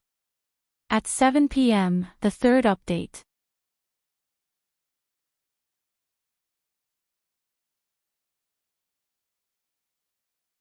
Chapter 825. Nianji. Nianji. Wait for me. Ma Chichi panted as she caught up to Gu Nianji. Holding her hand, her eyes were red. "Nianji, don't be sad." Gu Nianji glanced at Gu Yanran and Jean Wani, who were staring at her from afar. She thought about Hu Xiaohing's usual expressionless face, and her bright eyes dimmed. She said calmly, "Chi-Chi, I'm fine." She grasped her hand and pulled her away. Ma Chi-Chi's heart skipped a beat when Gu Nianji held her hand, but her expression didn't change. Holding her hand, they got into Yin Shixiang's car. Yin Shixiang didn't say anything. He started the car and drove to Gu Nianji and Ma Chi-Chi's school. On the way there, Ma Chi-Chi saw that there was no one else and asked Gu Nianji quietly, "Nianji, what happened to you? Were you speechless because of their questions in court?" This wasn't like the Gu Nianji they knew. She had always been a person who would try to be reasonable even when she was being unreasonable, let alone when she was fighting against her opponents in court. Ma Chi-Chi's concern warmed Gu Nianji. She shook her hand. "I'm fine. I can only judge their true intentions when they're happy. I know what I'm doing." "That's good." Ma Chi-Chi sighed deeply and leaned back in the back seat. Slapping her forehead, she said, "But Nyenji, you were really good at acting in court.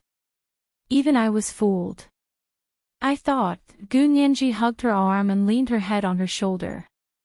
Acting coquettishly, she said, Chi-Chi, don't be angry. I was doing it for the lawsuit. I didn't want to lie to you." Her voice was coy and soft when she acted coquettishly. Ma Chi-Chi felt her bones soften even though she was a woman. She quickly smiled. Okay, I didn't say you lied to me. Nyenji, speak properly. I'm going to turn gay if you keep this up. Yin Shixiang finally coughed. Nyenji, Chi-Chi isn't Huashao. Don't try to coax her. Gu Nyenji spat at the front seat and sat up straight. She said sternly, "Brother Xiong, don't talk nonsense. When did I act coquettishly?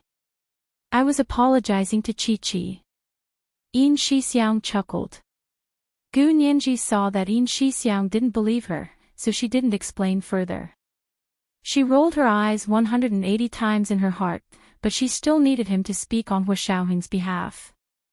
She thought about it and said, "During the third hearing next Monday, I will interrogate the doctor and the police.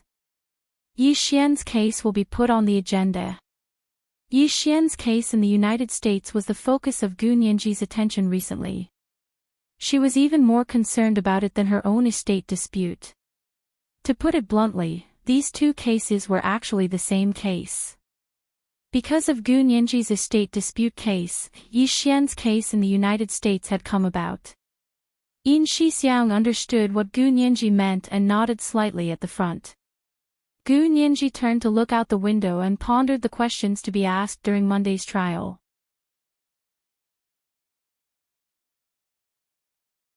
After sending them back to school, Yin Shixiang returned to the Special Operations Forces headquarters base. Hua Xiaoheng was waiting for him in the office. Yin Shixiang closed the door and saluted Hua Xiaoheng. "Mr. Hua. Sit." Hua Xiaoheng pointed at the chair across from his desk. "Nyenji has a message for me." Yin Shixiang froze. "Hua Xiao, how did you know?" "I think you two really do have telepathy." Hua Xiaoheng was unmoved by Yin Shixiang's flattery. He looked at him calmly. "Go ahead."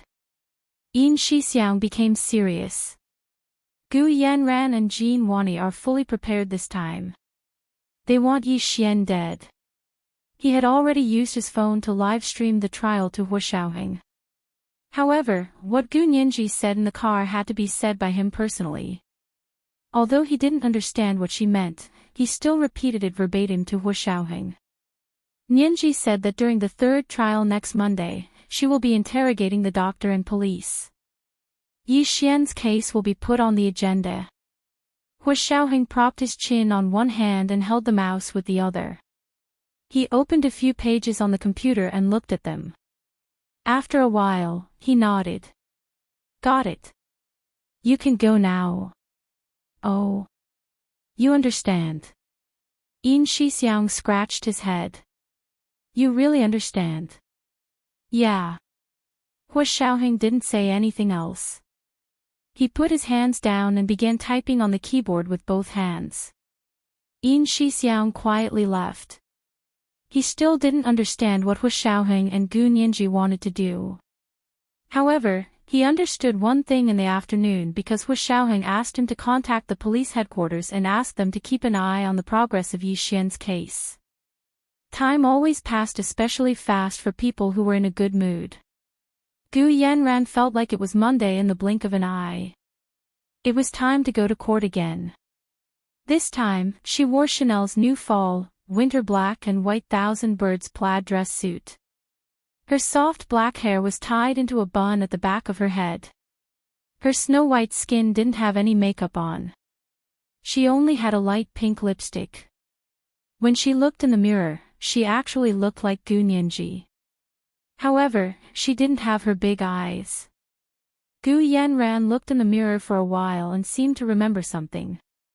The blue hole of the Caribbean kept appearing in her mind, and she felt a little dizzy. Holding on to the corner of the vanity, she sat down on the makeup chair. Holding her chin, she sat in front of the vanity for a while. When she saw her face in the mirror suddenly pale, she quickly took a box of blush and patted her cheeks. By the time Jean Wani came to pick her up, Gu Yanran had already returned to normal. The two of them quickly arrived at the Imperial Capital High People's Court to wait for the third hearing. Gu Nianji wore a thin gray wool business suit and a small blazer with a belt that accentuated her slender waist. Her legs were straight and slender, and her hair was casually tied into a ponytail. Her eyes were clear and deep, and she looked like an underage high school student. However, as soon as she opened her mouth, she immediately shattered some people's fantasies. She walked into Court A and saw that Yin Shixiang was still sitting in on her side. However, Ma Qiqi didn't come this time because she had classes on Monday. Gu Nianji didn't want her to skip class just to sit in. Ma Qiqi reminded Yin Shixiang repeatedly to take good care of Gu Nianji. Gu Nianji was speechless. Seeing her walk in, Gu Yanran and Jean Wani both walked over to greet her. Gu Nianji ignored them and walked to the plaintiff's stand alone to sit down. Soon, the judge banged his gavel and announced the start of the court session. This time, at Gu Nianji's request, the court summoned the doctor and nurse who had examined Gu Yanran a few days ago, as well as the two female police officers who had persuaded her to call the police. Plaintiff, you may cross-examine the witness. The judge folded his hands and looked at Gu Nianji solemnly. The third hearing was directly broadcasted to the military leaders and speaker Long through the cameras in the courtroom. They didn't go to the Special Operations Forces. Instead, they went to the conference room in the courtyard of the military headquarters. Gu Nianji stood up and bowed slightly to the judge, then politely greeted the staff in the courtroom and the people sitting in the audience. She then looked at the four people sitting in the witness stand, 1 man and 3 women. They were the doctor, nurse, and police officers. Gu Nianji walked over and first said to Gu Yanran, Plaintiff, please confirm if the people sitting here are the doctor and nurse who had examined you that day. Also, are these 2 female police officers the ones who had persuaded you to report the case? Gu Yanran looked carefully. Her gaze swept from right to left, then left to right, and finally nodded. Yes, they are the kind doctor, nurse, and the 2 police officers. As she spoke, she stood up and walked to them. She bowed deeply and said, Thank you for saving me. She had a humble and gentle appearance. Coupled with her beautiful and gentle appearance, this was more suitable for her than her previous image of a strong woman. It also made people feel more pity for her. The male doctor stood up hastily and said, Miss Gu, you are too kind. This is what we should do. As he spoke, he looked at Gu Nianji and said bluntly, Miss Gu was abused so badly, and you still want to sue her. I really don't know how you can be so cruel. Gu Nianji smiled and didn't lower herself to his level. However, Gu Yanran's eyes reddened with gratitude. She choked out, Thank you, doctor. She bowed again. Gu Nianji finally said slowly, Defendant, since you are so grateful to this doctor who saved your life, may I ask what his last name is? Gu Yanran froze and quickly glanced at Jean Wani. Biting her lip, she said, Of course I know. What's his last name? Jean Wani suddenly shouted from the defendant's stand, Dr. Liu, thank you for saving my client. Gu Nianji turned around to look at Jean Wani. Lawyer Jean, you saved the situation in time. Gu Yanran obviously didn't remember the doctor's last name. Gu Nianji was purposely provoking her earlier. Jean Wani also noticed, so she immediately called out Gu Nianji's intention and said the doctor's last name. However, Gu Yanran hesitated, and Jean Wani called out, so everyone understood that Gu Yanran didn't remember the doctor at all. Dr. Liu thought about his righteous indignation just now and couldn't help feeling a bit awkward. This was the second update. The second update for the spiritual pet fate, 100,000 Chidian dollars, awarded to Chen Mo's relatives in April has arrived. Today is the third update requesting recommendation votes and monthly votes. Where are the recommendation votes from the relatives? They didn't even give a full vote at the third update. How sad. 7:00 p.m., the third update.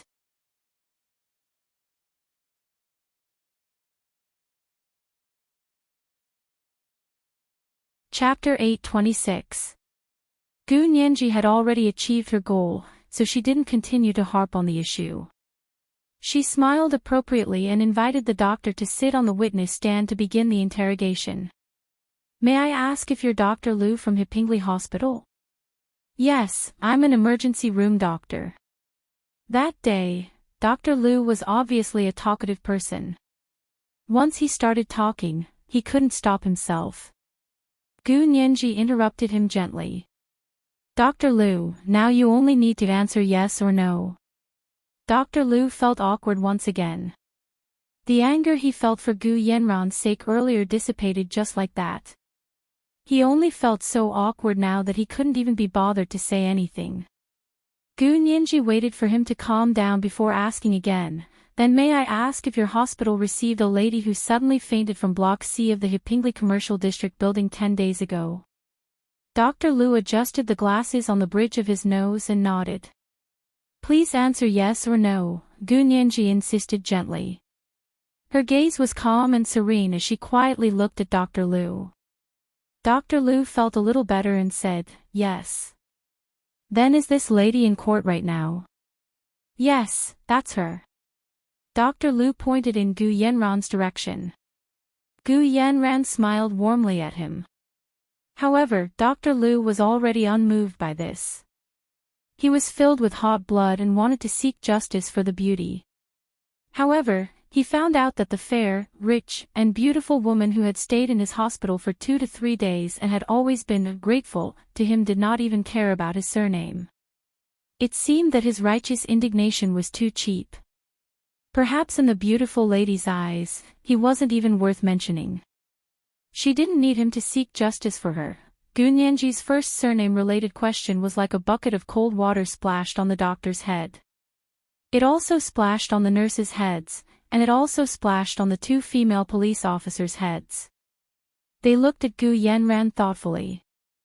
No one knew what they were thinking. After Gu Nianji confirmed that the witnesses were correct, she asked again, then can you briefly explain the condition of the lady you treated, the defendant, Gu Yanran? This was Dr. Liu's specialty. He immediately perked up and talked non-stop. Miss Gu Yanran's body is actually very healthy. She probably fainted because she was too angry. It's not a big deal. The real problem is the injuries on her body. Gu Nianji interrupted Dr. Liu. Dr. Liu, may I ask what you mean when you say that the defendant, Gu Yanran, probably had a heart attack due to anger? So, yes or no? Can you give me a definite answer? Dr. Liu looked at Gu Yanran's medical record that he had brought with him. He deliberated for a moment before saying, I said roughly because from her examination, her pulse, breathing, blood pressure, and blood sugar are all normal. Logically speaking, there shouldn't be any signs of fainting. But Gu Nianji quickly replied, you mean that the defendant, Gu Yanran, was actually pretending to faint? The atmosphere in the courtroom suddenly became stifling, and everyone's breathing seemed to stop. Their gazes shifted to Gu Yanran at the same time. She was a little flustered, but she knew she had no way out, so she used more willpower than usual to control her emotions. Jean Wani frowned, stood up, and said, objection. The plaintiff's conclusion has no basis. The judge thought about it and asked Dr. Liu, from your professional point of view, does the plaintiff's conclusion make sense? Although Dr. Liu was reluctant, he still nodded. That's possible. However, the human brain is complicated. Although we can't find the cause of the illness sometimes, the illness is real and not faked. Of course, this kind of situation existed, but Gu Nianji was sure that Gu Yanran didn't have it. However, she didn't continue asking because she couldn't flip Gu Yanran over in one go. If she did, she wouldn't be able to continue the show. Gu Nianji pretended to be convinced and said, "All right then, may I ask what happened after you admitted the defendant?" After that, we happened to discover some injuries on her body, both old and new. It looked like it was caused by domestic violence, so I suggested she call the police. Dr. Liu looked at the two female police officers. As for the rest, you'll have to ask the police. Gu Nianji thanked Dr. Liu solemnly. Thank you for your cooperation. If there are any problems in the future, I hope you can support us. You're welcome. Dr. Liu walked down from the witness stand and realized that his back was wet with sweat. He returned to his original seat, still very nervous. At that moment, Gu Nianji asked the nurse to sit down at the witness stand. Gu Nianji also asked the nurse the same question she had asked the doctor. After getting a definite answer, Gu Nianji asked her again, "I heard that you were the first to discover the injuries on the defendant, Gu Yanran's body." "Yes, I discovered it in the ambulance that day." "Sigh, why do you think that man is so cruel?" "Man? What man? What's his name?" Gu Nianji asked calmly. "Yi Xian." "Yes, it's Yi Xian. This name is very unique and easy to remember." The nurse was a chubby young girl who was also very talkative. "Yi Xian. Are you sure it was Yi Xian? Did you see it with your own eyes or did you hear it from someone else?" Gu Nianji walked to stand in front of the nurse and confirmed again. "Yes, that's his name." The nurse glanced at Dr. Liu. "I heard it from Dr. Liu." Dr. Liu returned to the witness stand and accepted Gu Nianji's cross-examination with the nurse. "May I ask, Dr. Liu, how did you know that the person who abused the defendant was Yi Xian?" Gu Nianji asked solemnly as she took notes with a pen and paper. Dr. Liu's face was a bit red, but he still said honestly, "When I came to do my ward rounds, I heard Miss Gu talking to her housekeeper at the door. She said that Yi Xian was Miss Gu's boyfriend." "Is that so?" Gu Nianji turned to Gu Yanran. Her bright eyes were like mirrors as she looked at her quietly, as if she could see her own reflection. Gu Yanran looked away and didn't meet Gu Nianji's eyes. She didn't say anything, so Jean Wani said on her behalf, "Objection. My client didn't say anything about Yi Xian to the witness. As for the witness saying that he heard it at the door, this is too ridiculous. I asked the court not to accept it. This was equivalent to eavesdropping. And most eavesdropping couldn't be used as legitimate evidence in court." Gu Nianji's eyes flashed, and she suddenly said sternly, "So you're saying that the defendant, Gu Yanran, didn't say that Yi Xian did it, and that it was completely the doctor, nurse, and the police officer's own imagination?" The doctor, nurse, and the two female police officers all looked up at Gu Yanran. Gu Yanran fidgeted under their stares. She didn't seem to want to say anything, but she finally found her conscience after being stared at by these people. She covered her face and cried, "I said it wasn't Yi Xian. I did it myself. I'm begging you, stop causing trouble." In our professional opinion, Miss Gu Yanran may have been under Yi Xian's abuse for a long time, so she has already lost the will to resist, one of the female police officers said loudly to stop Gu Nianji from attempting to defend the criminal.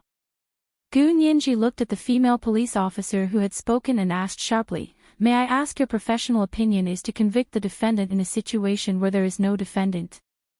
Yi Xian wasn't even here, and this female police officer hadn't even seen him. What right did she have to come up with a story of sadomasochistic love between a scumbag and a slut? It was the third watch. Today was the third watch. Asking for recommendation votes and monthly votes. Where were the recommendation votes from my friends? You didn't even give a full vote at the third watch. What a sad thing. P.S. This trial is still more enjoyable with a big chapter. I'll have a big chapter tomorrow. My friends, don't think it's too expensive. Book orders are all charged by 1,000 words. My book isn't more expensive than others. Hope everyone knows you're tuning into the LoveLore Library YouTube channel. We're so grateful for your support, and don't forget to subscribe to join us on this incredible journey through captivating stories. Your generosity through donations truly makes a world of difference, as it's the primary source of revenue that allows me to expand and enhance this channel for you. Thank you from the bottom of my heart for being a part of this adventure.